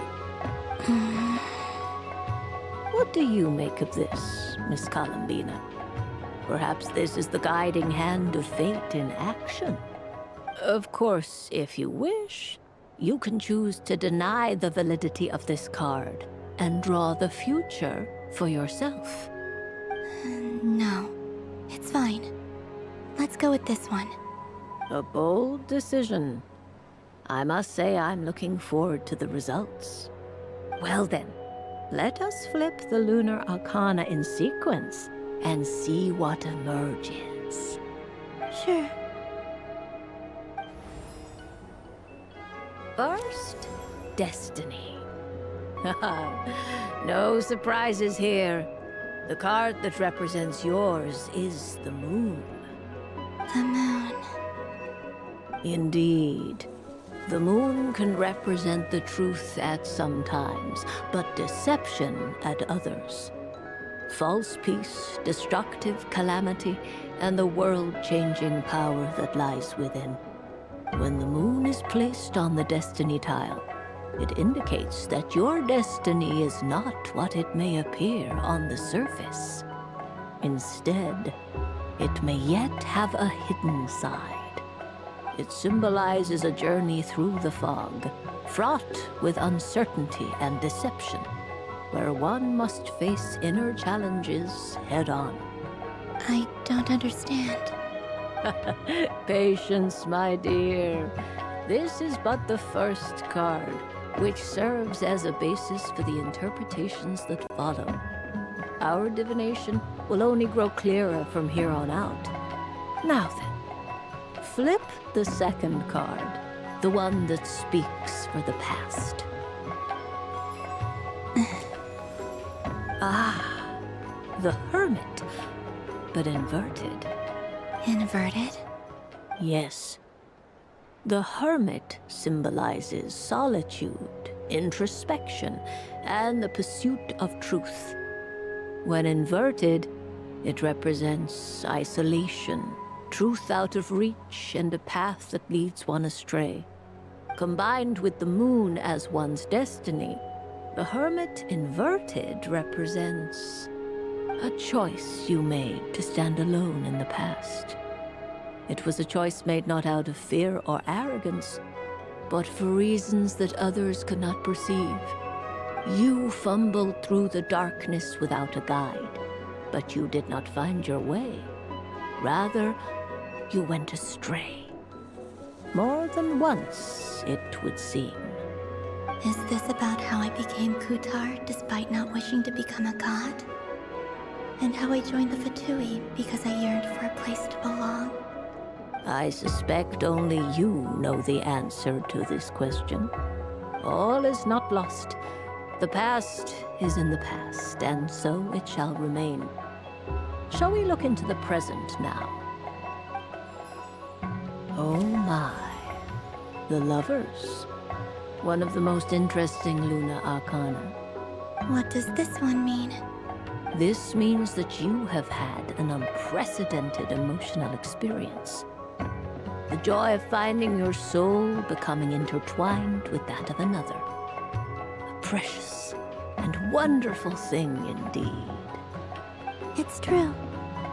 I've made a lot of friends recently, and they are very good to me. I like them a lot. That sounds lovely. I am most delighted for you. The Lovers can also represent important decisions, perhaps related to a parting of ways. Now, if I were to guess... Yes. My return to the moon. I understand. Parting with friends is never easy, Columbina. But rest assured, this is not the end of your journey. There is always another story waiting to be told. The future always lies ahead. The future. Well now, it's finally time to flip this most mysterious of cards. Why did it appear? And what does it wish to tell you? I'm ready. Very well. Flip this card and see what lies on the other side. Oh. Miss Barbeloth? What is it? This card is death. That doesn't sound very good. It depends on how we interpret it. It is true that it can represent an agonizing death, a complete and utter end, but at the same time, it can also represent rebirth. Do not forget that your destiny card is the moon. That lends your future many different potential meanings. If death spells the end, is it unavoidable? As I have said, divination can only display general trends. It is a rough guide, but it does not show predetermined outcomes. Allow me to summarize it for you. In the past, you may have lost your way, but now you have gained new connections and new strength. You now face an important decision, one that may bring about a great change in what is yet to be. This change might, in turn, be the end of all things, or their beginning. But remember, everything is subject to change because of the moon present in your destiny. You must see the truth clearly and face your innermost thoughts. The truth. My innermost thoughts. Thank you, Miss Barbaloth. Don't mention it. Some people dislike divinations, for fear of glimpsing an ending to their story that they wish was not so. But I can see that you're different. The result of this divination will not sway your decision. This is a rare quality, and one that diviners always hope to see in the seeker. We are here merely to guide, not to exert undue influence. I understand. Go then and illuminate your future, Miss Columbina. The moonlight that shines from you now is most captivating.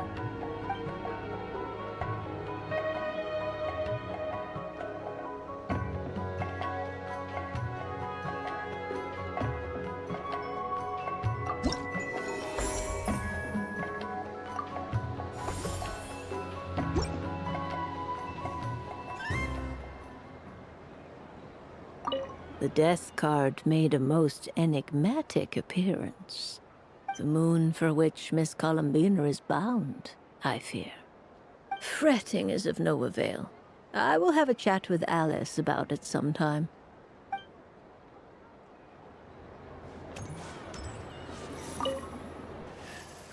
It'd be rude to just leave without saying anything. But at the same time, I don't want to barge into their lively conversation just to announce that I'm leaving. I guess I'll just wait a little longer. Huh? Albedo? This sketch is for you, Grandmaster. Oh, a gift for me. Thanks. Let's see what you've done for me. The North Wind left in a lurch.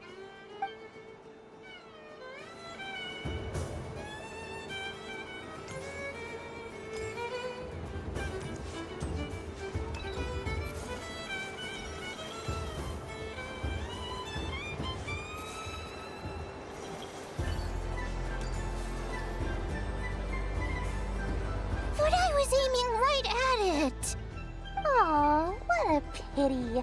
I saw it with my own eyes. You were so close. So very close.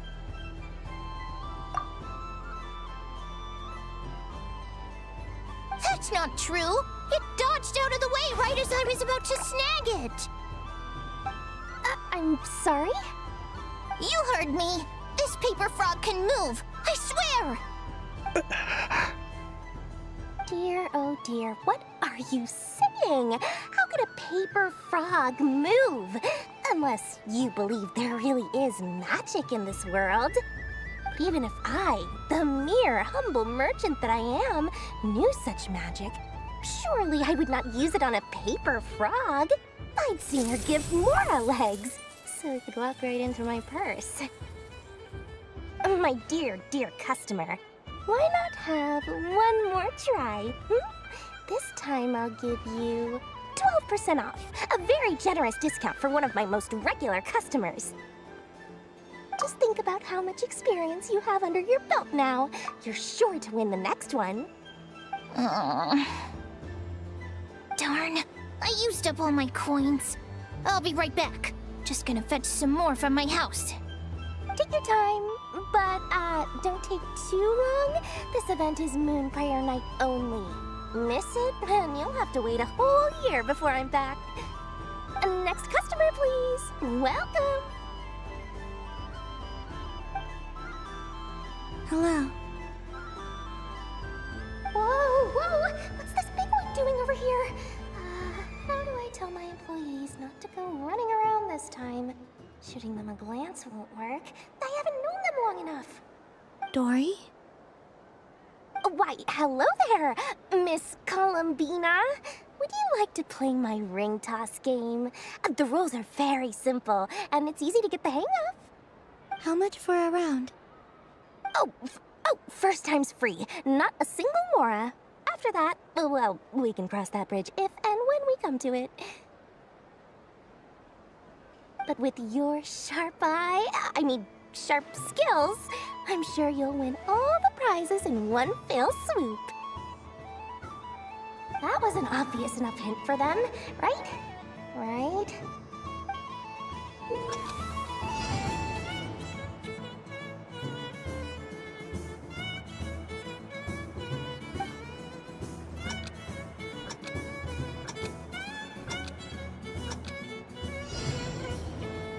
Here comes the ring! Oh, nuts.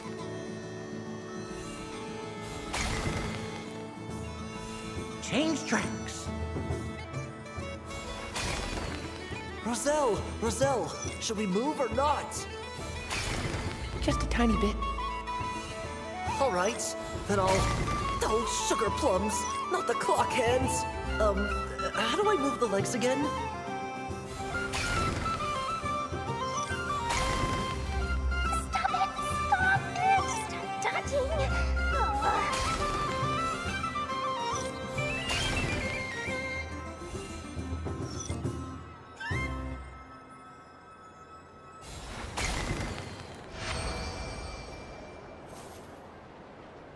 Let's see now.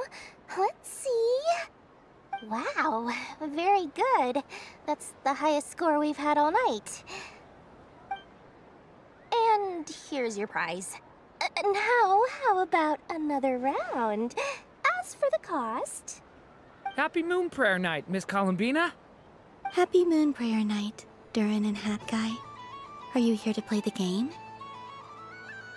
Yes.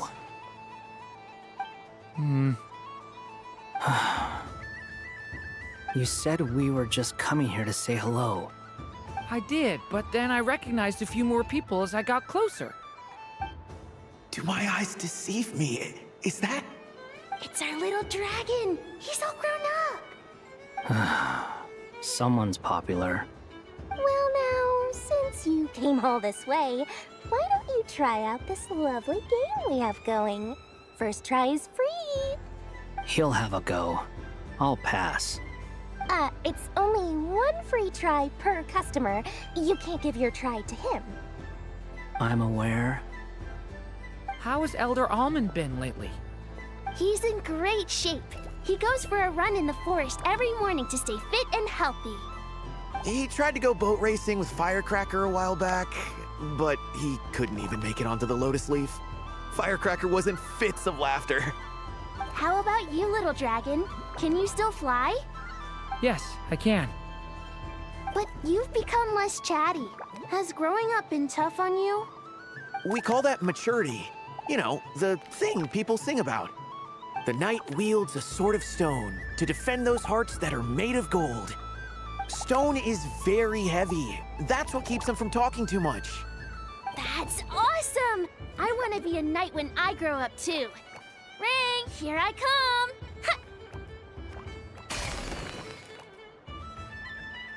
Oh, the hat-wearing man. I never thought I'd see you again. You seem more determined than when I saw you last on the train. If you say so. Oh, I do say so. The people you once helped see it clearly. It's because you are once again on the right track. May the engine in our hearts propel us to the station of our dreams. I can move! I can move now, Roselle! What are you doing, running into the rings like that? You got them all so quickly! I've never seen anything like this in all my travels. Is this guy actually an old friend of theirs? But how? They're origami animals and clockwork people from a fairy tale. Getting to know them would be quite an arduous task, unless they share a hometown? I have to get to the bottom of this. Next time I see the Great Mage Alice, I shall demand answers. Thank you, Dory. I had a lot of fun. Now for your prize. Where did I put it? Give me a moment to dig it out. Oh, sweet grand prize. How I wish I didn't have to let you go. Good thing I've already turned a profit from the customers earlier in the night. Otherwise, I'd have wasted all my hard work. Okay, I'm back. What? I leave for 2 seconds and someone's already claimed the grand prize? Oh, well, these things happen, you know? Perhaps you'd be interested in one of the other prizes instead. We've got all kinds of wonderful goodies here. Is this the thing you wanted? Here, you can have it. Huh? But... Don't worry about it. It will be happier with you. Oh, thanks so much, miss. Moon Goddess. Oh, goodness gracious, Columbina. Give me strength. How am I supposed to make any more money from this child at this rate? Daddy, look! That's the game I was telling you about!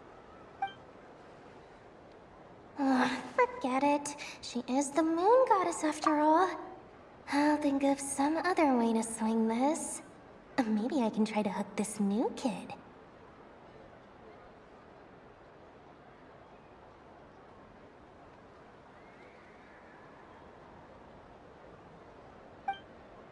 Huh? Oh, someone already won the grand prize. You can take mine if you want. What? Why? Why are all these bleeding hearts coming here to ruin my business? Happy Moon Prayer Night, everyone. Happy Moon Prayer Night.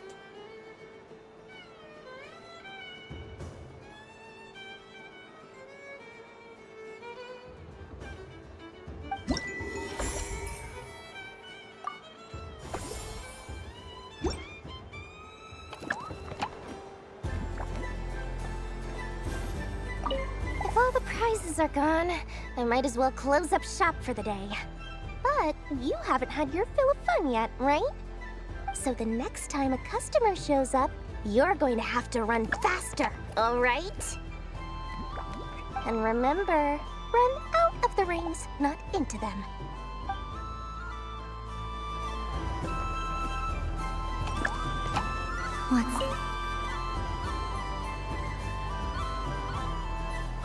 Come on, Citrus. One more round. Just one more. But my neck... oof. It's acting up again. You should take a break. Health comes first. Yeah, don't push yourself. We'll find someone else. Hey, don't look at me. I'm the referee. What are we gonna do then? Do you need any help? Yes, we do.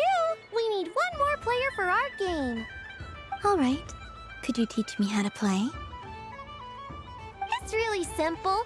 You just throw the dice and move by that number of tiles. First one to reach the finish line wins. Rolling a hamster means you move one tile. A paper frog is 2 tiles, and a flying squirrel is 3 tiles. 'Cause they go the fastest. Okay, I get it. So, we're all set? In that case, please take your places and let the game begin!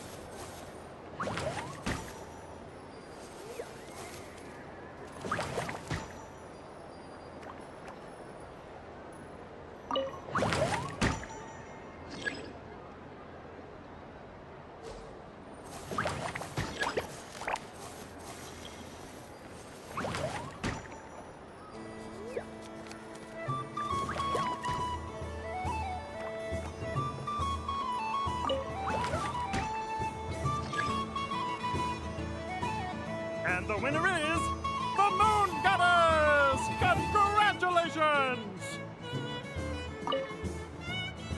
It's a pity that my good friend Faro Bear is busy working on a training program for Princess Semest. If he could have been here, the victory might have been his.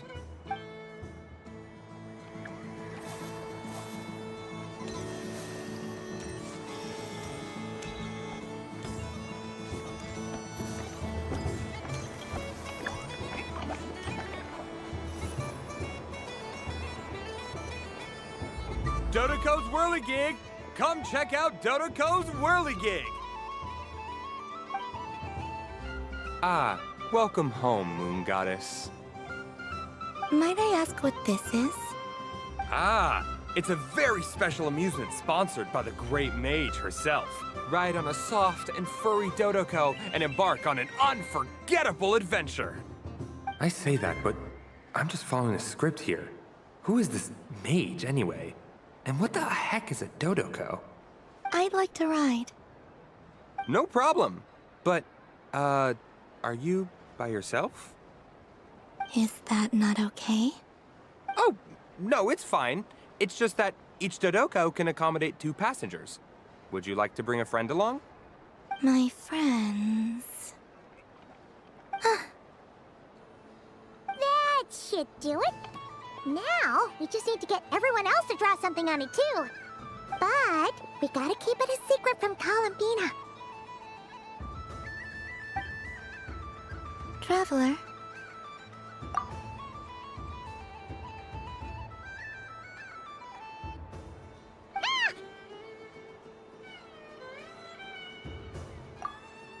I want to go on that ride. Will you join me?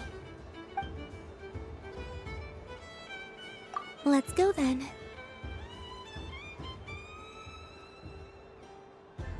Don't worry. Paimon will do the rounds. You go have fun.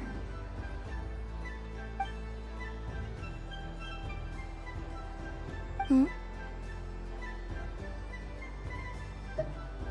All right. I think we have to wait in line over there. Please take your seats. For safety reasons, you mustn't try to leave the ride before it comes to a complete stop. All right, you're all set. I wish you both a wonderful journey.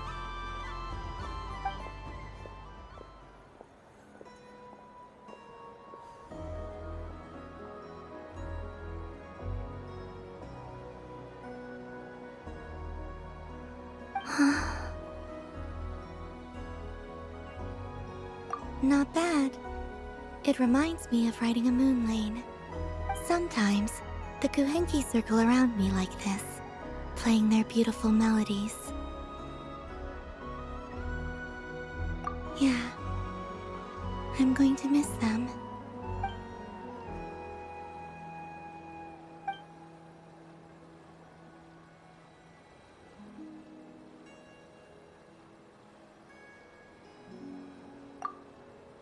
It does. I've felt scared in the past, too. But this is a little different. You know something? I got to see a lot of fascinating things during my disappearance. I saw how the Frost Moon Scions act around their families. So different than how they used to act in my presence. And I also saw how they interact with their friends. It made me curious at first. Why do people act so sincere when they're worshipping gods, but save their truest, warmest feelings for each other? Slowly, I came to realize that it's because they trust one another. They know, deep down, that they'll be accepted for who they are. All of it. The good and the bad. I know. I knew it the moment you started calling out my name. What I fear now is the end. I fear losing all this the very night I have gained it.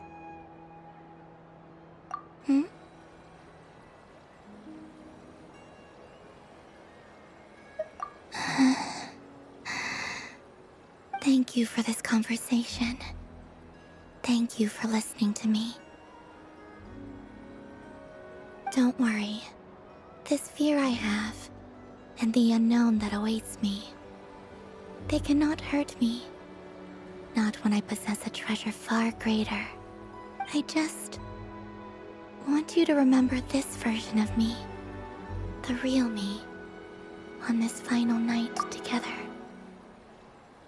Dear passengers, Dodoco's awesome adventure has come to a close. Please leave in an orderly fashion, and we look forward to seeing you again in the future.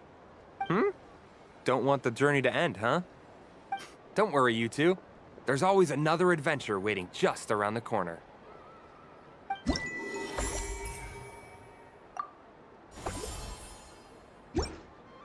So this is the Frostmoon Scions area. It feels very familiar. But everyone looks much happier than usual.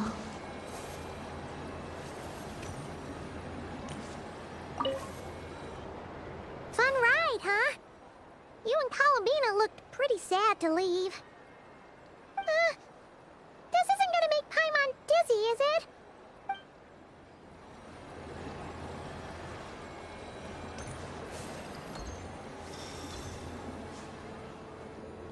Sunny days! I prefer sunny days. Ah, well, you are as warm as the sun itself, Moon Goddess. Very well. I believe your spirit animal has to be this most adorable chic badger. Wow! Thank you, Mr. Talking Magic Lamp.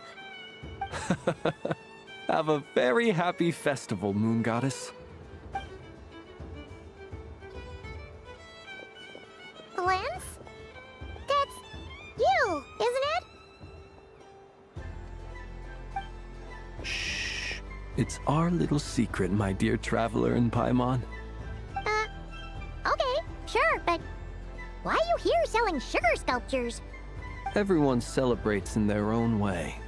After gazing into the abyss and spending time around gravestones all year, what better way to relax than to see sunny smiles on the faces of the living? Besides that, I like to think of myself as a fair judge of character. I dare say matching personalities to confection suits me rather well. That's not what Paimon was talking about. Aren't you afraid that your true identity might be exposed? Should I be? There is all manner of magic in the air this moon prayer night, thanks to the work of the great mages. I see Miss Columbina is hiding in plain sight. Why should I not do the same? Why miss this rare opportunity to enjoy a special evening in my true form? Fair enough. You got a point there. People who don't know you will probably think you're just a talking lantern. Well, now that we see eye to eye, what brings you here? Not a search for your spirit animal, I presume? Ah, well, actually... Here, see for yourself! Oh, this is... How wonderful. A beautiful idea. Yeah! We just met Barca, and he said that having everyone draw their own section was kind of boring. So, he did your bit for you. Ah, Varka. Ever the maverick. I see his artistic skills are truly one of a kind. In that case, I shall paint something on Mr. Albedo's behalf in a short while. What? Why not now? Ahem. Welcome home, Moon Goddess. Phew, that was close. Hello, Flins. She recognized you right away!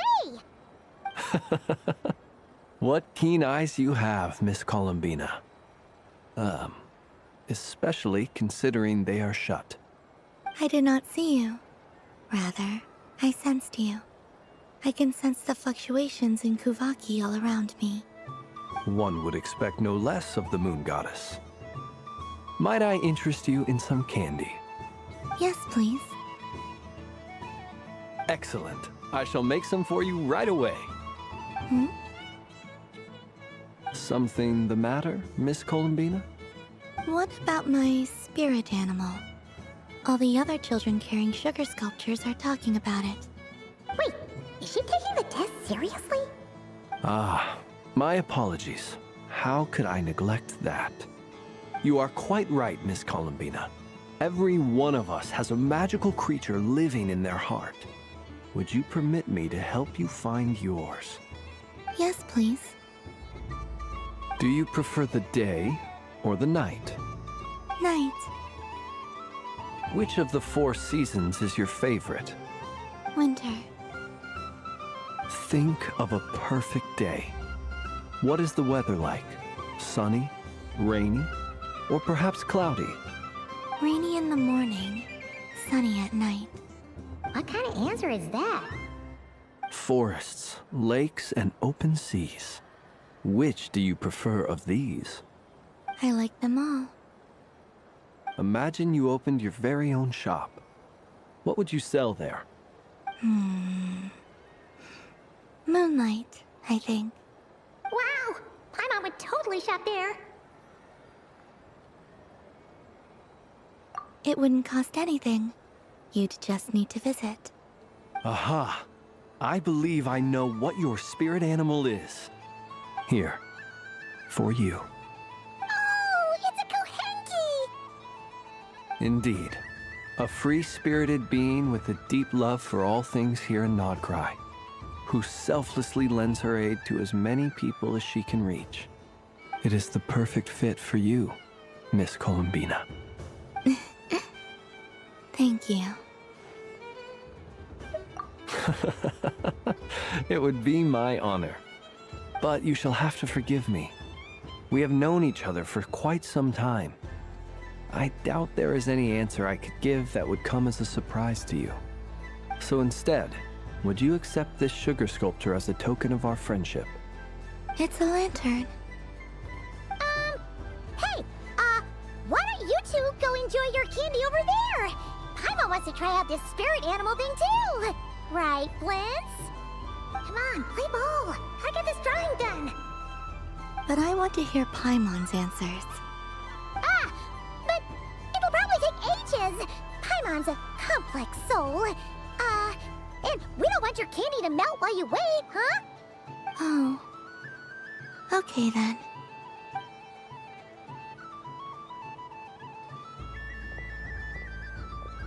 Phew. Nice excuse, Lady Paimon. That was some quick thinking. Yeah, no thanks to you. A little help next time?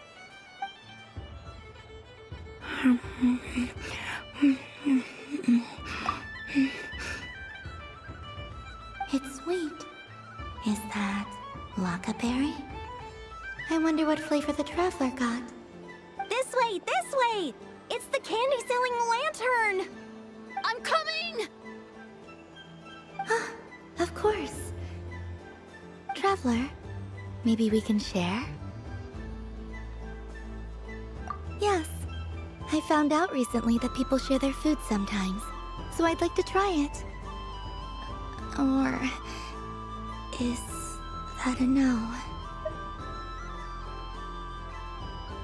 Thank you.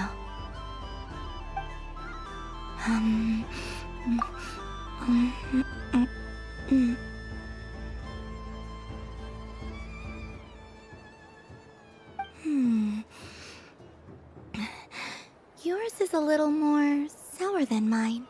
Here, you try it. Amazing. My sugar sculpture has shrunk, yet my heart is filled with feelings of sweetness. I will remember this feeling. Sure.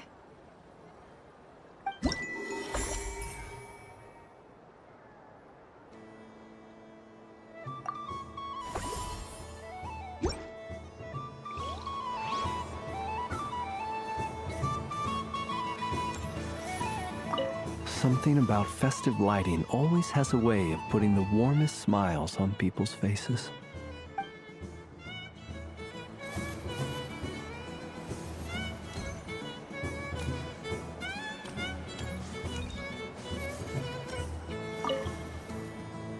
Miss Laliki! A kitten's been following you all this time.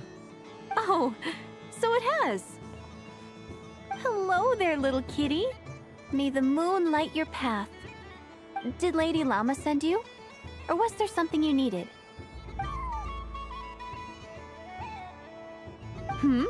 You'd like some moon prayer candies? No? I believe it wants that box. The one with the moon prayer candies in it. Oh, I see. Here, kitty. Come on.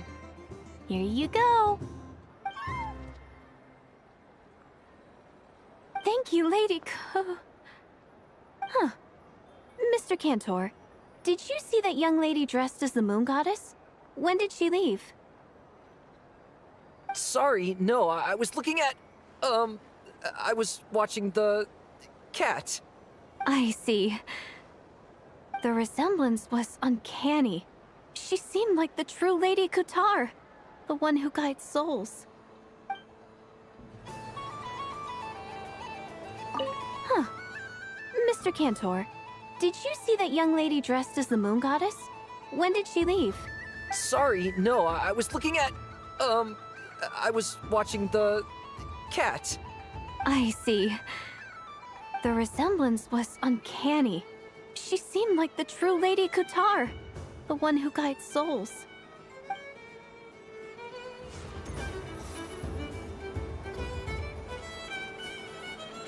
I wish for a never-ending supply of laka berries. What a humble wish.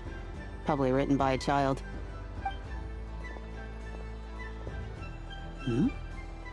Is that Llama the Moon Chanter?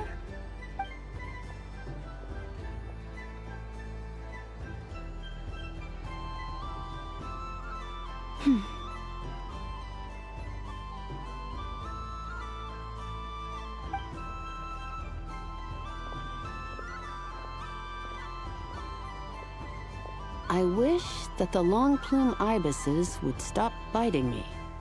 Oh dear, poor Llama. All right, I'll write that one down for you. I got it.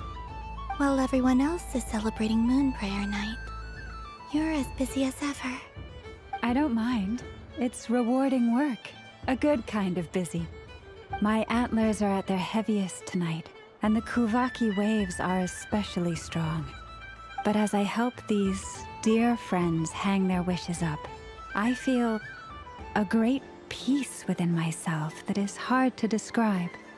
You see, they are all such beautiful wishes, and they are ones that we can fulfill by our own strength.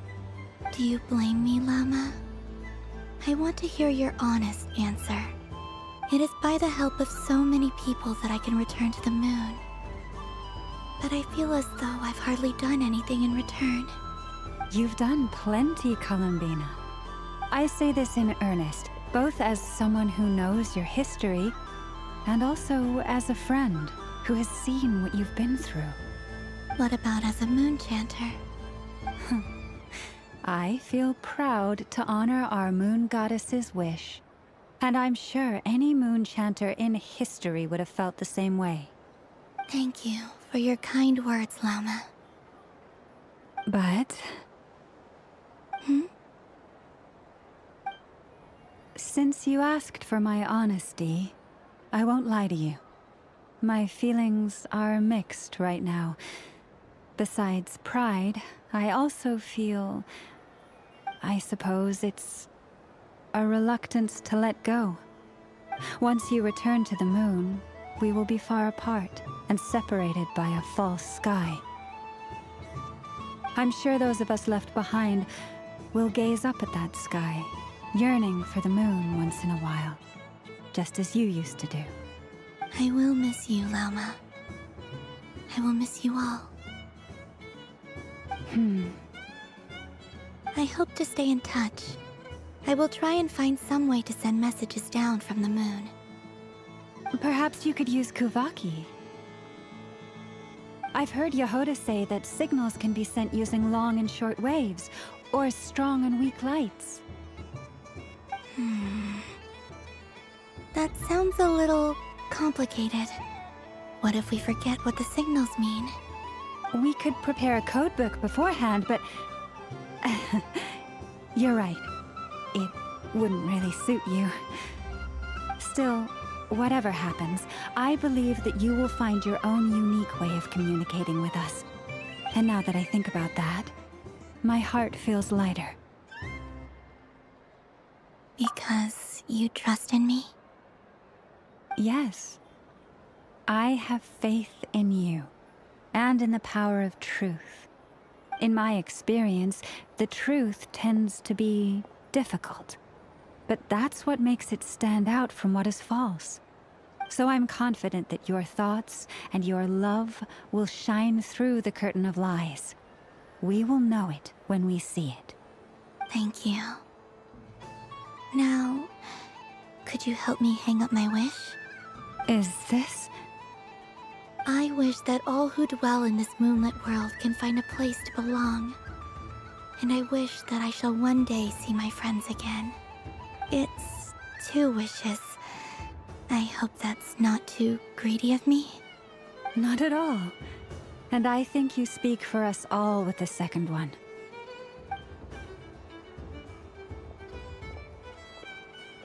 I shall continue to pray until the day that all of these wishes come true.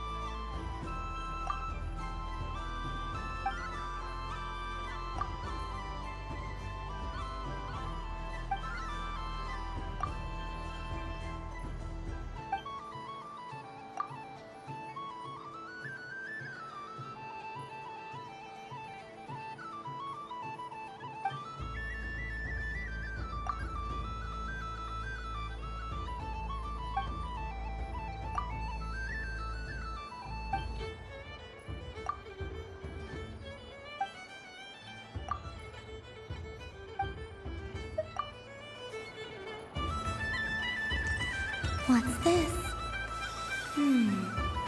Should I give it a try?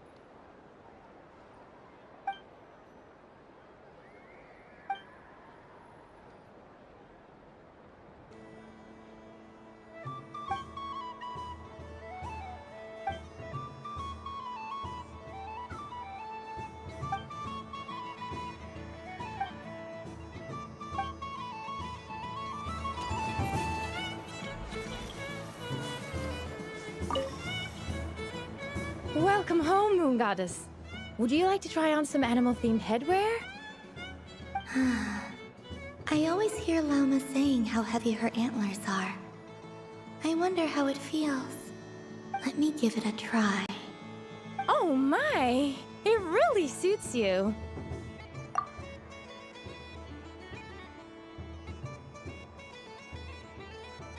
It's a little itchy, and it's hard to turn my head. Should I keep wearing it?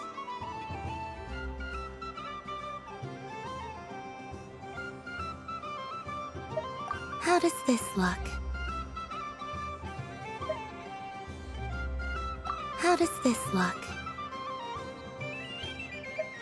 How does this look?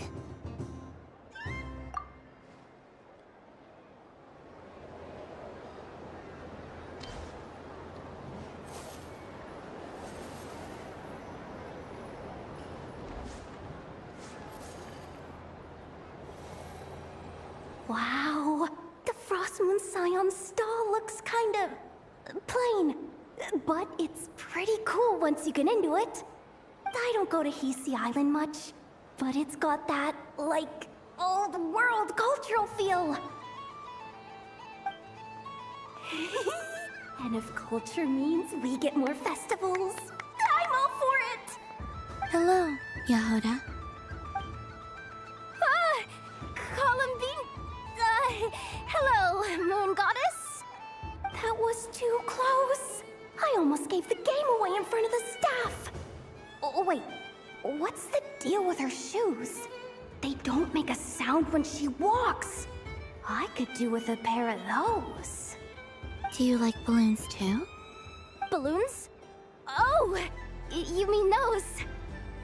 What's so fun about balloons? I'm not a kid anymore. They're probably more up Aino's alley. Yes. The animals seem very curious about these strange flying objects. I was drawn here by their voices. I recently learned a fun new game you can play with balloons, so I decided to come and give it a try. A new game?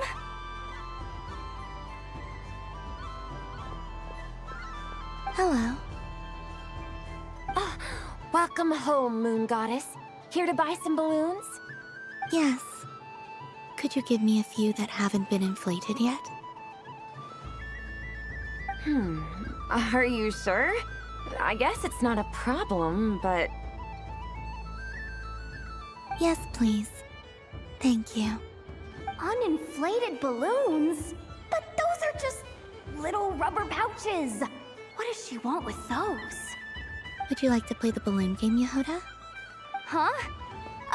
Sure. I guess. How do you play it? Wait here a moment.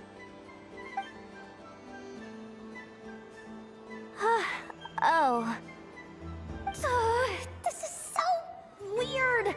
What have I got myself into now? I thought I saw Columbina nearby.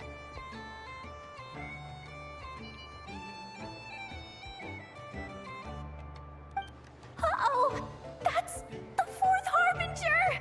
Although she's helped us out quite a bit, she's good people, right? Is she looking for Columbina? Oh, guess that's my ticket out of here. I'm not sure my heart can take being sandwiched between two Harbingers.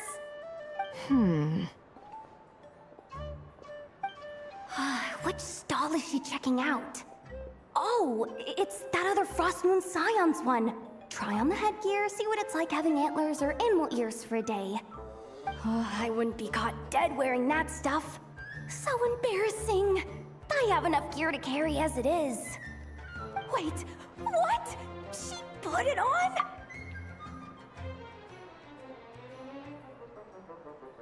How peculiar. This would take some getting used to. I wonder if this is what it's like for Lynette.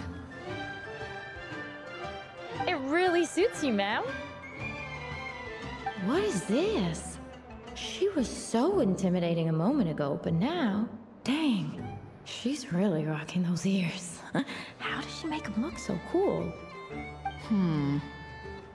I suppose I may as well keep them on for now. All part of the festive experience.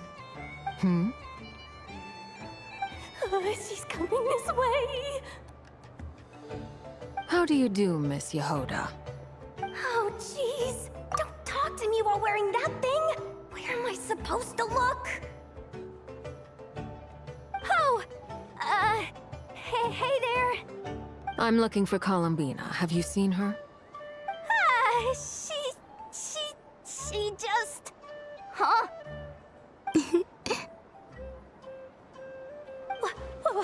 Wait, is that what she meant balloon game? Yeah.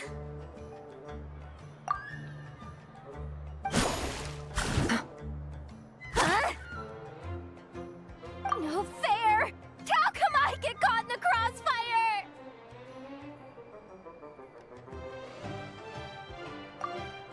An ambush from the rear? Is this a declaration of war, Columbina? Would you like to play too, Arlecchino? Seriously? Are they gonna start some beef right here, right now? Gladly. That said, I believe there is another who would like to join. Boss! Boss Nev! Thank goodness! You've gotta get me out of here! Things are kicking off big time! Hello there. I'd like 10... no, make that 20 balloons, please. Uninflated. What? Miss Moon Goddess, I hope you're prepared to pay the price for assaulting my employee. Welcome to the game, Nefer. Just to be clear, let's keep this a fair fight, okay? No strange powers, please and thank you. Naturally. Don't just stand there, Yehoda. Aren't you going to team up with me? Huh? Do I have to? Of course. Don't forget, the Curatorium has a reputation to uphold. I knew something like this was gonna happen.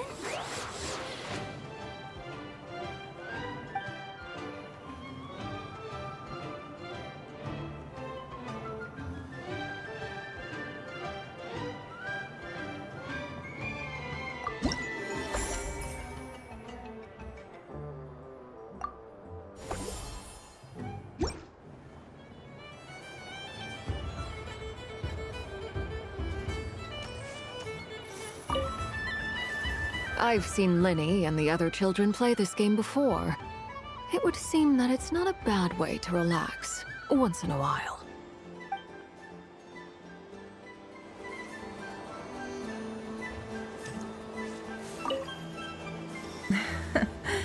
That was fun. It's a shame Ashru doesn't like playing with water, or I'd have roped him in as well.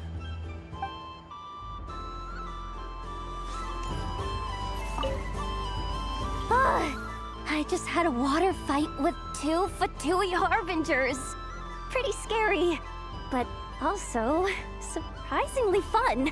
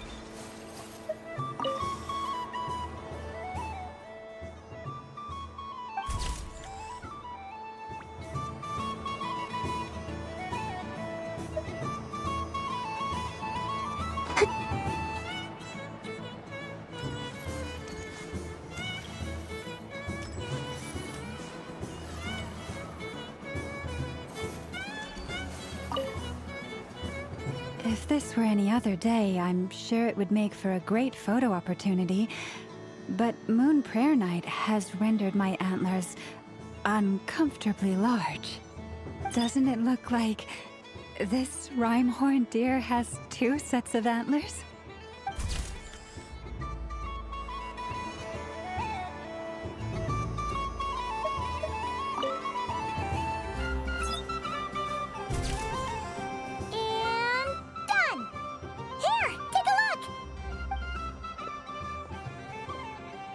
I think it looks quite funny. Well, Paimon thinks it's super cute. It looks like a silly chic badger and a rhyme-horned deer that's about to fall asleep.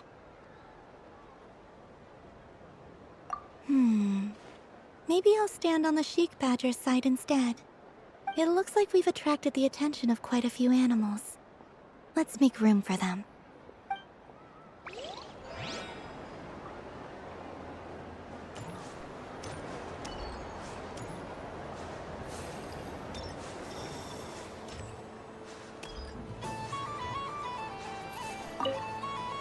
Done being a do-gooder yet?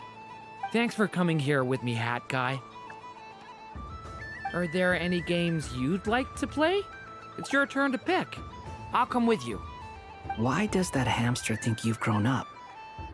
You haven't changed at all. I know you don't mean that. You're just taking the opportunity to make fun of me, aren't you? Even if you won't admit that taking some time to compose yourself is important, I can see that you're doing it in practice. Otherwise, you'd have taken off your hat and flown away by now. Looks like Albedo's socialization program has been far more useful to you than all those Vahumana textbooks.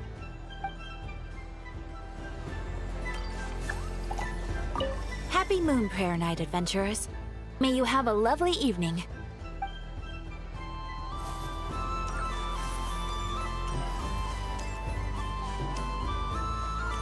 There are so many attractions here. Since I rarely get out, I might as well make the most of it.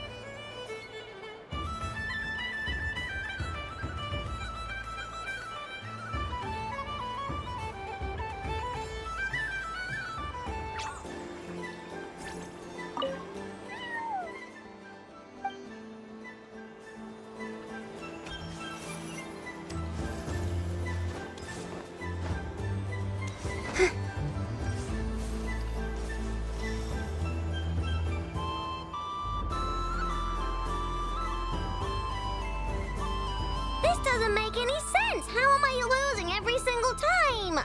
Wait, Inefa, you're cheating, aren't you? Yeah, that must be it. I am not cheating, I know.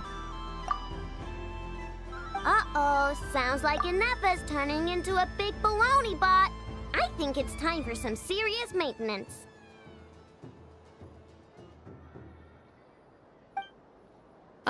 Moon Goddess, help me. Miss Columbina, I know, is attempting to cheat. What the? I'm not the cheater!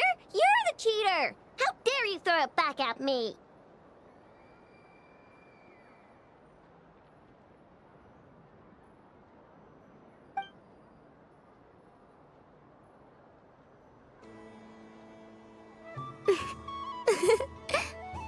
Alright, fine. Let's all laugh at I know.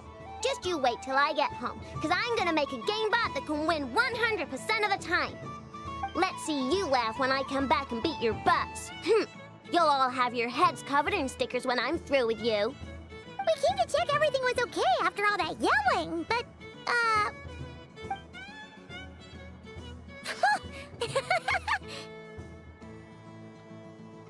Whatever it is, it sounds like cheating is allowed. Kuhenki concentration. Each player starts with differently colored kuhenki. Each round, they draw one kuhenki from their opponent. When a player has two kuhenki of the same color, they make a pair and can be discarded. Any that can't form a pair must be kept. The round ends when a player can't form any more kuhenki pairs, and that player gets a sticker.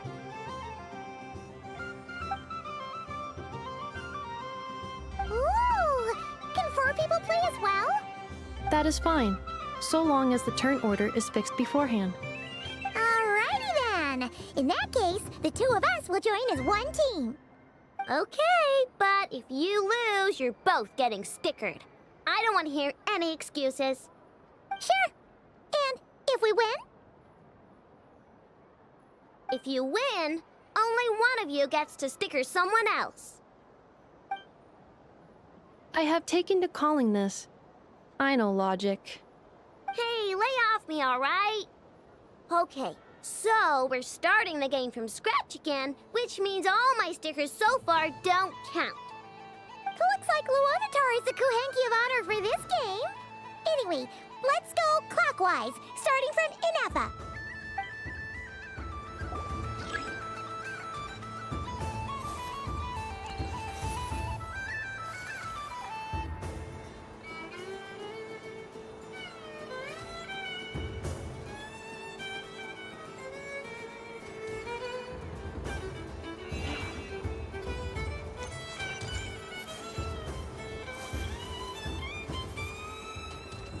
Nice! That's a pair!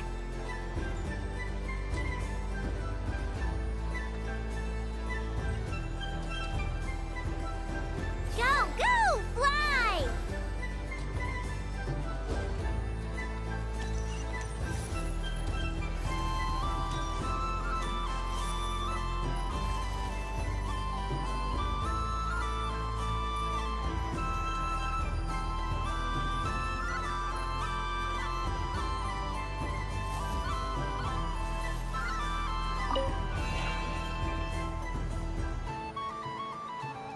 Go on.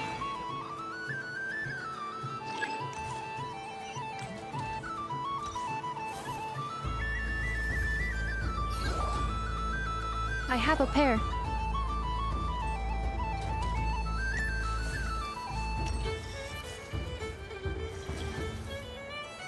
Uh-oh! We gotta pick up the pace!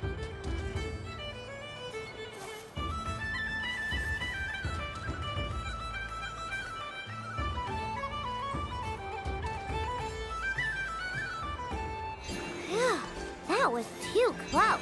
I thought I was gonna lose. Let's see who's gonna be the unlucky one.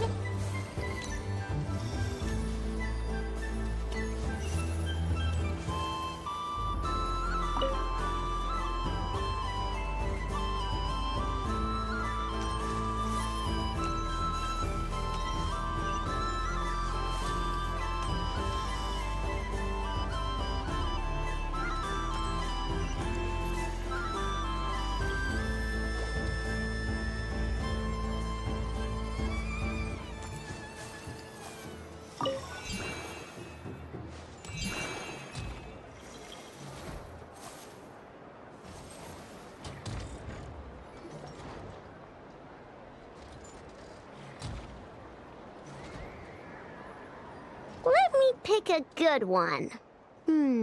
What's it gonna be? You're looking very pleased with yourself there. What happened to being a huge Grumposaurus? I won. Duh.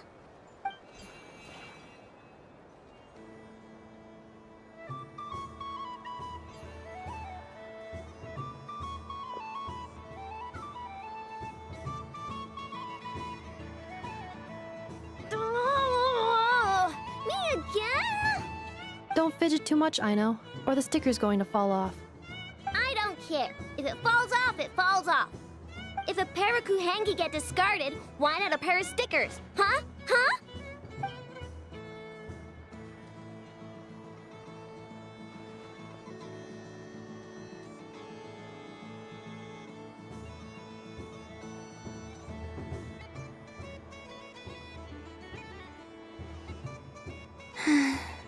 I've lost. Sticker, sticker, sticker!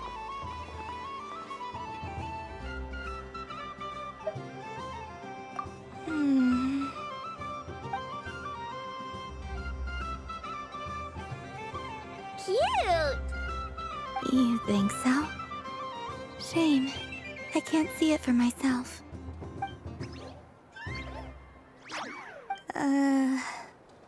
What did Luanatar say? She said it looks so cute that she wants me to lose a few more rounds.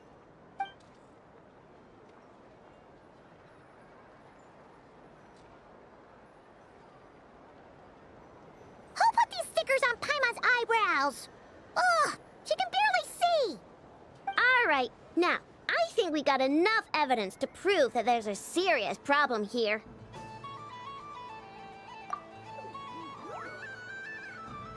Yes, I agree as well.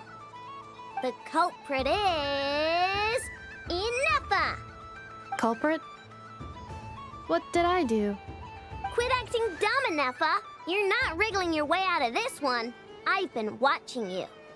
Not only did you remember whose side Luanatar started at, but every time someone drew a Kuhenki, you were logging it and calculating every last possibility. Which Kuhenki pairs were gone, who had what color Kuhenki in their hand, even our facial expressions. You were keeping track of it the entire time. Exactly! Why Aino said! Putting aside the fact that running calculations is not against the game rules, do you have any evidence to support your allegations? But that's not against the rules either. So she admits it. She certainly does. Alright, everyone grab a sticker. It's time to get Ineffa back. But... Take that!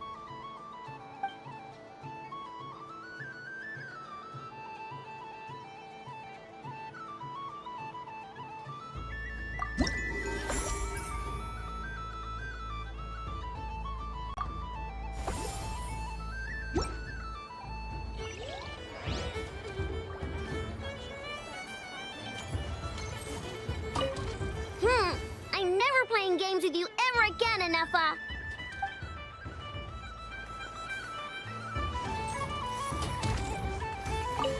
Aino is throwing a tantrum again. I believe it will take 3 Krumkakes to constitute a suitable peace offering. The robot show will now begin.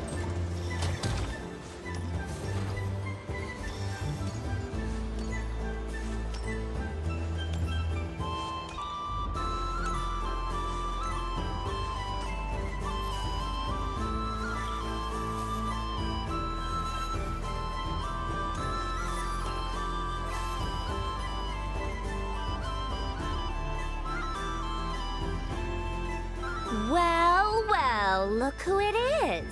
I heard someone went and disappeared on us the moment we let her out of our sight. They looked all over for you. Frankly, I didn't think you'd be back for Moon Prayer Night. Were you worried about me, Sandrone? You would like that, wouldn't you? Do you even hear what you're saying?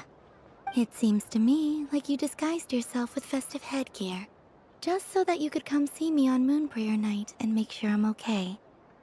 You didn't even bring Polonia with you. You? I thought you couldn't see. I cannot. But I sense the confusion of those around us rippling through the Kuvaki currents. Based on what I know about you, let me guess what you're wearing. Is it cat ears? Hey, shut up! I'm only here to protect the Fatui's interest in this territory. Running into you was pure bad luck. Really? But you were the one who asked Arlecchino to help everyone find my name. Columbina! Ugh! Just one more word, and I'll unscrew your vocal cords. It's Columbina hyposelenia now. Tell someone who cares. I've missed you, Sandrone. The whole time I was gone, I was thinking. I hope I get a chance to say some ugly words to you. Is that supposed to be a joke? Anyway, let's go play that game. What? You mean that frostfin whale? Yes. It's some kind of game where you get bitten if you step on the wrong tooth. Seems like fun. Who in their right mind would wanna... Because you're not a scaredy cat. Fine! You wanna play? Let's play. Don't complain when I kick your sorry butt. Lovely. You old geezer! I'm gonna beat the pants off you! Just you watch! I almost forgot. Sandrone? What is it now? You'd better not lose, or I'm going to beat your head in. What? Allow me to demonstrate since I'm feeling so nice.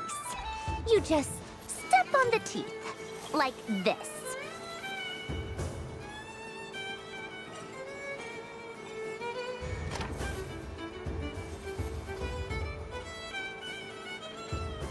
Which should I pick?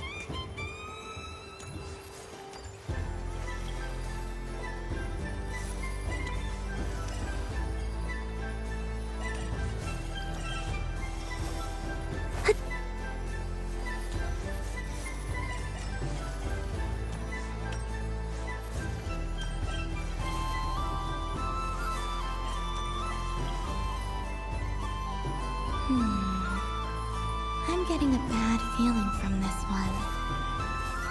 Sensing Kuvaki doesn't count as cheating, right? I want to switch. Your turn, Sandrone.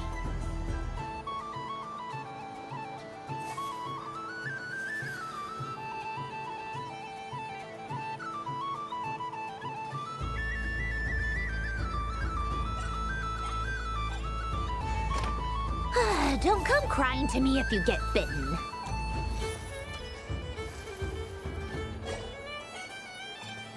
There are less and less teeth remaining.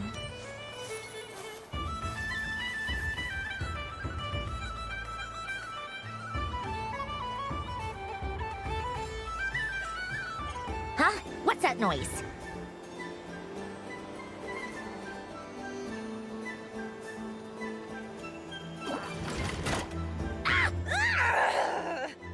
I think you might have picked a bad tooth, Sandrone.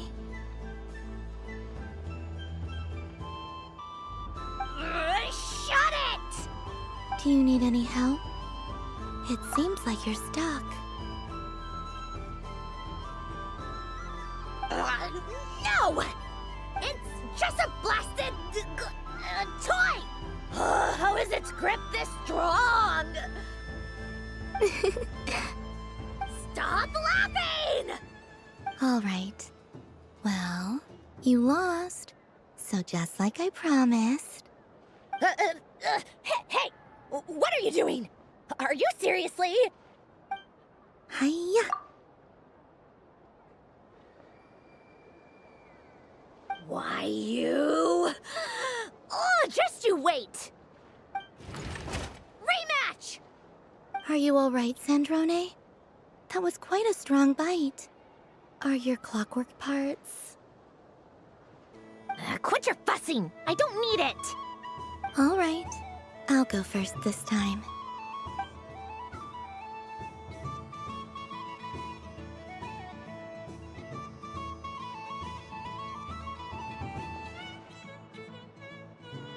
I see it now. She can sense which teeth are rigged. So I just need to avoid the same ones that she does.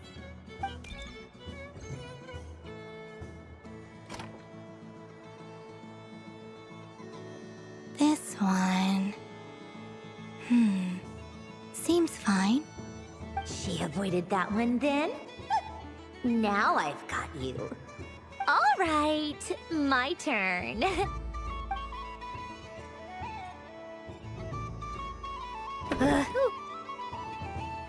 What? Looks like you lost again, Sandrone. Wait! There's more than one bad tooth! Bonk.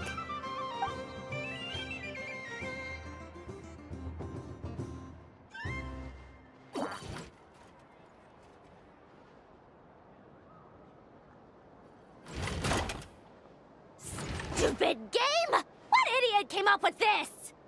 Are you all right, Sandrone? You said some nasty things just now. Oh, I'm peachy.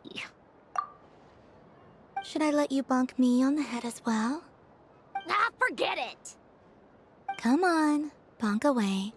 It can be your consolation prize for losing so badly. I told you, forget it! Gah, you've always been so annoying. Singing right outside my door, inviting yourself to my tea parties, going AWOL. now you're off to the moon or something. Of all my days with the Fatui, the times I spent with you, Arlecchino, and Rosaline, they were my favorite. I will not forget them. Just as I shall not forget this moment. We'll always be friends, no matter where we are, right? Who'd want to be your...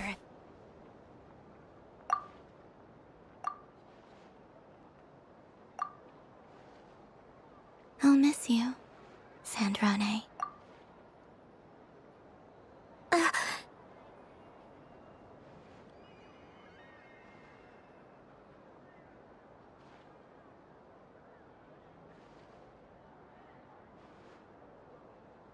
Goodbye, Sandrone.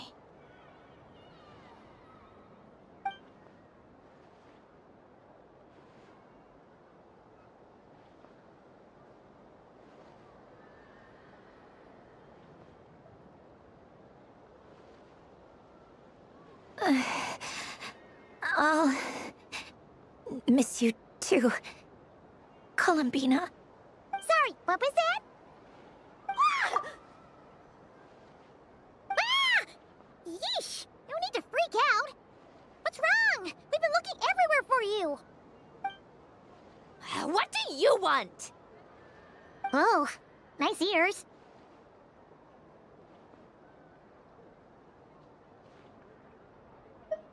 What do you want? This. Huh? It's your turn to draw something. You're one of her friends too, aren't you?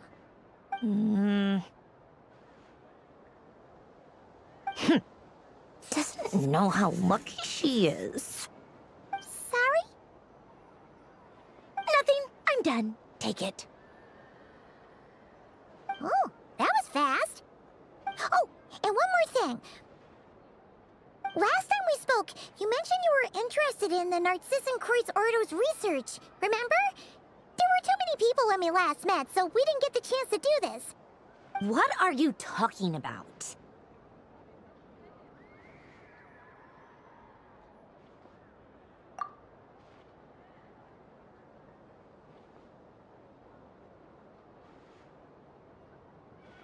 This is... Oh. Alain, Renee, and Marianne. Huh. The Holy Blade. A savior's plaything.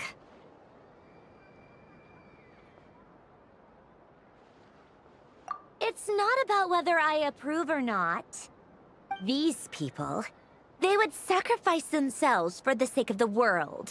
Especially Alain Guillotin and Renee. That is something I would never choose to do. Still, I didn't know they had any pictures left from that time. If I'd have thought to bring a camera, I'd have... What? Yeah, of you being bitten by the frostfin whale and Columbina bonking you on the head. Tear it up! Now!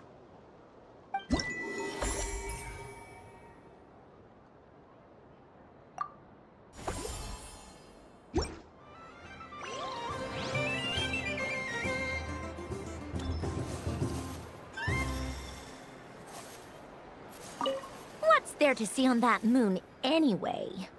Let her go up there and cry alone. See if I care.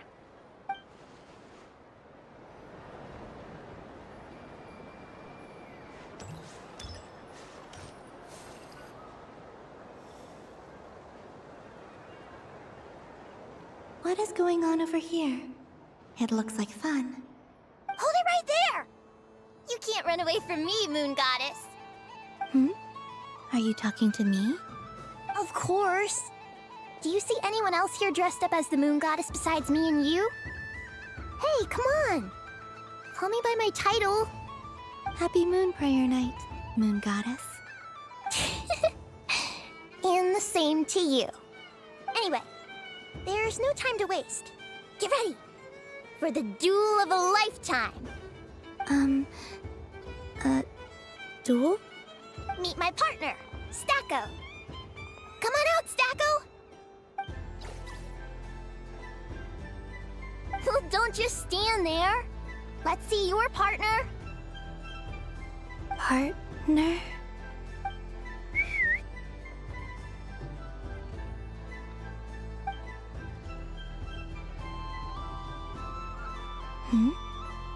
So I need to select a partner and command them in battle. Partner. I need a partner.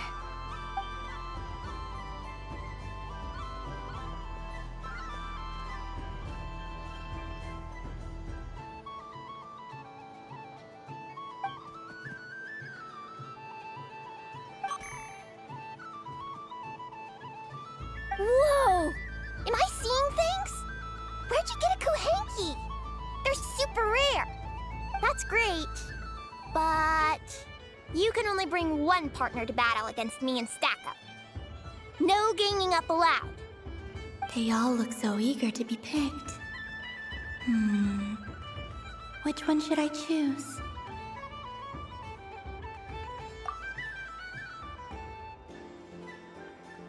This one usually lives in Nasha Town. She likes falling asleep to the sound of striking hammers. And I bet she's quite familiar with robots' weak spots.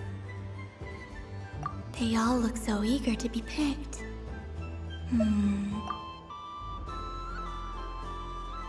This deer came to celebrate the festival with the Frost Moon Scions. It wants to help me with its antlers. They are its pride and joy. They all look so eager to be picked. What? This deer came to celebrate the festival with the Frost Moon Scions. They all look so eager to be picked. I'm not sure what this bot is trying to say, but it seems very happy. That bow. Does it want to dress up as the moon goddess too? They all look so eager to be picked. This one usually lives in Nasha Town. Testing! Testing! Oh, this is an emergency broadcast! An exciting battle is about to take place right here at the Nasha Town Special Arena! In this corner, we have the Moon Goddess and her robot partner. And in the other, we have the Moon Goddess and her Kuhenki partner. Only one Moon Goddess can be victorious in this ultimate battle of destiny. But who will it be? There's only one way to find out. Now, without further ado, let the Battle of the Moons begin! I don't care who we're up against. Stacko and I ain't gonna lose. Let's strike first. Stacko, formation shift. Ho ho ho! The robot has kicked things off with a change of formation. But how will this affect the battle? Nobody knows. Oh, no you don't! There's no escape! Okay then. Stacko, maintain formation and enter your empowered state. Empowered state? There we go. Now we're talking. Absorbing the immense Kuvaki present on Moon Prayer Night, this lean, mean machine has greatly increased its offensive power. Good choice. Buffs count for nothing if you beat them before they can use it.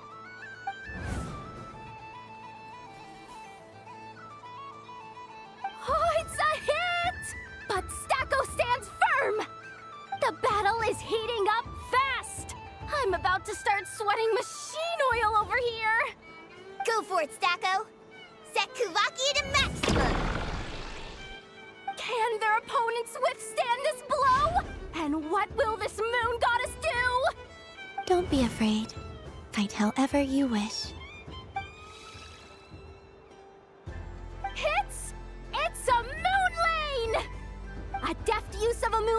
allows the Kuhenki to dodge the blow, and now it's spiraling around its foe in circles! 1 loop, 2 loops, the robot's screen is bugging out! It's getting dizzy! Stacko! Stacko is down for the count! Our winner is the Moon Goddess! The slightly taller one, I mean. You did your best, Stacko. I'll take you to Ainos for a checkup right away, don't you worry.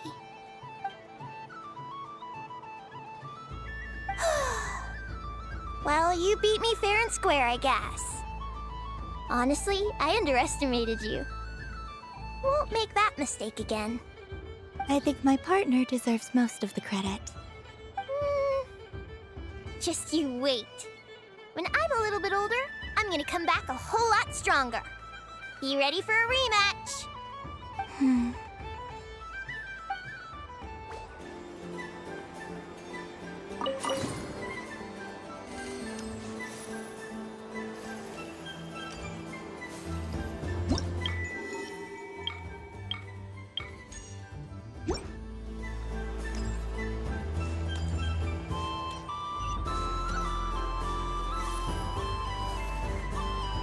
Moon Prayer Candy! Beautiful, tasty Moon Prayer Candy! Buy a whole box, share it with your friends and family! Candy? To share? I wonder what flavors everyone would like. Welcome home, Moon Goddess. Fancy a box of Moon Prayer Candy? Sure. I knew you would. Now, what flavor would you like? I'm not sure. What flavors do you have? Is this for yourself or as a gift? A gift for my friends. Ah, I see. In that case, I'd recommend apple, lockaberry, or midsummerberry. Those are the most popular. Do you have nocturnal blossom flavor? Huh. I've seen couples give those as gifts before, but I did not know they were edible. No? Okay then. Moonfall silver? You did say this was for friends, right?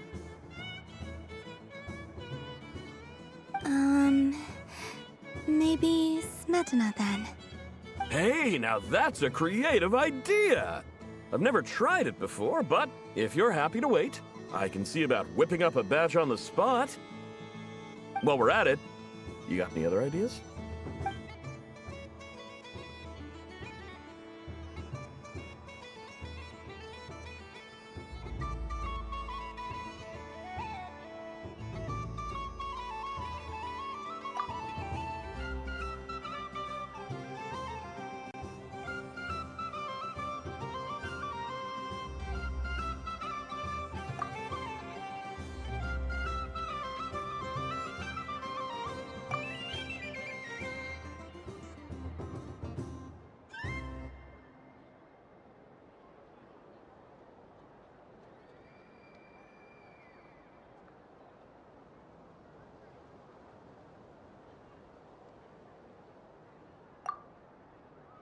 Here you go.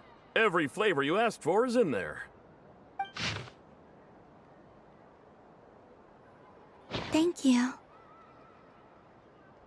I should be the one thanking you! You brought me a whole bunch of new business. It's like a genuine blessing from the Moon Goddess. I hope you and your friends have a lovely night.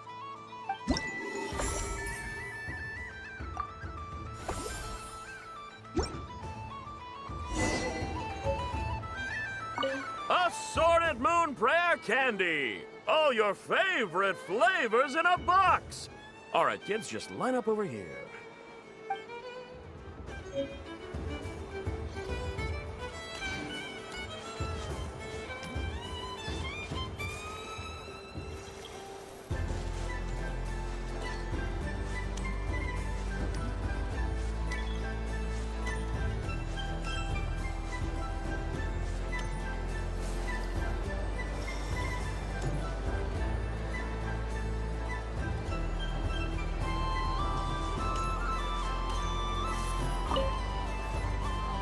Traveler.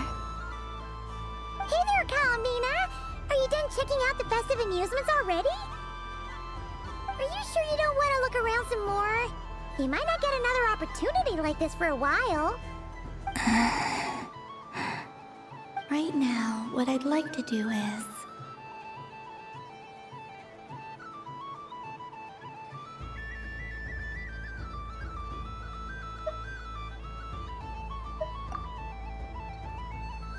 Oh! Candy for us? Thanks a bunch, Columbina. Don't mind if we do. Whoa! This one's intense. But it's so tasty. What about you, Traveler? How does yours taste? Oh, sounds good. Paimon's drooling now. Are there any more Smatna candies in the box? Yes, I believe so. Okay, gotcha. Let's see.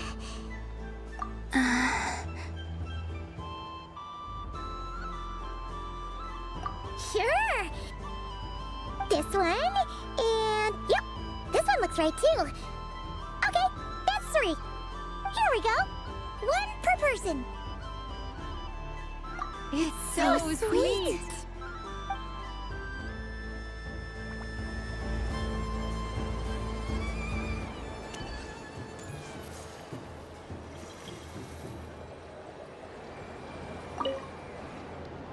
Traveler, Paimon. Columbina! Finished with the festival already? Really? You're sure you don't want to have a little more fun out there? Final answer. Yes, I am sure.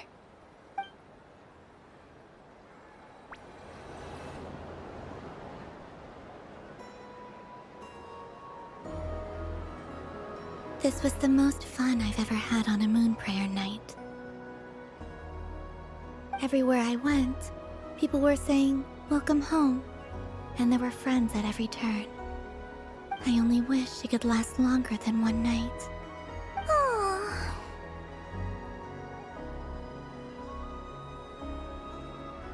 Yes, you're right. The moon prayer blossoms. Ooh, look! Look! Moon prayer night has come.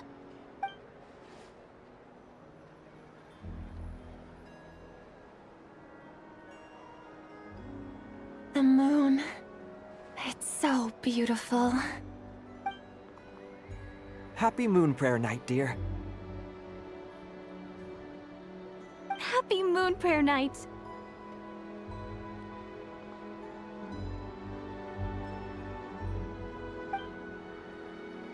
Happy Moon Prayer Night.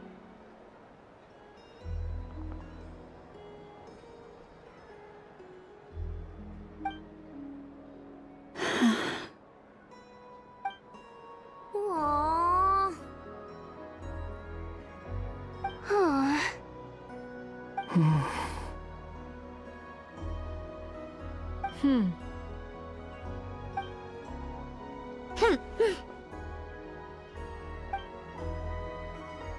Time flies when you're having fun.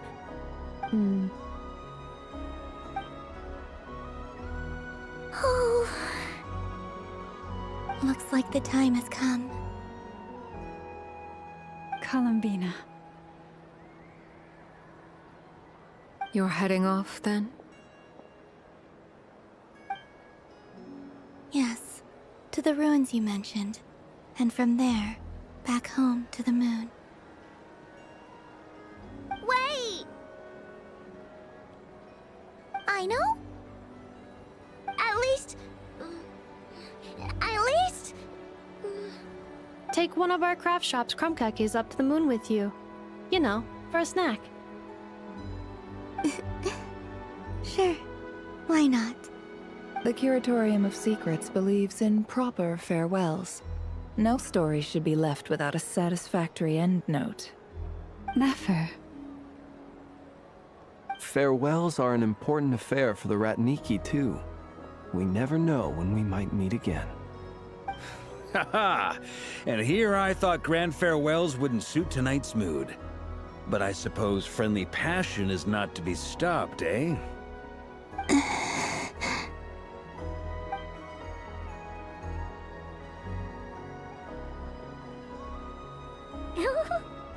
We made a little something for you, Columbina. Ta-da!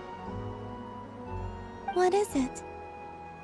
A Moon Prayer Night greeting card with drawings by all of your friends.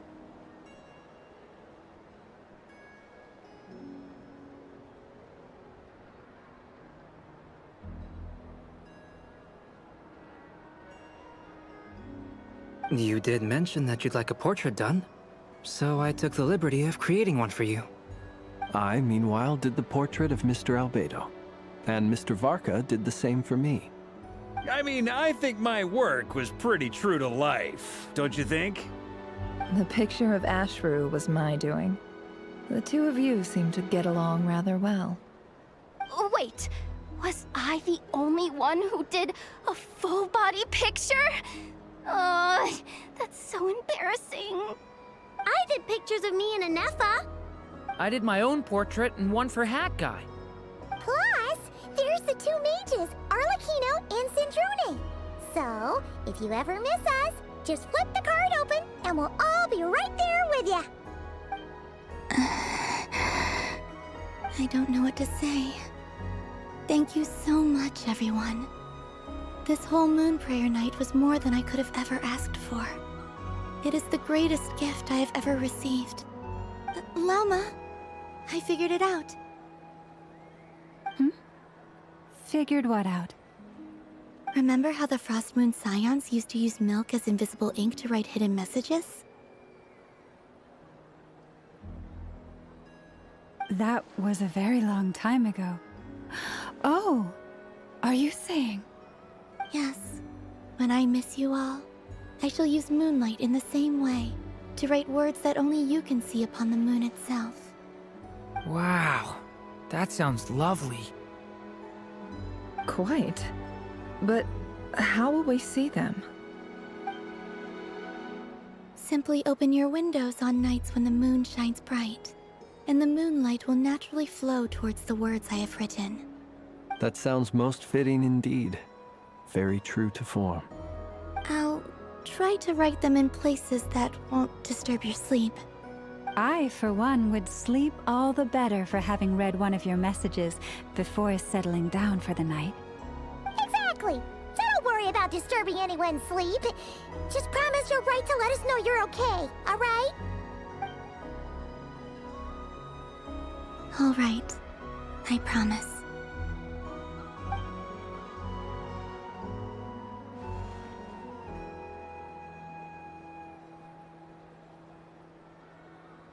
In that case, Columbina. I'm ready.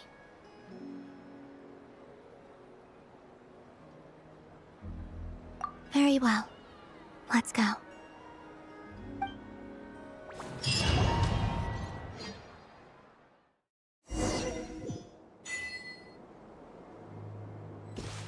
In just a few moments, I will be gone.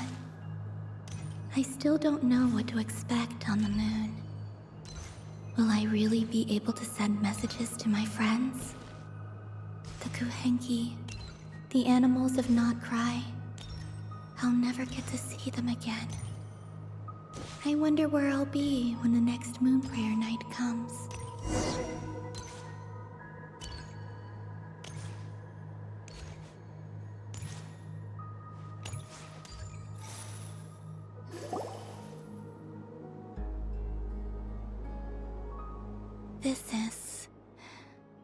This is where the people of Hyperborea used to communicate with the moons.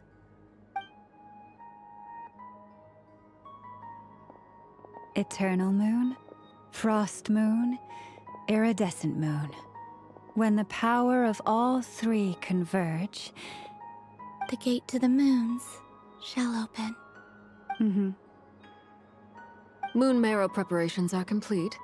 Only the final step remains. I'm sure Nasha Town is livelier than ever at this moment. Yeah, there for it, but it's now or never, right? It's fine. I'm more than happy with this. My last piece of luggage. My only piece of luggage.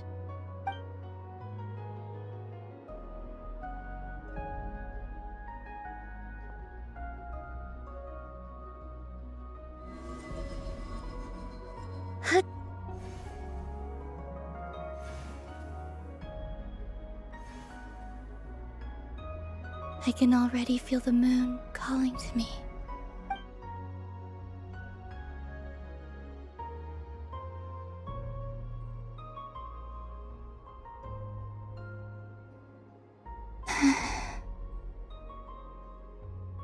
Your home lies on the far side of this light, Columbina. From now on, we will at last have a reason to pray to the true moon. Columbina. Yes? I'm listening. Be sure to come back and see us when you get the chance.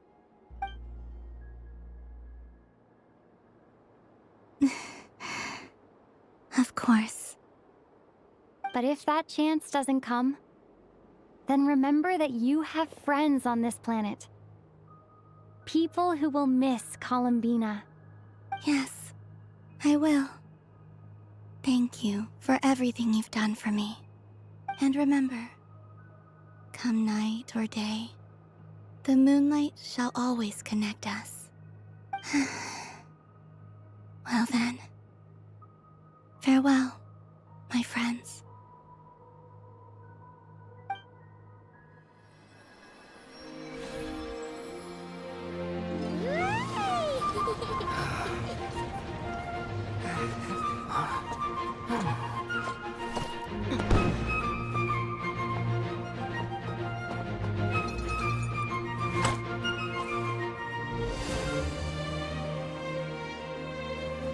Thank you. This was my happiest night in Tevat. Farewell, Columbina.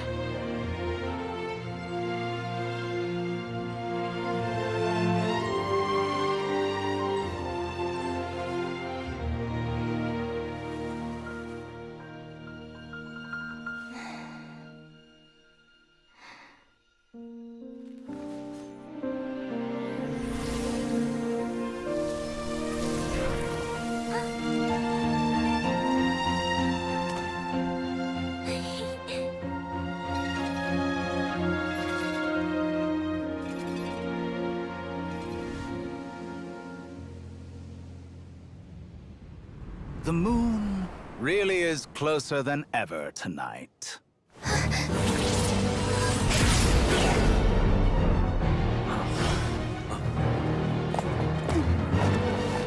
Columbina. All 3 moons in one place. Time for one final experiment. Reason, life, death, time, and space. They all believed I would fail.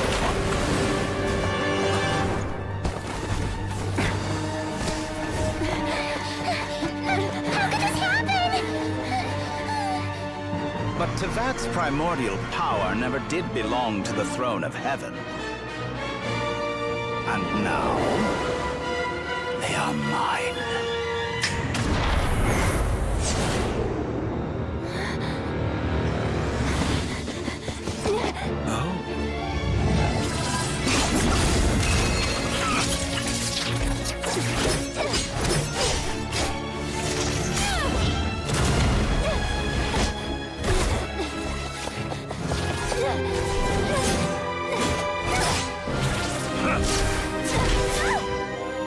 No, as long as I'm here. The Doctor is free to wield the 3 moons' power.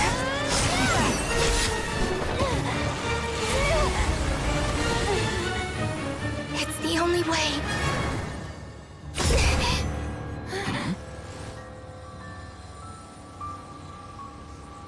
I guess I won't be going home today. Columbina! No!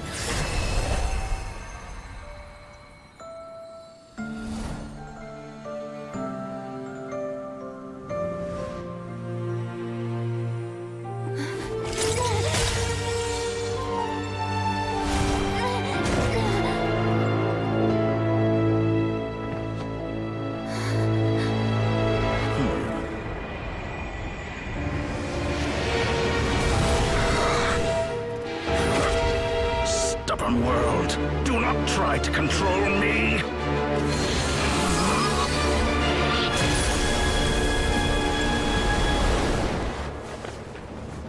Mina.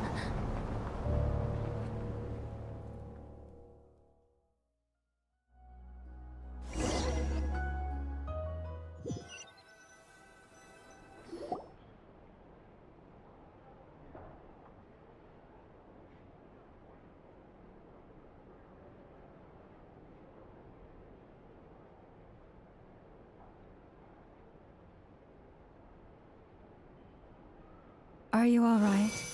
Do your wounds still hurt? I had someone prepare a little medicine that could prove effective.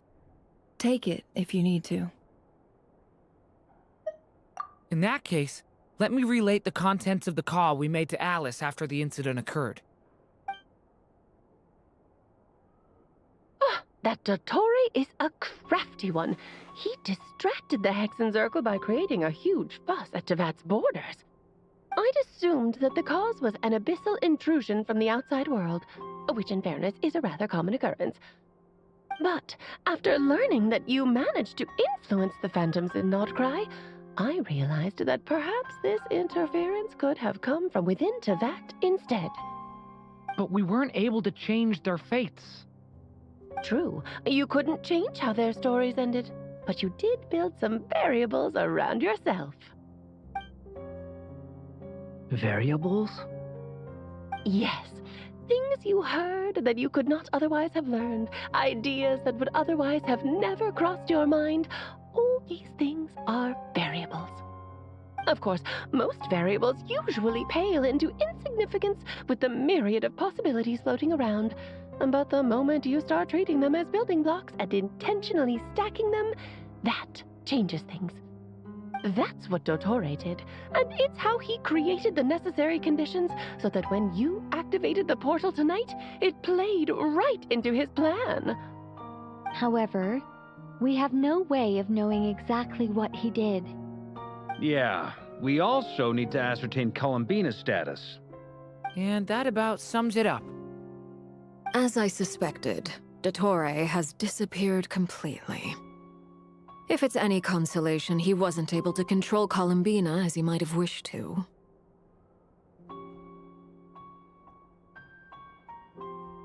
Oh no!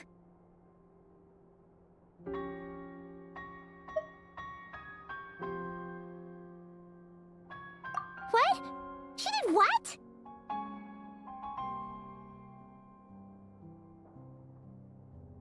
All we saw was Dottore appeared and used some kind of power. The next thing we knew, he and Columbina were gone and you were falling into the sea.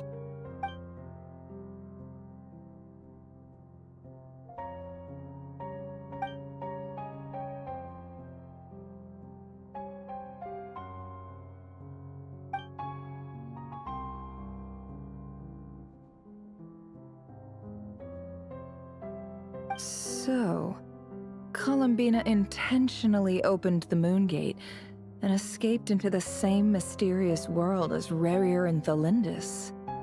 Sounds like bad news.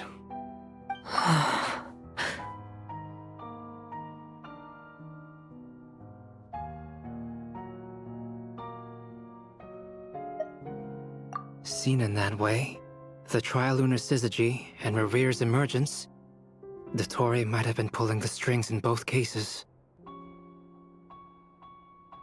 According to Miss Alice, he is attempting to transcend his destiny and finish an experiment that only a god might complete. An utter lunatic. Wait a sec, where's Hat Guy? Seems like he'd want to be here for this. He took off with a Dodo communication device after we spoke to Alice.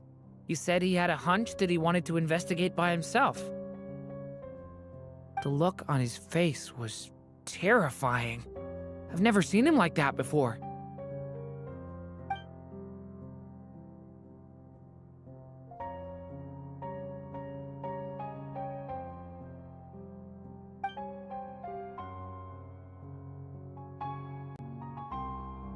I'm back.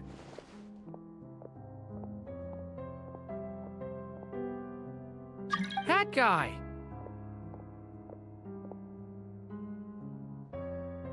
I went to look for the Hyperborean phantoms again.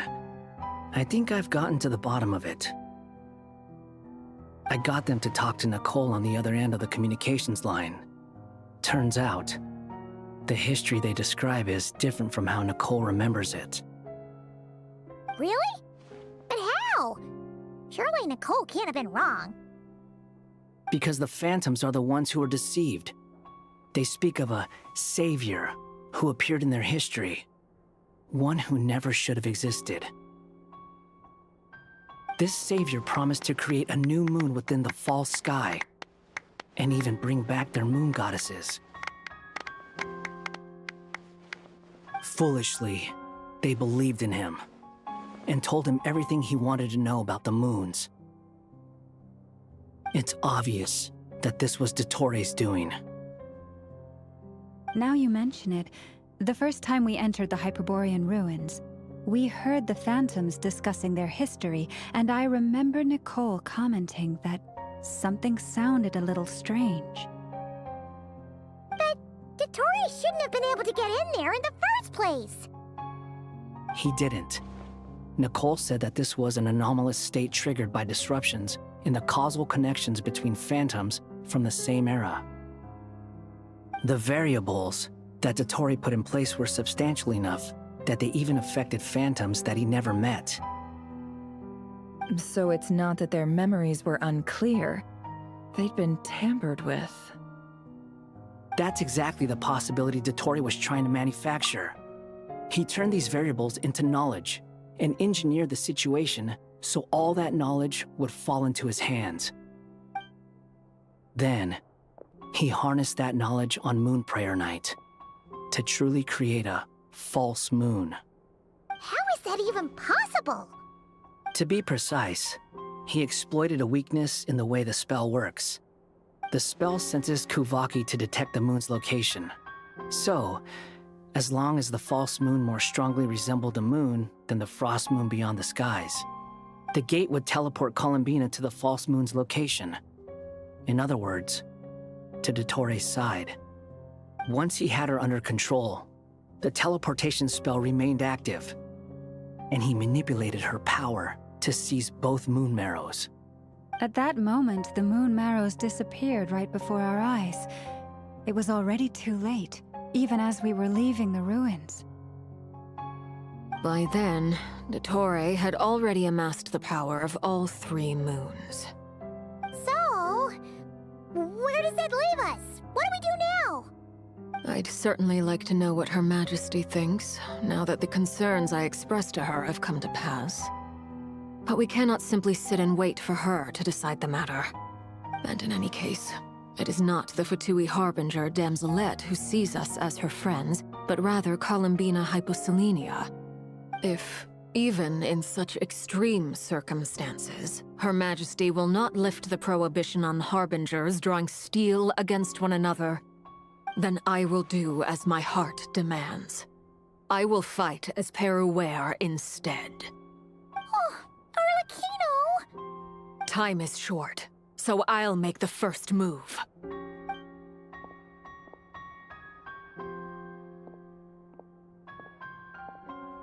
Whew. Even Arlecchino seems to be losing her cool now.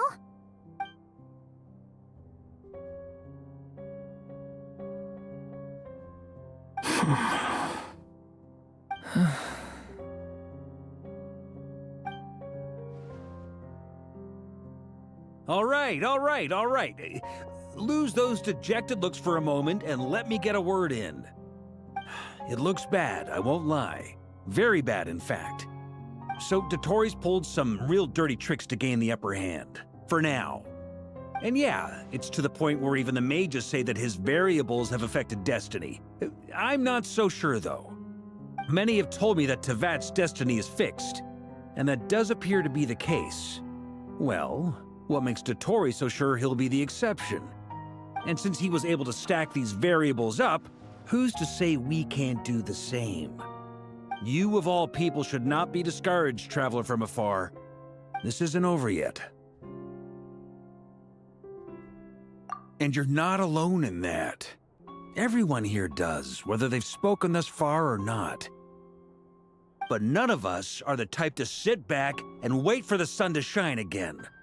That's exactly how a knight should roll. If they knock you down, you get back up and get back in it. Don't forget, Honorary Knight, you're a legitimate member of Mondstadt too. Fork is right. This is far from over. Dottore already way overdue a butt-kicking given his past shenanigans. And after this, he's earned himself a double dose. That's what I'm talking about. How's everyone else feeling? I'll use Kuvaki to investigate Columbina's whereabouts. I am not ready to give up either. Leave the intel gathering to me. Whatever happens within Nodcry's borders, when the Curatorium of Secrets wants to be in the know, we always find a way. Aino and I will do all we can to support you. We will attempt to reverse engineer Dottori's actions and seek a breakthrough that way. Alice and Nicole are busy dealing with an emergency at Tevat's borders, so they can't return just yet. But they're both very angry about this. They've asked Albedo and me to act on the Hexen Circle's behalf and do everything in our power to fight back against Dottore. Are you ready then? We're going to have to conduct a lot of research, even in the early stages. I'll do my best. As for me, I'm pretty familiar with Dottore's way of doing things, so I can try to predict his next move. I'll help with your investigation. Nice! Looks like we have our basic division of labor. I'll get in touch with Flints and Itlua, get them to have a chat with their Starshiner. It couldn't hurt to bring the Lightkeepers on board as well. At the same time, I'll pass on instructions to the Knights present in Nodcry to assist the Lightkeepers and other organizations in ensuring the safety of those living here. Yeah! We'll show him! That's it then. Good luck, everyone.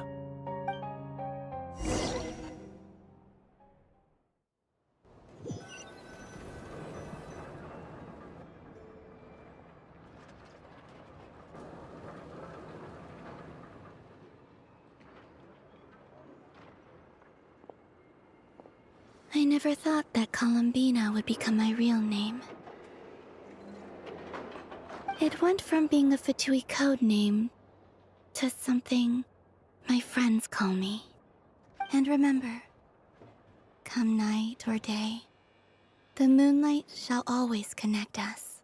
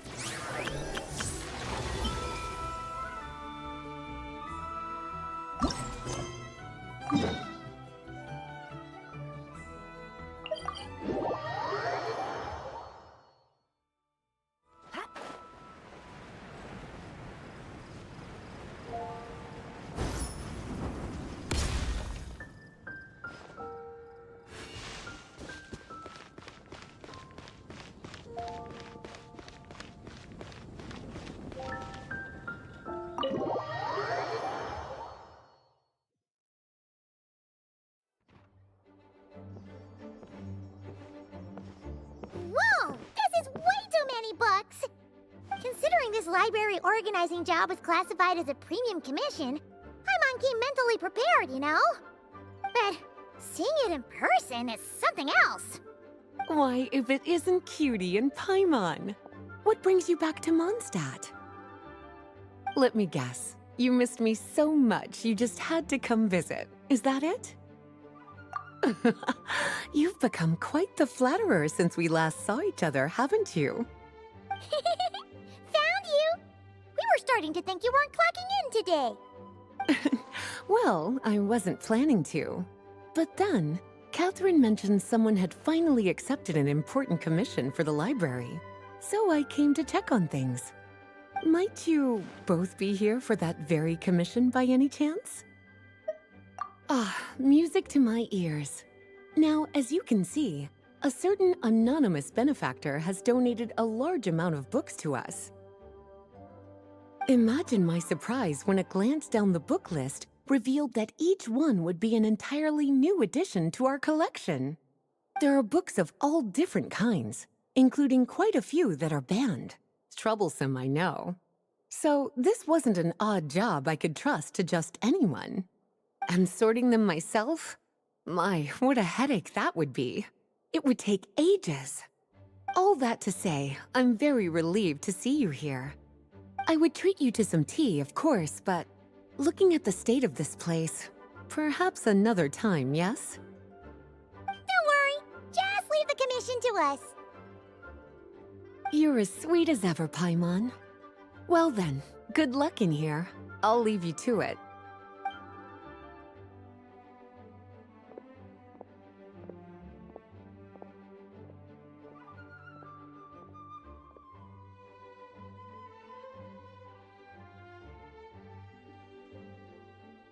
Finally! We made it to the last stack!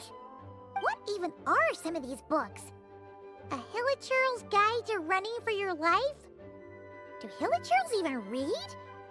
Oh, and Basics of Whopper Flower Cultivation. Who'd grow one of those, anyway? And what's this one? The Little Witch's Dictionary? Huh. That title's kind of suspicious.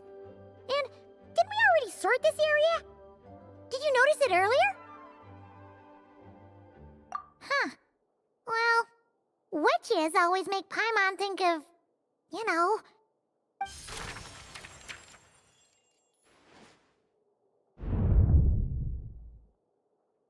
Yoo-hoo! Looking for me? Alice? How did you get in here? You must not have noticed, Paimon. I wasn't the one who barged in at all. When you opened that dictionary, you entered a mage's domain. What? Ugh! Paimon knew that book had issues. Have you ever read the storybook, The Little Witch and the Undying Fire, by any chance? No matter. At least in name, this book was written as a dictionary for the other one. The actual contents of the two aren't related at all, though. That explanation makes things even more confusing. Oh dear. Where should I begin? You know the promise the Hexen Circle made to Varka at the Tripartite Conference, yes? Namely, that in Mondstadt's greatest time of need, the mages would return and lend their aid to the nation? Well, waiting around for danger to descend upon the land isn't exactly our style. Rather than a scenario where we jump in and save the day out of nowhere, it makes more sense to lay the groundwork over time. That's how M put it. Besides, who knows when such a crisis could occur? It could be in the next life, or even tomorrow. Preparation is crucial. So, I gathered the mages together to write this dictionary. Of course, it had to be under the guise of being related to that storybook. Otherwise, I would never have been able to get them in one place. Well, we looked into Barbie's scryglass and came up with a series of tasks tailor-made for the people of Mondstadt. They're all in this dictionary. Striving toward a common goal, overcoming obstacles alongside trusted companions, becoming better versions of ourselves. That is the best defense against what dangers could lie ahead. Oh, you make it sound like something bad is actually about to happen. Now, I never said that. But still, we are talking about trusted companions here, Paimon. And when we speak of a person who could be considered a friend to all in Mondstadt, I'm afraid the pool of options consists of but one.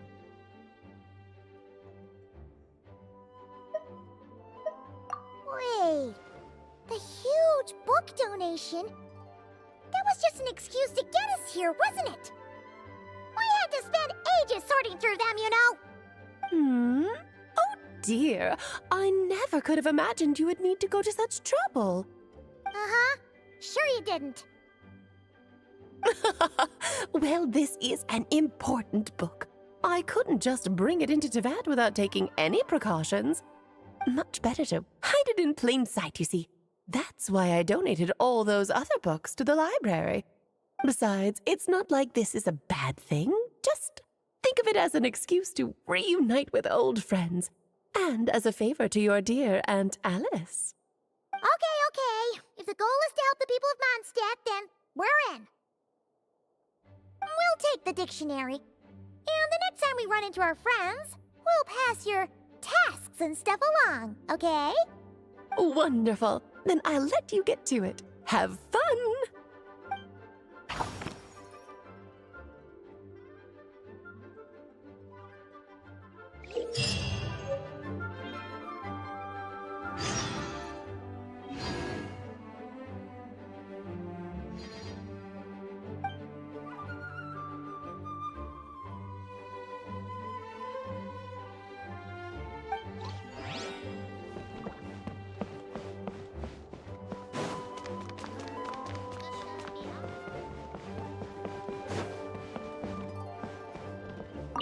Oh, you finished sorting already?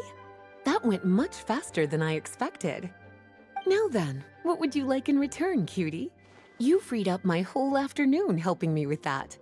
How about we spend it together? Ah, so you noticed too. Such strange names, and even stranger contents. Not to mention, this is the largest library in northern Teyvat, and I didn't recognize a single title on the list. I just don't see how that's possible. Unless... Actually, we just ran into... Trouble, I presume? I think I'll steer clear if it's all the same to you. Besides, if a book exists in this world, then there's a place for them in this library.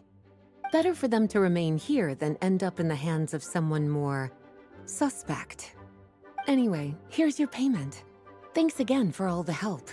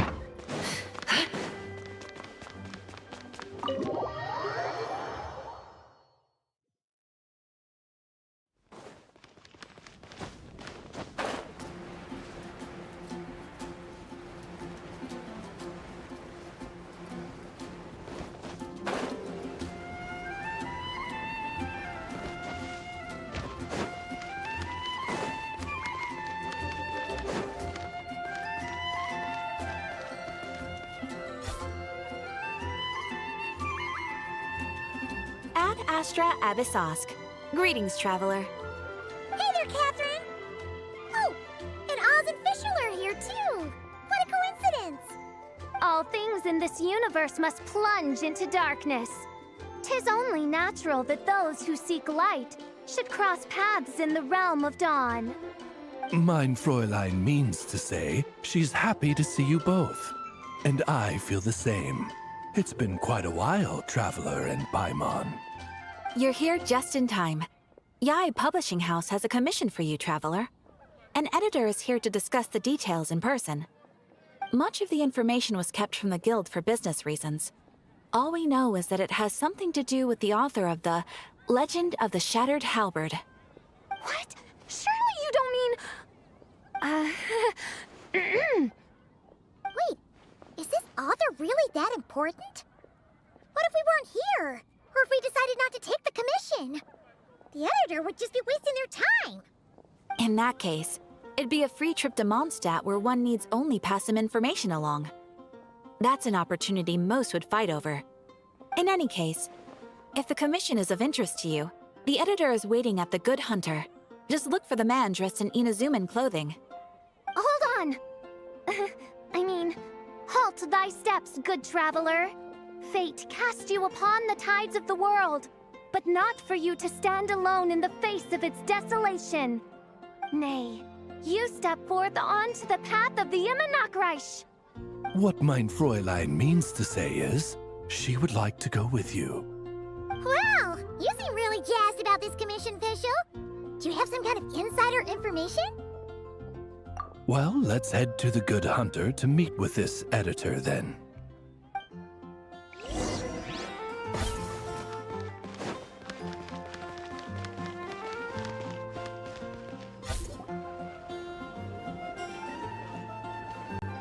Alright, let's see who lucked out and got this free trip to Mondstadt. Wait, you're Shing. Oh, Genu's editor, Onodera. Traveler, thank you for all you've done for us in the past. I come here today with a commission from Lady Yai, with which I'd like your help, should you be willing. Oh, and might I ask who this person dressed like Princess Fischl is? You have the pleasure of speaking to our eminent person, Fischl, Prinzessin de Vertelung. Mein Fräulein means to say that her name is Fischl, and that she is most pleased to meet you. Yep, this is Fischl. She's a reliable adventurer, and she's here to help. Yeah, I, kinda got that the first time. Since thou hast learned my name, understand this. To speak it is to be absolved. Praise it, therefore, and thou shalt earn thine salvation. Mein Fräulein means to say, she... Ah, I see. I completely concur, my lady. Remembering names is simply basic etiquette. And if you might lend me succor in solving this problem, I shall indeed praise your names to the heavens above. As many times as necessary, in fact. You understood Fischl language before Oz could even finish translating. Well, let's get down to brass tacks then. Now, have you heard of the author Mr. Nine? He's famous for writing the legend of the Shattered Halberd. Flowers. What was that, mein Fräulein? Flowers for Princess Fischl.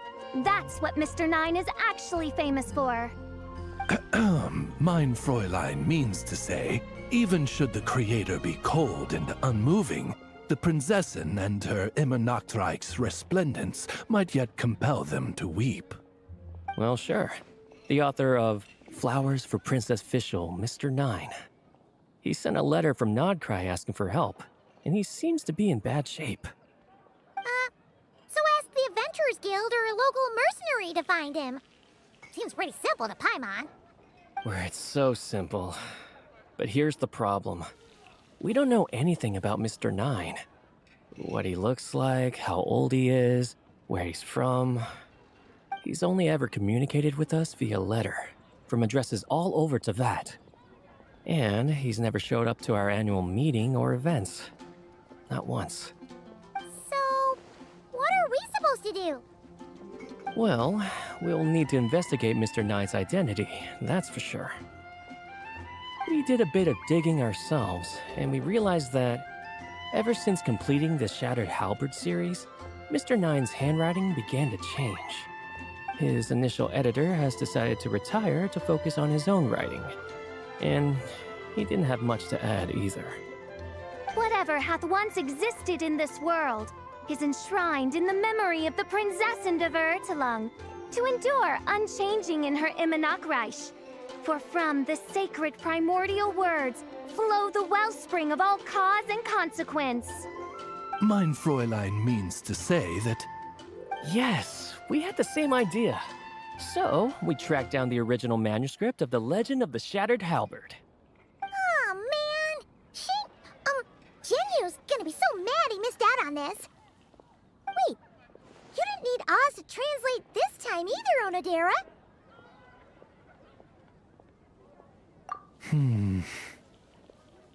Osvaldo Hafnavines, hast thou perceived something? No such Henry exists, mein Fräulein. I sense a faint, elusive resonance. Something akin to the magnetic field, gravitational force, and threads of cause and effect that surround you, mein Fräulein. Isn't that interesting? Well, in the end, our only takeaway was that the design and craftsmanship of the paper point to it coming from Qingce Village in Liyue. Huh. Could Mr. Nine be from Liyue then? No, wait. If we're talking authors from Qingce Village specifically... No, it couldn't be. Could it? Chong the Ninth? Ah, I've heard of him. He won a Best New Author award for the first apprentice of Guhua. It matters not. Though the Saint of Tears and the Saint of Atonement perform manifold labors on divergent principles, their power flows but from a single source. Mr. Onodera, if you please. Wait, Oz? It's great that you trust Onodera and all, but we're still in the dark over here. You speak true, mein Prinzessin. Even if Chong the Ninth doesn't turn out to be Mr. Nine, he's still an author, and he could have had contact with him. I think it's a good place to start. Yeah. Well, either way, I appreciate the help. I'm counting on you. Is there anything else we should know about Mr. Nine? Well, according to some readers' Q&As and his author's notes, he has a receding hairline, a slight pot belly, he doesn't like sweet things, and his heart is on the right side. Or was it the left? No, it was the right. He has 5 fingers on his left hand, severe insomnia, a pupil in each eye. So, a whole bunch of nothing.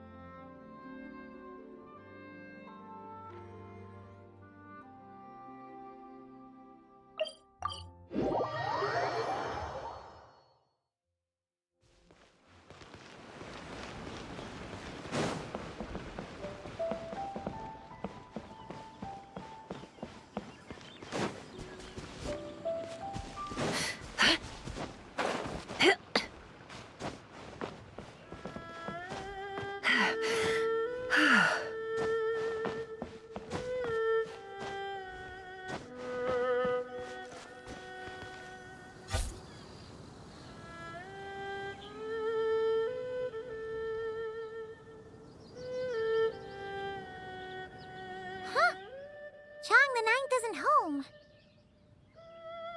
It doesn't look like there's anyone around we can ask either. Shall we wait? Seems like that's all we can do. Still, could his absence mean that he really is Mr. Nine, now kidnapped and sent to Nodcry? Perhaps we should have a look around his house. Barging in without permission seems wrong. But if he really is Mr. Nine, then... Okay, let's do it.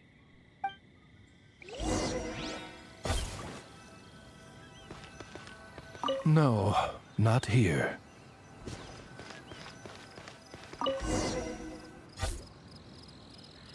Just seems like a bunch of ordinary stuff.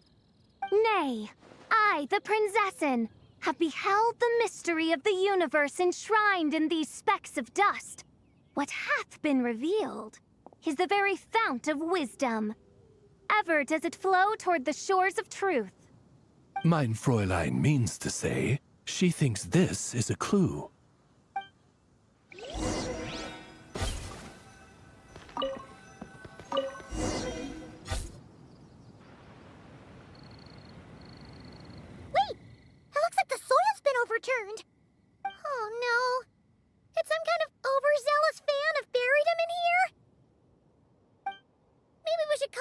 Lilith? What do you think, Traveler? It's all right, Paimon. Mr. Nine's most zealous fan happens to be right here. And since mein Fräulein would never do anyone harm, I'm certain the same is true of his other less avid supporters.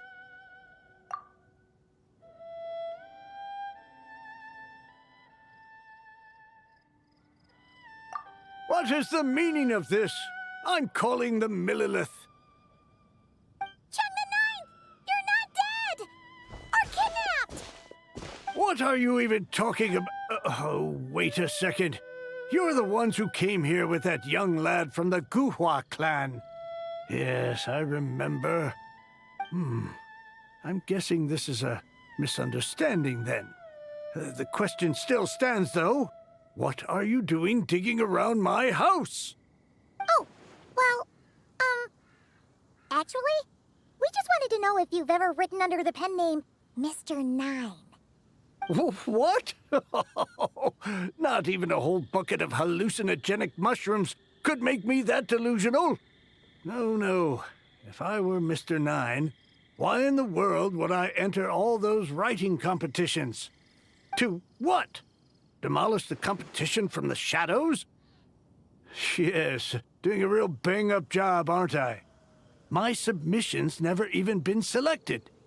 The classic archetype of the boy hero is outdated. That's the kind of critique I get.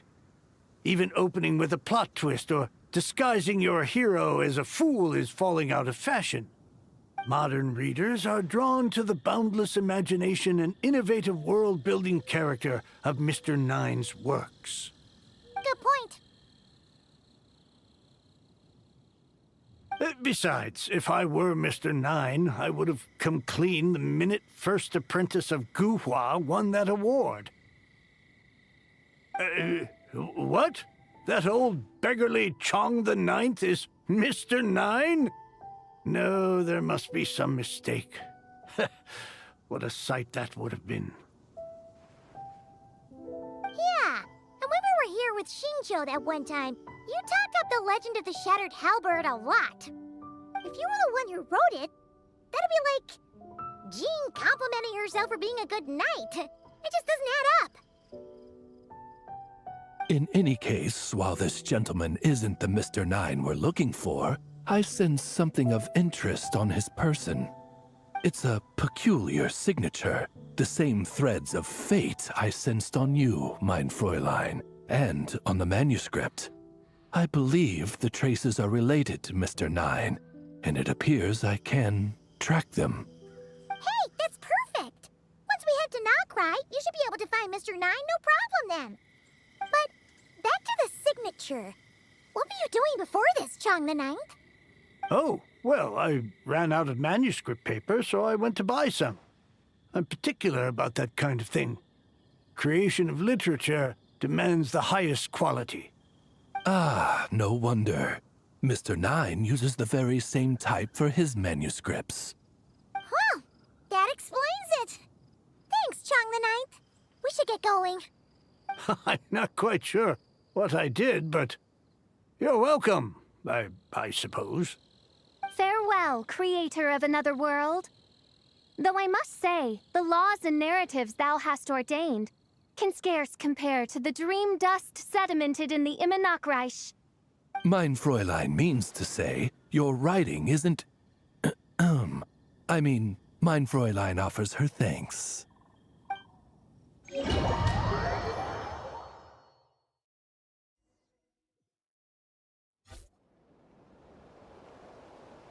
It should be up ahead. Wait, did something attack that Sealy? Something doesn't seem right here. And it bears the same signature I sensed before. Then it would seem fate has dictated our path for us.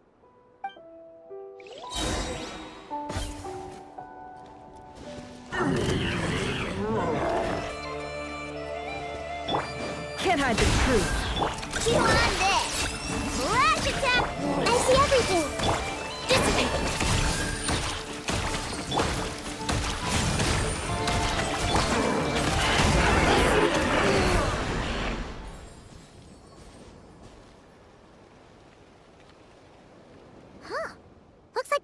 is showing us the way.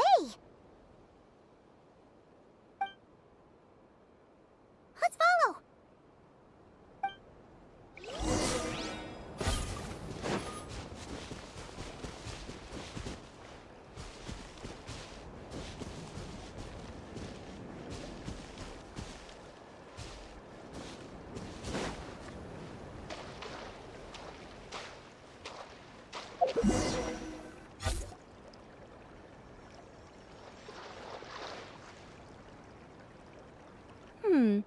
What are you doing here?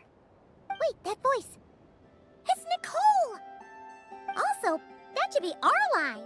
We were looking for Mr. Nine and our search led us here, but now it seems we found you instead.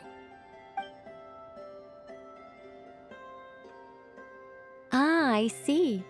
Well, Mr. Nine is right here. Hello.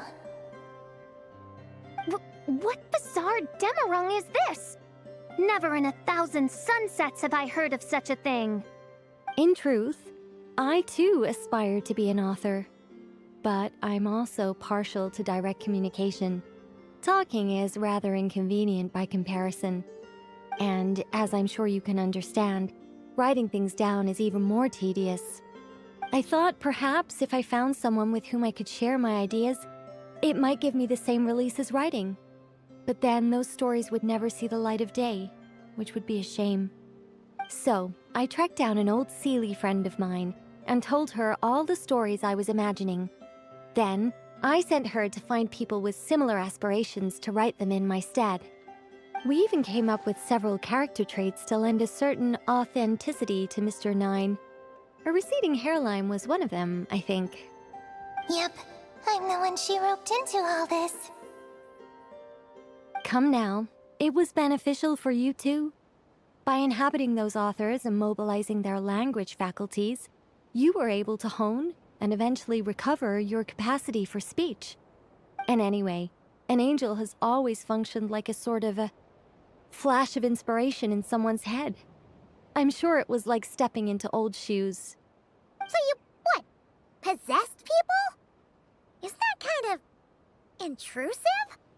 Oh, it's fine. She did it while they were sleeping. As long as the person is someone who dreams of creating worlds of their own, this inner writer within them will automatically awaken.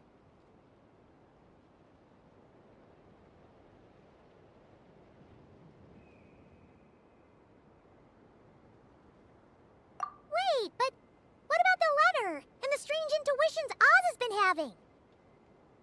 Nicole sent me to monitor the situation in Notcry. And it's super dangerous, okay? So I needed some help. It's not like I have the knowledge or power of the heavens anymore. As for your friend over here? Well, you see, when writing a story, it's not uncommon to incorporate certain half-true details. For realism's sake, you understand? Yeah, we've seen that before. A real curse was written into an Inazuman light novel once. Indeed. In a similar vein, Mr. Nine's stories are full of metaphors, including one for the creation of life. What it describes isn't made up, per se. We just never imagined someone would actually manage to use it. Until you came along, young lady. Mein Fräulein is speechless. So if I may ask in her stead, did she manage to use one of these half-truths in Mr. Nine's novels to create me? It was more like 70% made up, 30% true. No, it was 90% made up, 10% true. I thought it was too dangerous, so I changed it. See, I knew you'd never read my books. You don't seem too surprised, Oz. Well, I suppose I've vaguely sensed this since the beginning. Regardless, it is an honor to serve mein Fräulein. Well, once our affairs in Notcry are resolved, Mr. Nine will be able to return home. Yes, just tell them that when you return. I don't want to be your eyes here. It's too dangerous. Oh, but, while you're at it, could you pass a message along to that guy in Chengsa Village? I've been splitting the royalties with him 90-10. His share's been buried in his yard all these years. Wait, what do you use the Mora for? I bury it, and then lead people to the treasure. Guiding people is in our nature. It's what I love to do. Feel free to come search for my personal stash someday. I've buried it at the furthest end of the Immernachtreich. I will. I absolutely will. Mein Fräulein? And, I just want to say that I really like your books, Mr. Nine. What mein Fräulein means is, though the cosmos stretch forth in unending darkness, yet shall come an hour when all things shine. I'm glad to hear it. All in all, it seems you've already found my greatest treasure. All right, that settles that. Now, I need to have a quick argument with Mr. Nine about who really deserves to be considered first author.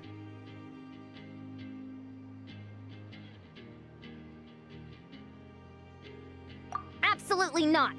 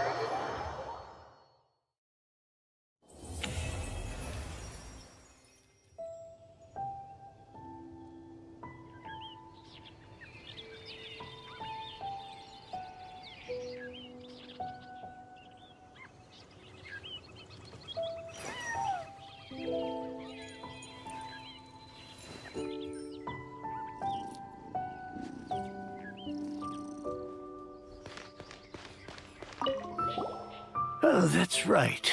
Just channel Mr. Nine. How would he write this particular essay? Hey, Chang the Ninth! We have something for you! Oh?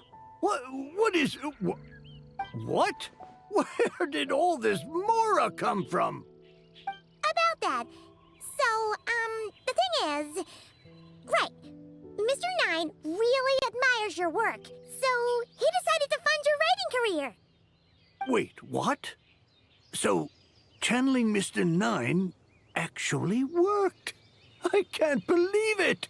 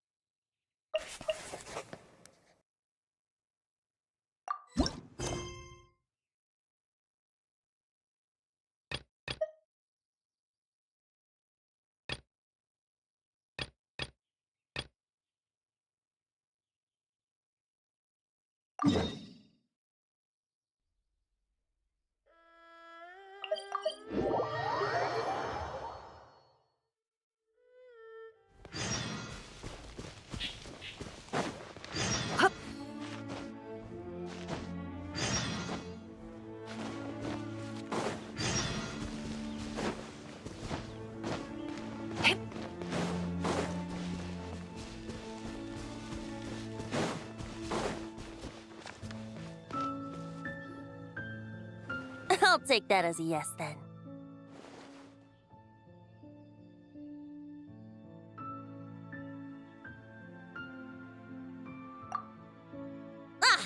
Finally, you're here!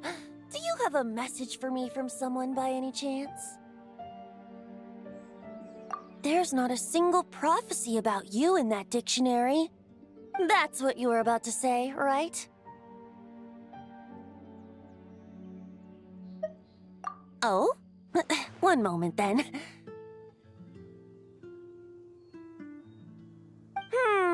Your curiosity seems as strong as ever, Barbeloth. Alas, my future will have to remain absent from your dictionary. The wind may be happy to let dandelions trace its form and have poets sing it into verse, but to be contained is hardly its nature. So, dear Barbeloth, please do set your pen down. Words heard on the wind are not meant to be recorded on the page. If you're truly interested in this legend, allow me to fashion it into a poem. I'll be sure to share it with you ladies at our next tea party. Barbeloth has always been a reasonable person, and I believe she heard my request.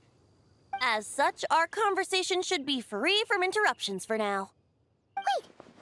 Barbeloth was listening in just now? Paimon didn't notice a thing! Well, she is a Hexencircle mage.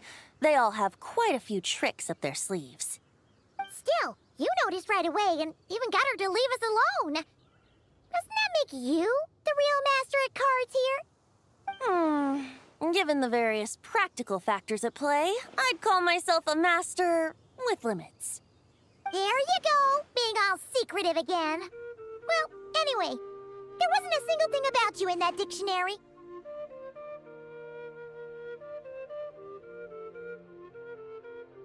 You being here is enough. Barbeloth's prophecy concerning me may be incomplete, but it's not incorrect. There's something I need to do, and I could indeed use your help. Trusty as always. In that case, could you play a song with me later? Yep, that's all. But don't worry, this isn't a performance to decide the fate of some consequential event. It's just a duet between friends. The last time I played this song, the howling gale was my sole audience, and the notes scattered in all directions, leaving only fragments of the melody behind. But now, with a friend like you by my side, why should the wind alone bear witness to this music? Besides, I think my hands will be just that much steadier, playing alongside a trusty friend like you. That's all I ask. Now, let's head to the performance venue. If we follow the breeze, we'll be there in no time. All right, let's get going. Just relax and let the wind lead the way.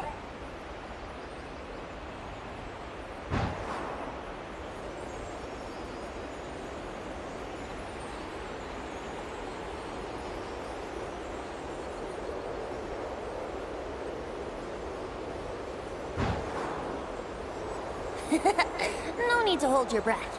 In and out. Easy does it. I let the birds know we would be coming, so we won't run into them.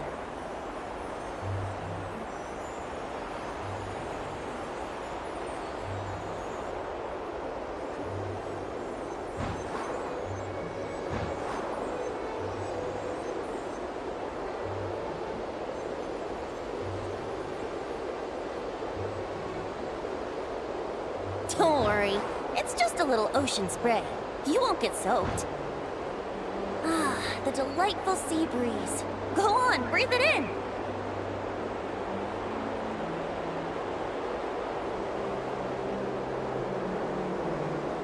We're almost there.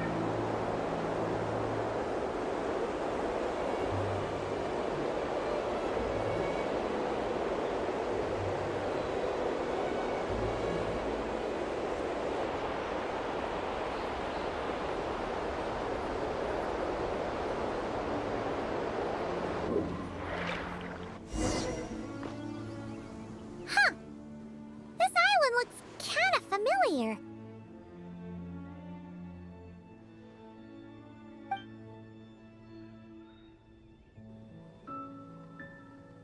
Not always. It was once an isle like any other, an ordinary, unassuming aggregation of sand and gravel. That is, until seeds of stories were brought here by the wind and cultivated by time. And in due course, the wind brought forth new tales, and time caused them to grow into legends. So with that, allow me to welcome you in truth to this island favored by time, traveler. This is the place where time and wind met in the distant past. Whoa, whoa, whoa! You suddenly sound so serious, Tone Deaf Bard. Paimon's not sure she's following this conversation anymore either. Fret not, dear Paimon. The best stories always start with a bit of suspense and intrigue. I told you about this before, remember? About how I encountered Time at the Thousand Winds Temple and received some help? Well, it was because of Time's help that those first winds of freedom were able to blow so strongly. But forceful gales like that are most suited to wiping things clean, not helping things grow. So, after a few crises in Mondstadt were resolved, I made the winds gentler. Just strong enough to bolster the people in times of need without knocking them off their feet.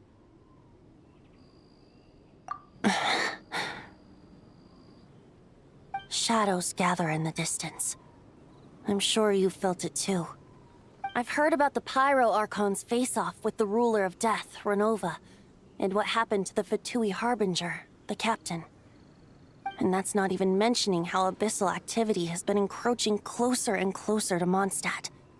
I fear the impending crisis may be beyond what humans alone can solve. In light of that, I need to be prepared. It is the Animo Archon's duty to intervene in times of need. As such, I, Barbados, will bring forth a wind strong enough to disperse whatever storm lies ahead.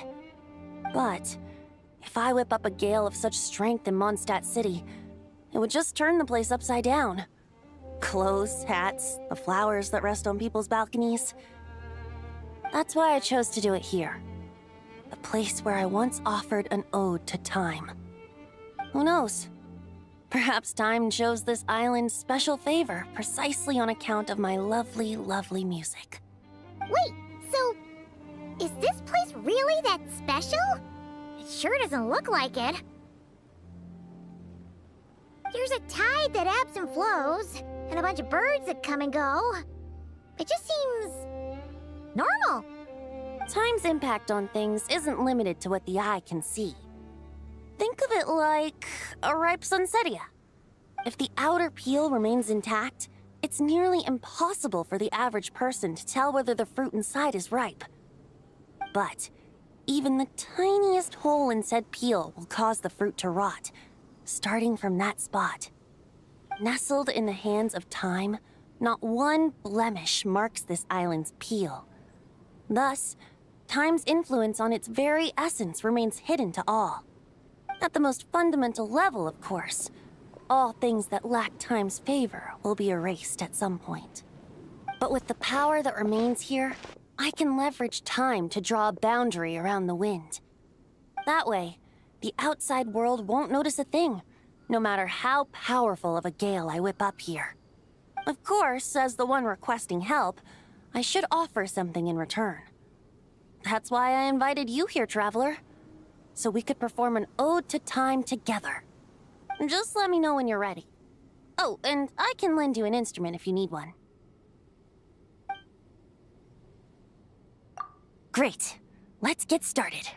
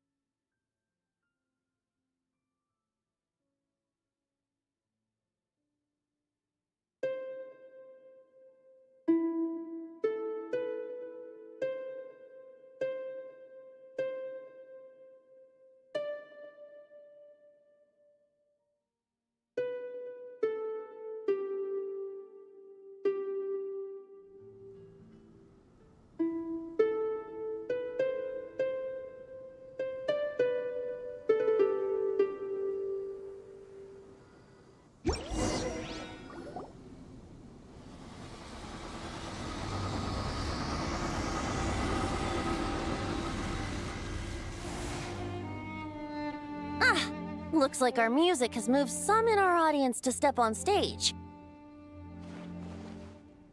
But that's against concert rules, so let's usher them out. I understand your love for music, of course.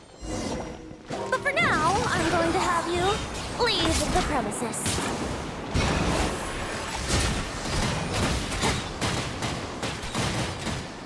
Yeah. Let's play. All right, that should do it. That was an exquisite performance, Traveler. Thank you. Ah, don't worry. That power was mine and mine alone. No external help was involved. Think of it like tuning a musical instrument so that it might play melodies lovelier still. Ha! So you do have some tricks up your sleeve. What else are you hiding, huh? Oh, Paimon. How many tricks could I possibly have? I only have 2 sleeves, after all. You know that's not what Paimon meant, Tone-Deaf Bard. I have a feeling the wind is gonna be pretty strong today. We should head back to Mondstadt and tell people to hold on to their hats.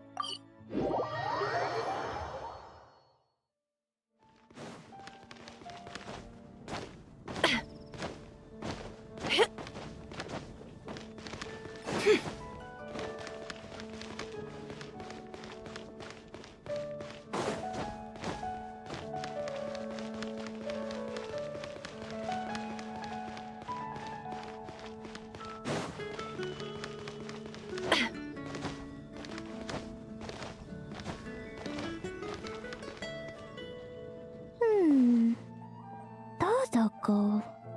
Hey there, Klee! This honorary knight, Paimon! Dodoko needs help. Mom said you were coming, but I didn't know it'd be so soon. Dodoko needs help? Oh, for Pete's sake! Is that the task? What? No, for Klee's sake. And for Dodoko, too. No, Paimon knows that. She was asking about the task. You know what that is, right? It's like a... Yeah. Something that needs doing. Oh, so like when I go blast fishing with Jumpy Dumpty? No. A task isn't just something you want to do. I'm confused. Ugh. It's like when your mom tells you to do something. That's a task. Oh, thanks, Paimon. That kind of makes more sense, although not really. Anyway, let's go help Dodoko now. Hold on. What kind of help does Dodoko need? Oh, right. Well, every Dodoko's gotta find a red 4-leaf clover to become a super special Dodoko. Then, Dodoko needs to become friends with lots of people and can make it through the Dodo King's trial.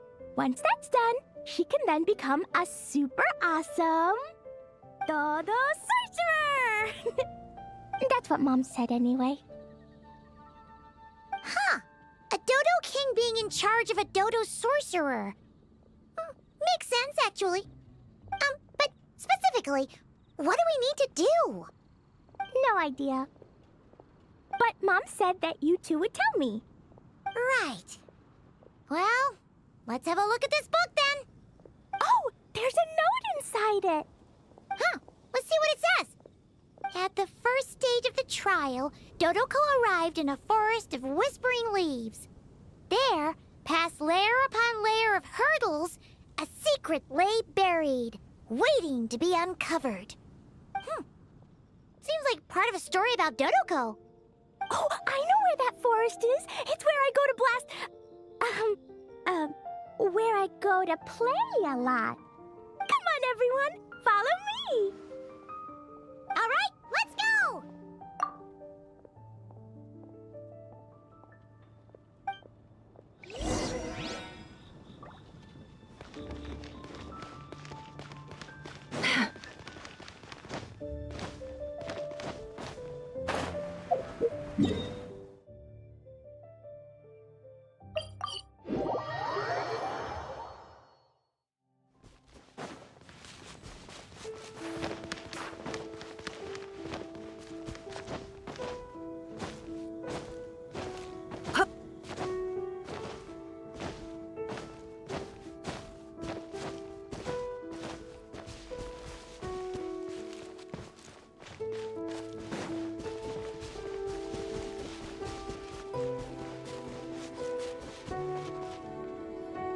What's with all the weird stuff around here?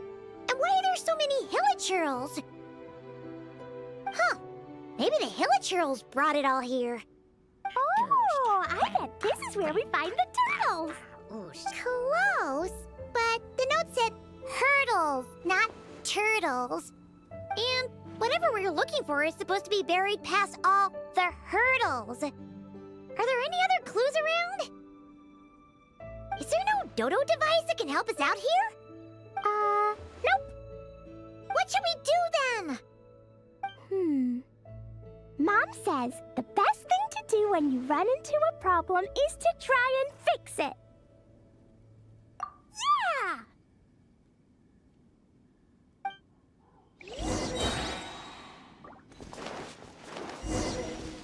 Da-da-da.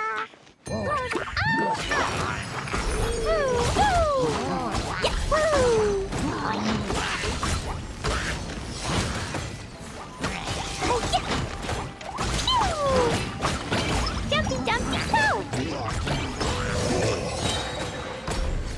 Blazing delight! La la la. Yeah.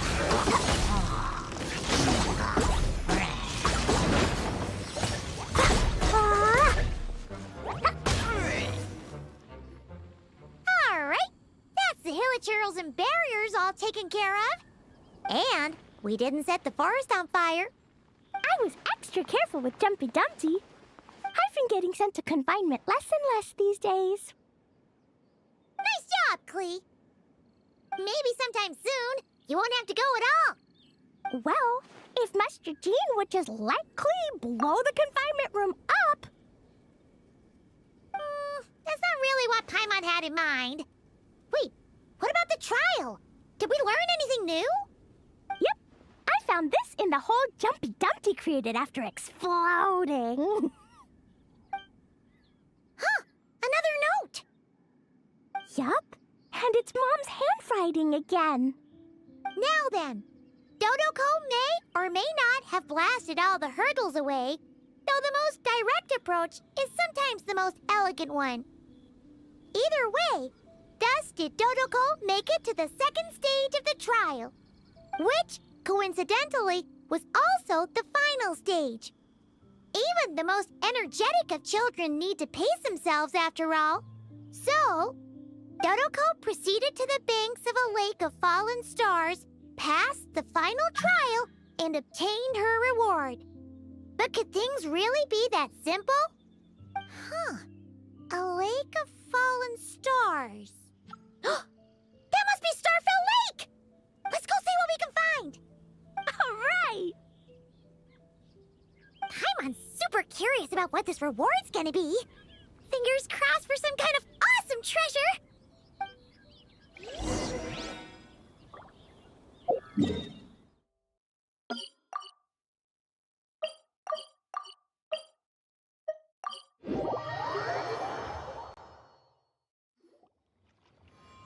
Ooh, it's a chest! The final treasure must be inside this thing! You got it! Me and Dodoko will get it open, no problem! Whoa, wait a second! Monsters incoming! They want to steal Dodoko's treasure, I just know it! out. Then we can open the box.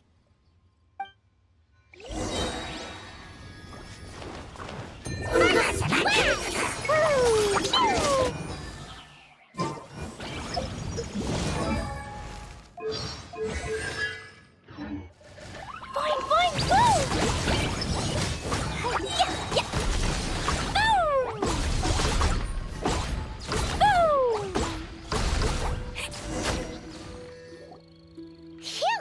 That's that. To know it implied things wouldn't be that simple. Guess it was because of those monsters. But that means we passed the trial! Yep. Now then, let's check out what's in this box. Oh, it's a tiny hat?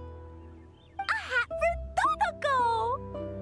In the Dodo clan, only the awesomest and bestest Dodokos in the land can earn the acknowledgement of the Dodo King. Their job is to help out and protect all the other Dodokos so the Dodo King gives them a special hat. That way, the other Dodokos will recognize them and know who they can go to for help. Oh, so now your Dodoko is one of these special Dodokos with a hat. Exactly. The hat makes Dodoko a Dodo sorcerer now. She can use special spark magic to help even more people. Klee? The Knights have informed me about explosions being heard from the forest outside the city. Miss Anarunai, Paimon, a little help, please. That's because we cleared out a Hilichurl camp over there, and a bunch of slimes, too. Plus, we were working on Klee's task. That's right. And as for the fish over here? I might have blasted them, but because there were monsters in the lake, I didn't do it on purpose. It's not like those other times. I see. I take it those other times were on purpose then? They weren't not on purpose. I noticed the destroyed camp on the way here, and I saw the monsters fleeing along the shore of Starfell Lake. Am I correct in assuming that's all the damage, Traveler?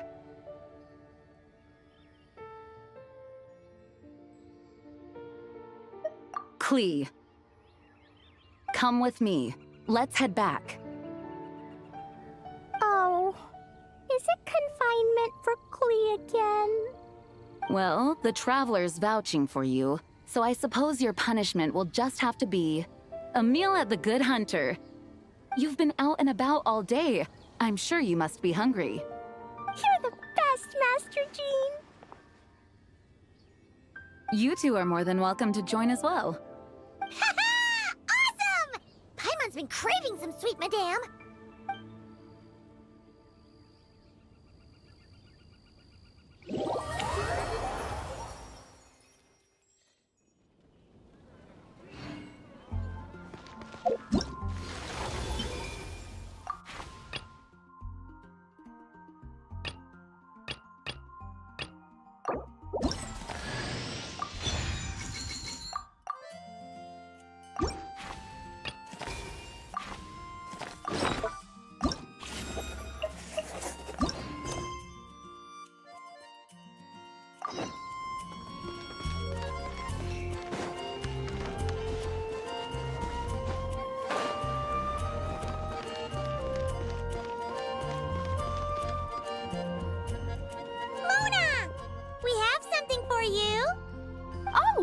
Traveler Paimon, you're full of energy today.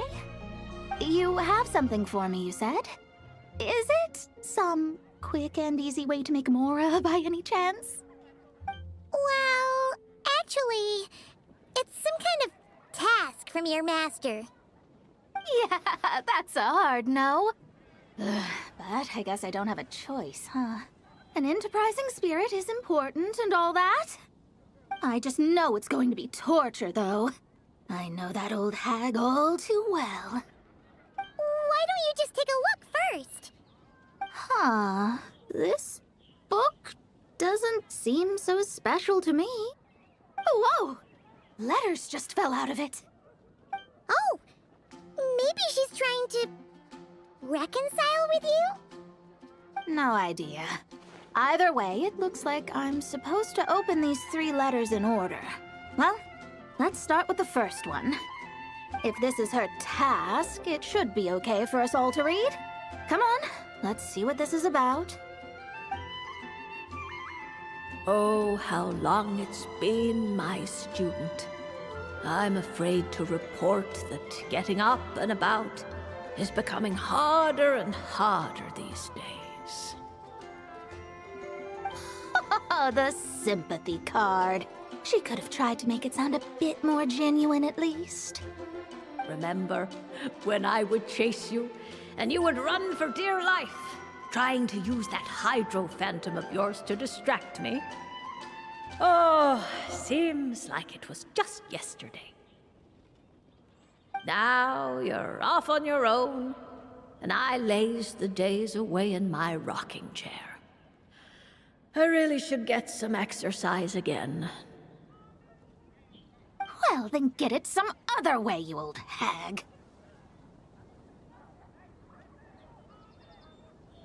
Now, I'm sure you're curious as to the purpose of this letter. And to that, I say this.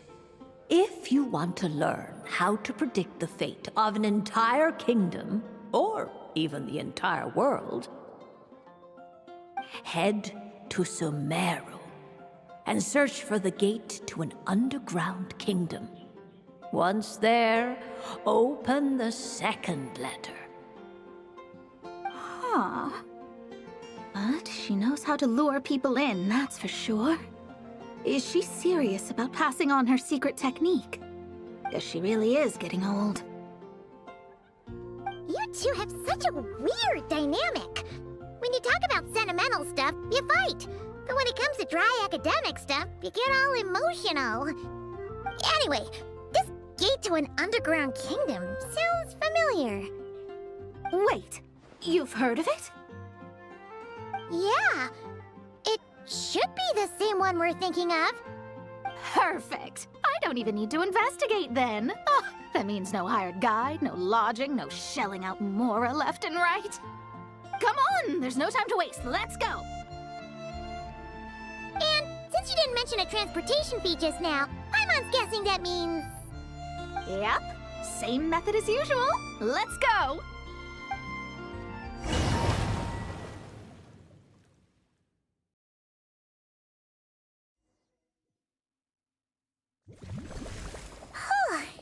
This brings back memories of summertime. It's actually kind of refreshing. So, this is the gate to the ancient kingdom of Conria. I'm sure a lot of secrets and tragedies lie behind it. Well, let's open the second letter. Let me see here. Yep, it's this one.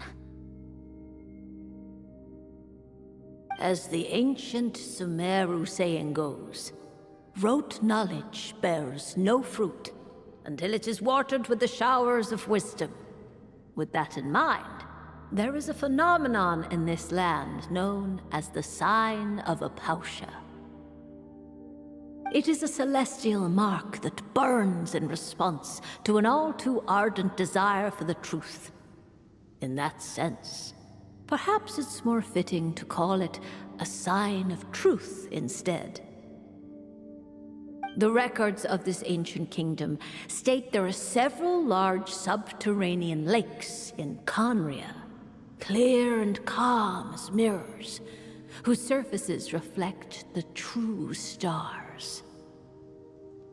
This is because the sign of truth created in the water is able to bypass the false sky and connect to the outer universe. I had no idea. To observe the gravitational forces and influence of celestial bodies, one must be able to see past the false sky. Only by obtaining these cosmic parameters can one predict the fate of this world. Now, my task for you is as follows. Open a sign of truth in front of the gate to Conria. The rest is a bunch of stuff about the ceremony the old hag came up with to summon this thing. Yeah, all these planetary trajectories and runes. Paimon's not even gonna try to make sense of it. So, what do you say, Mona? Are you gonna attempt it? Well, I hate to admit it, but it looks like the parameters she came up with could work. Frankly, this prospect is quite exciting, and heading back now will just cost me another night of lodging, so no better time than the present. Emissaries of the enduring stars, wanderers over ecliptic and equatorial planes, radiant celestial brethren. Traverse the twisted paths of the cavernous void. I, Mona Magistus the Astrologist, invoke the power of Hydro to balance the scales.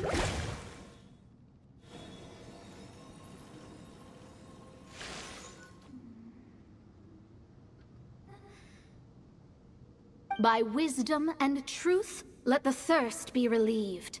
I, Mona Magistus, the Astrologist, summon you, O stars, to stand before me! Did it work? Monsters! How did that happen? No dice. The sign of truth only opened long enough for the monsters to slip through. Darn it. I didn't get a glimpse of the real stars at all. Whatever.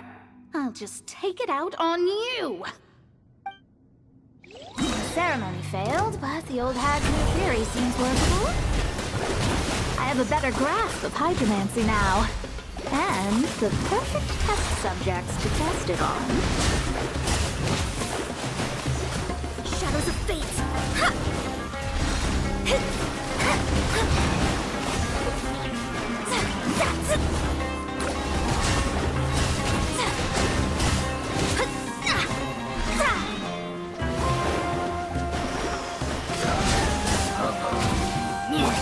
No more lies. Go claw! Dip with me! Make yourselves a move! Let's see what you're made of. Let's see what you're made of. Phew! That's that! Well, the old hag said to open the third letter once it was all said and done. But I couldn't make it work. So, should I still open it? You know, Paimon thinks she understands your dynamic a lot better now.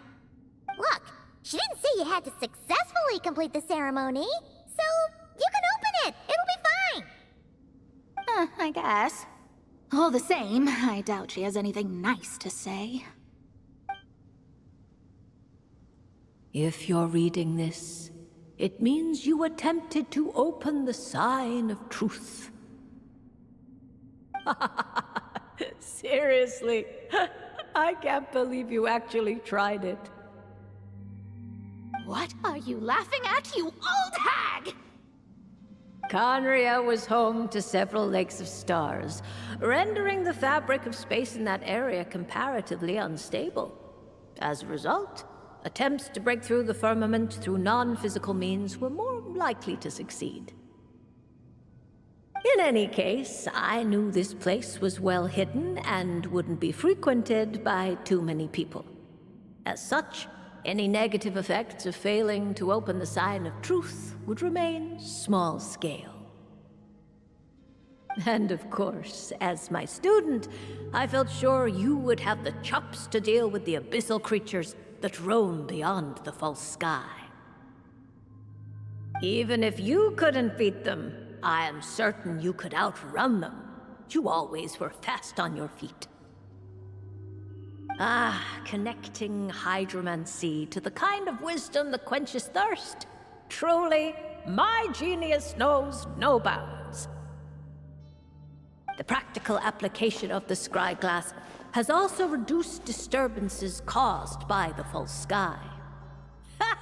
I'd like to see Alice try and top that.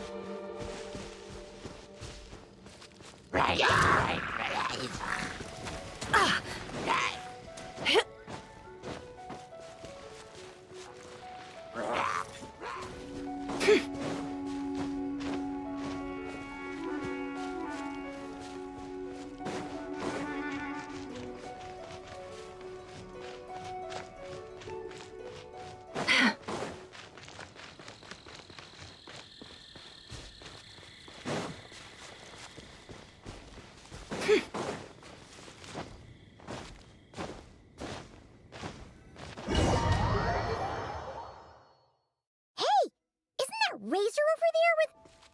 Whoa! The Grey Wolf King of the North! Wonder what they're talking about.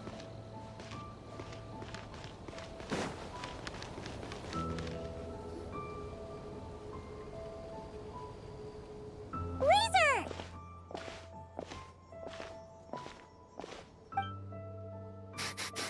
Familiar scent. Ah, you two.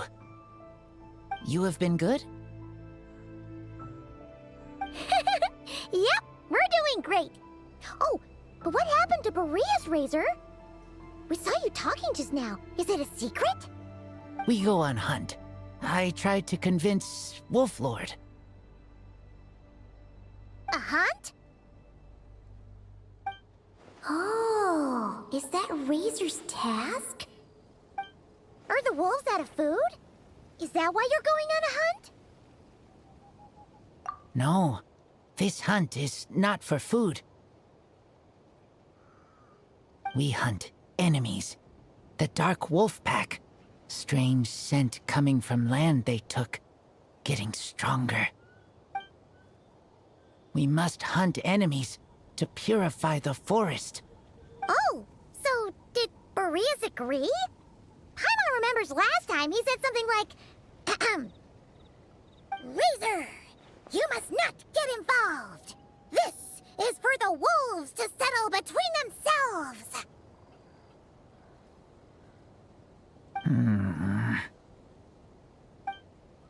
Oh, sorry, Razor. Paimon didn't mean to dig that up again. It's okay. I know Lupacol means no harm. Besides, teacher taught me how to talk to Wolf Lord. Lisa taught you how to talk to him? Oh, like she told you what to say? So that means you got him to agree then, right? Yes. Words were hard, but I did it. Ha! So you actually managed to convince that giant, stubborn old fella. That's super impressive, Razor. Dark wolves are enemies of the whole world. Teacher said this is not wolf problem. This is world problem. And Wolf Lord agreed. But because of that, other wolves won't join. This war is between me and Dark Wolf Pack. Then count us in too. Those awful rift hounds have been getting on our nerves for a while. Thank you. Help makes for easy hunt. Speaking of, how is this hunt gonna work?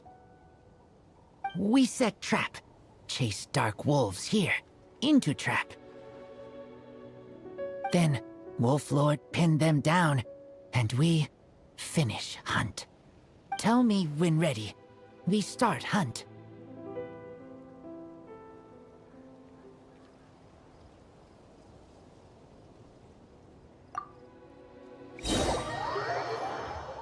Come on! Let's clear them out in one go! Yes.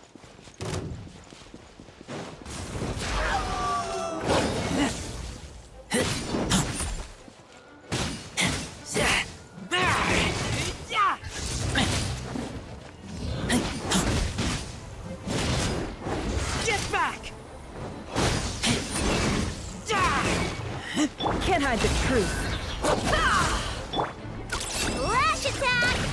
Chew on this! Grow, grow, grow!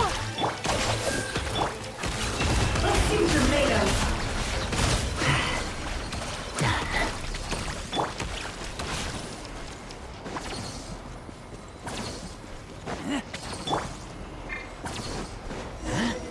Why are Lupical here? Oh no! The Rift Hounds are attacking them! We gotta get rid of them quick!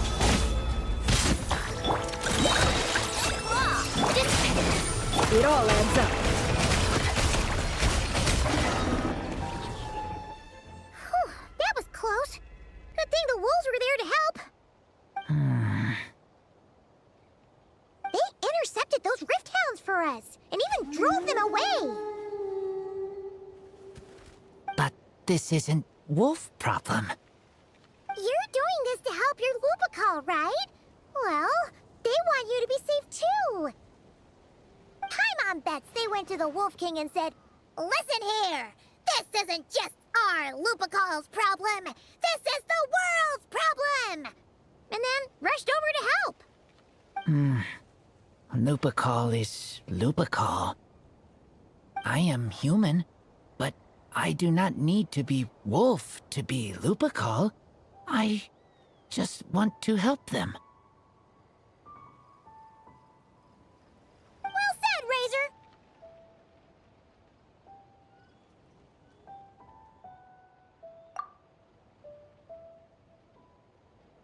You think so? Yeah, absolutely. Now, come on. Let's go kick some Rift Hound butt.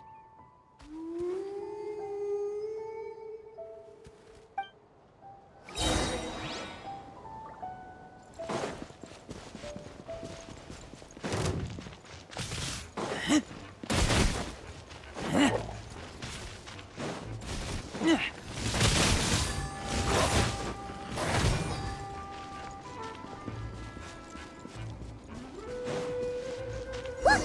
The rest of the Rift Hounds are just up ahead. Get ready. For Lupical.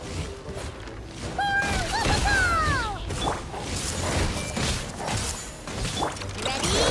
Ding dong whoop! Our bond is strong. It all adds up. It all falls into place. Can't hide the truth.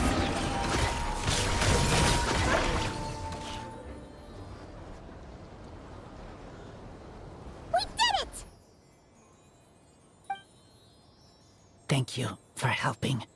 I thought protecting Lupical was up to me, but Lupical also... We're here because we care about you, just like you do us. That's what makes us Lupical, right? Right. We are Lupical forever. Aww. And now, there won't be any more intruders in Wolvendom. No. Dark Wolf Pack, rip open sky. They could come again. But me and Lupical will hunt them down, no matter what. Yeah! If you ever need help, just say the word. We're here for you. I appreciate it.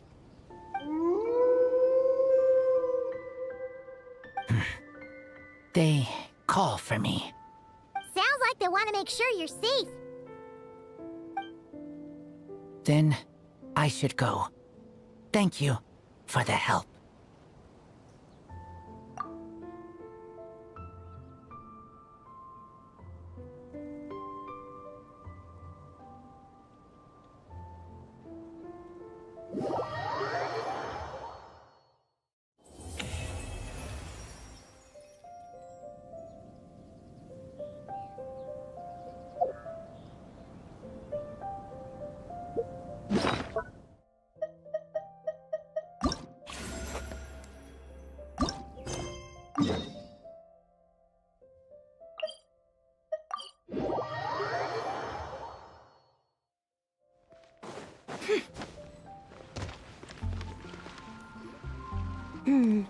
Given previous results, I should make a few adjustments to the experiment and ensure that the materials and equipment are all in order. As for the potion I need to make... Oh, Traveler, Paimon, what brings you here? We're here to help with your task. We wanted to see if you could use some extra hands. My task? Oh, you mean the one Mr. Albedo told me about? The one from the Hexen Circle? Well, you're just in time. The experiment is ongoing, and I was just about to work on it. Ongoing? You've been working on it all this time? Yes. It aligns with other research topics I've been working on, so it hasn't been too much extra work. Still... What? Is there a problem with the experiment? I've been unsuccessful so far. Oh, so it keeps failing, huh? It's not as simple as just failing. The whole theoretical framework behind this task is a bit more complicated than I imagined. Oh, right! You still haven't told us what kind of experiment it is. One meant to develop a potion that can transform sweet flowers into a variant 16 times its normal size. That is to say, the formulation of botanical augmentation reagent type 4, iteration 7. As you can probably guess, this is my 7th time running the experiment. Wow! So, basically, we need to make growth serum. Or the 7th version of one. Well, yeah, that's about right. This is my 7th attempt, but I didn't make many adjustments to the formula this time, because both the theoretical principles behind this experiment and the products of the process prove there's nothing wrong with it. But you haven't succeeded yet, right? Yes, I'm thinking that it's not my current formula that is wrong, per se, but rather, some other key element is missing. Oh! Then Paimon knows just what to do. Well, that's why we're helping out. Wait a second! Paimon is not an ingredient! We could try. It's just... I would need to adjust the ratios in the original formula, and that might make the potion even more unstable. No! We are not trying that! Just show us the original! Here it is. That said, I'm still missing 2 ingredients. Now that we can help with. What do we need to get? I need spring water from Springvale to use as the base, as well as Eye of the Storm fragments. But that last one could be tricky. We've got this! Let's go! Let's tackle the Eye of the Storm first.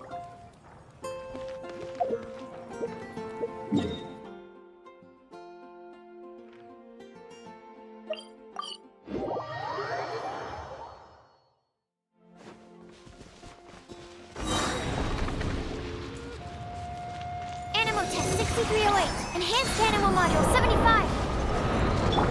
It all adds up. Lash attack! Grow, grow, grow! Make yourselves at home! Lightning terrified! Dip!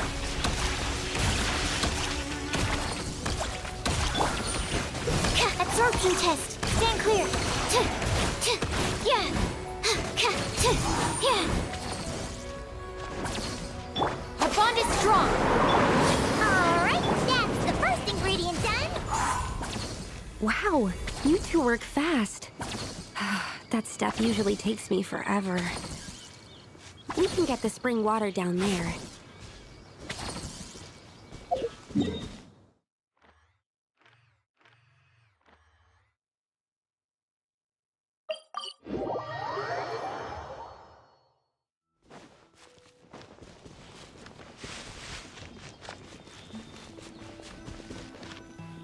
The high quality of Springvale's waters makes for a stable potion-making ingredient. That's all we needed, right? Yes, let's head back.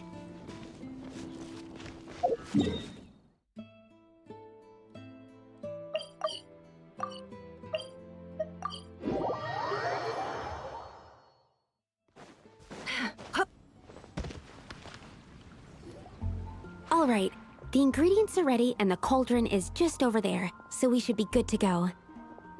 But, Is something wrong? No. It's just... Do you mind if I watch from the side? Just for the purposes of accurate recording, I mean. I know lots of people don't like being scrutinized during experiments, so... Thanks. Then, I'm ready to go whenever you are. I'll make sure to take detailed notes, too. So, are you ready to start the experiment?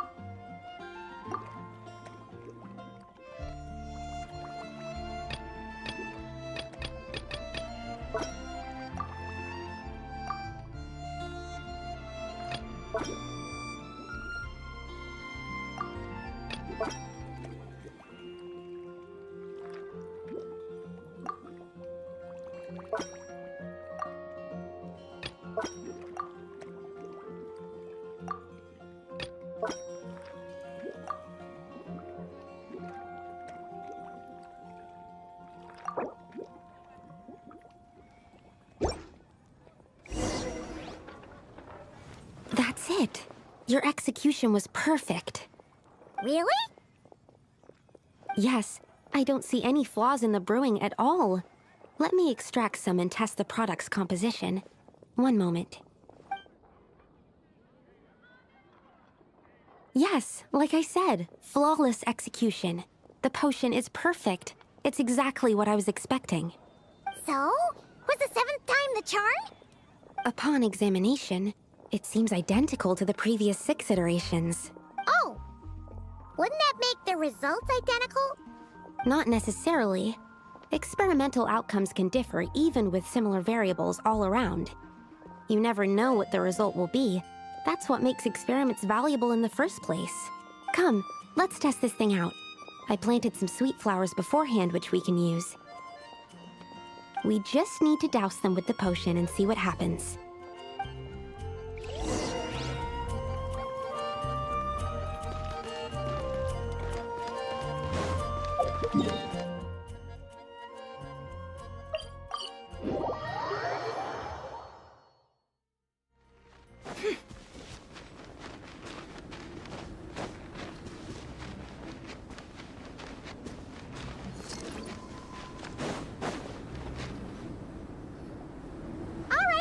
We poured the growth serum on the flowers. Is that all we need to do? Yep. The flowers need to fully absorb the potion, so it might take some time before we see a reaction. What happens then? The flowers will grow in size while maintaining their original appearance. But then, when they reach 12 to 14 times their normal size, this will prove more than they can bear. As if some upper limit has been reached, they will wither and rot, assuming unnatural forms until nothing is left of them but liquid. Wait, what? So there's a problem with the growth serum then? No. I've adjusted the formula time and again, resolving all kinds of issues that arise when inducing small plants to grow larger. Issues like ensuring that the leaves don't get too large, strengthening root diameter and load-bearing capacity, calculating how the increase in surface area might affect sunlight exposure and nutrition. So, why isn't it working then? Because the flowers cannot transcend. As above, so below, is one of alchemy's guiding principles. Alchemy seeks mastery over matter, but this world has its limits. It's like a specification etched into the law that governs all things. Part of the purpose of doing multiple experiments is to determine if this specification is stable. Exactly. It proves that the limit continues to exist. Okay, this is all a bit over Paimon's head, but basically, you needed the experiment to fail to prove that the limits and borders in this world are stable? Oh, what a weird experiment. Huh? Looks like one of the flowers is reacting. Wait a second. That's not a sweet flower at all! Careful! It's a whopper flower. It must have absorbed some of the potion. Wait, but that's happened before, and it's never gotten this big either. Can this mean... We can talk about this later! Let's get rid of it first!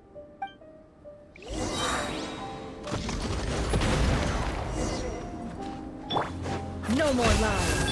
Chew on this! We dissipate! Committed to memory! The Temple of Wisdom! Absorption test! Animal hypers... Can't hide the truth. Let's see what you're made of. It all adds up. Phew! We did it! Even at that size, a whopper flower is just a whopper flower. Hmm. But, supposed to get that big? I could only make a rough estimate during the battle, but it looked at least 16 times its original size, maybe even larger. This means that the experiment worked. Wait, but isn't that a good thing? I'm still not sure what the implications are, but if further attempts succeed in reproducing this result, that means that something's different. Perhaps the limits and laws of this world are changing due to some unknown factor. I can't say if that's good or bad, but from an alchemical perspective at least, expanded boundaries means that more possibilities are now open to us. Either way, this brings my task to an end. Seems so. That said, it could also be an effect of the person who made the potion. There could also have been something special about this particular whopper flower. There's a lot that still needs to be confirmed, so I suppose this task opens the way for further questions. Well, we're here if you ever need some help. Just think about it! Paimon could probably beat a whole gang of treasure hoarders to a pulp if you were 16 times bigger! I have my doubts. The only reason the serum worked on the whopper flower was because its internal structure was similar enough to a sweet flower. If you drank some, you might become 16 times bigger, but you might also turn into a plant-based life form. Yeah, nope. That's not happening then. Oh, by the way, Paimon wanted to ask, why is all your research focused on things like sweet flowers and sunsettias? Oh, that's simple. Both sunsettias and sweet flower nectar taste sweet.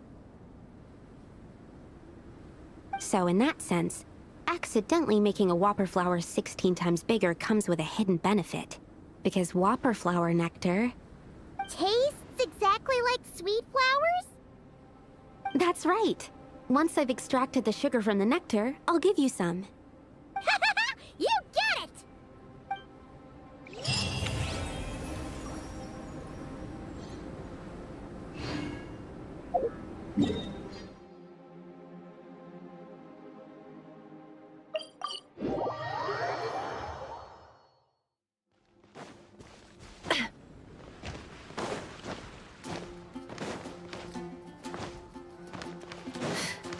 Ad Astra. Thank you for completing. Ad Astra Abyss.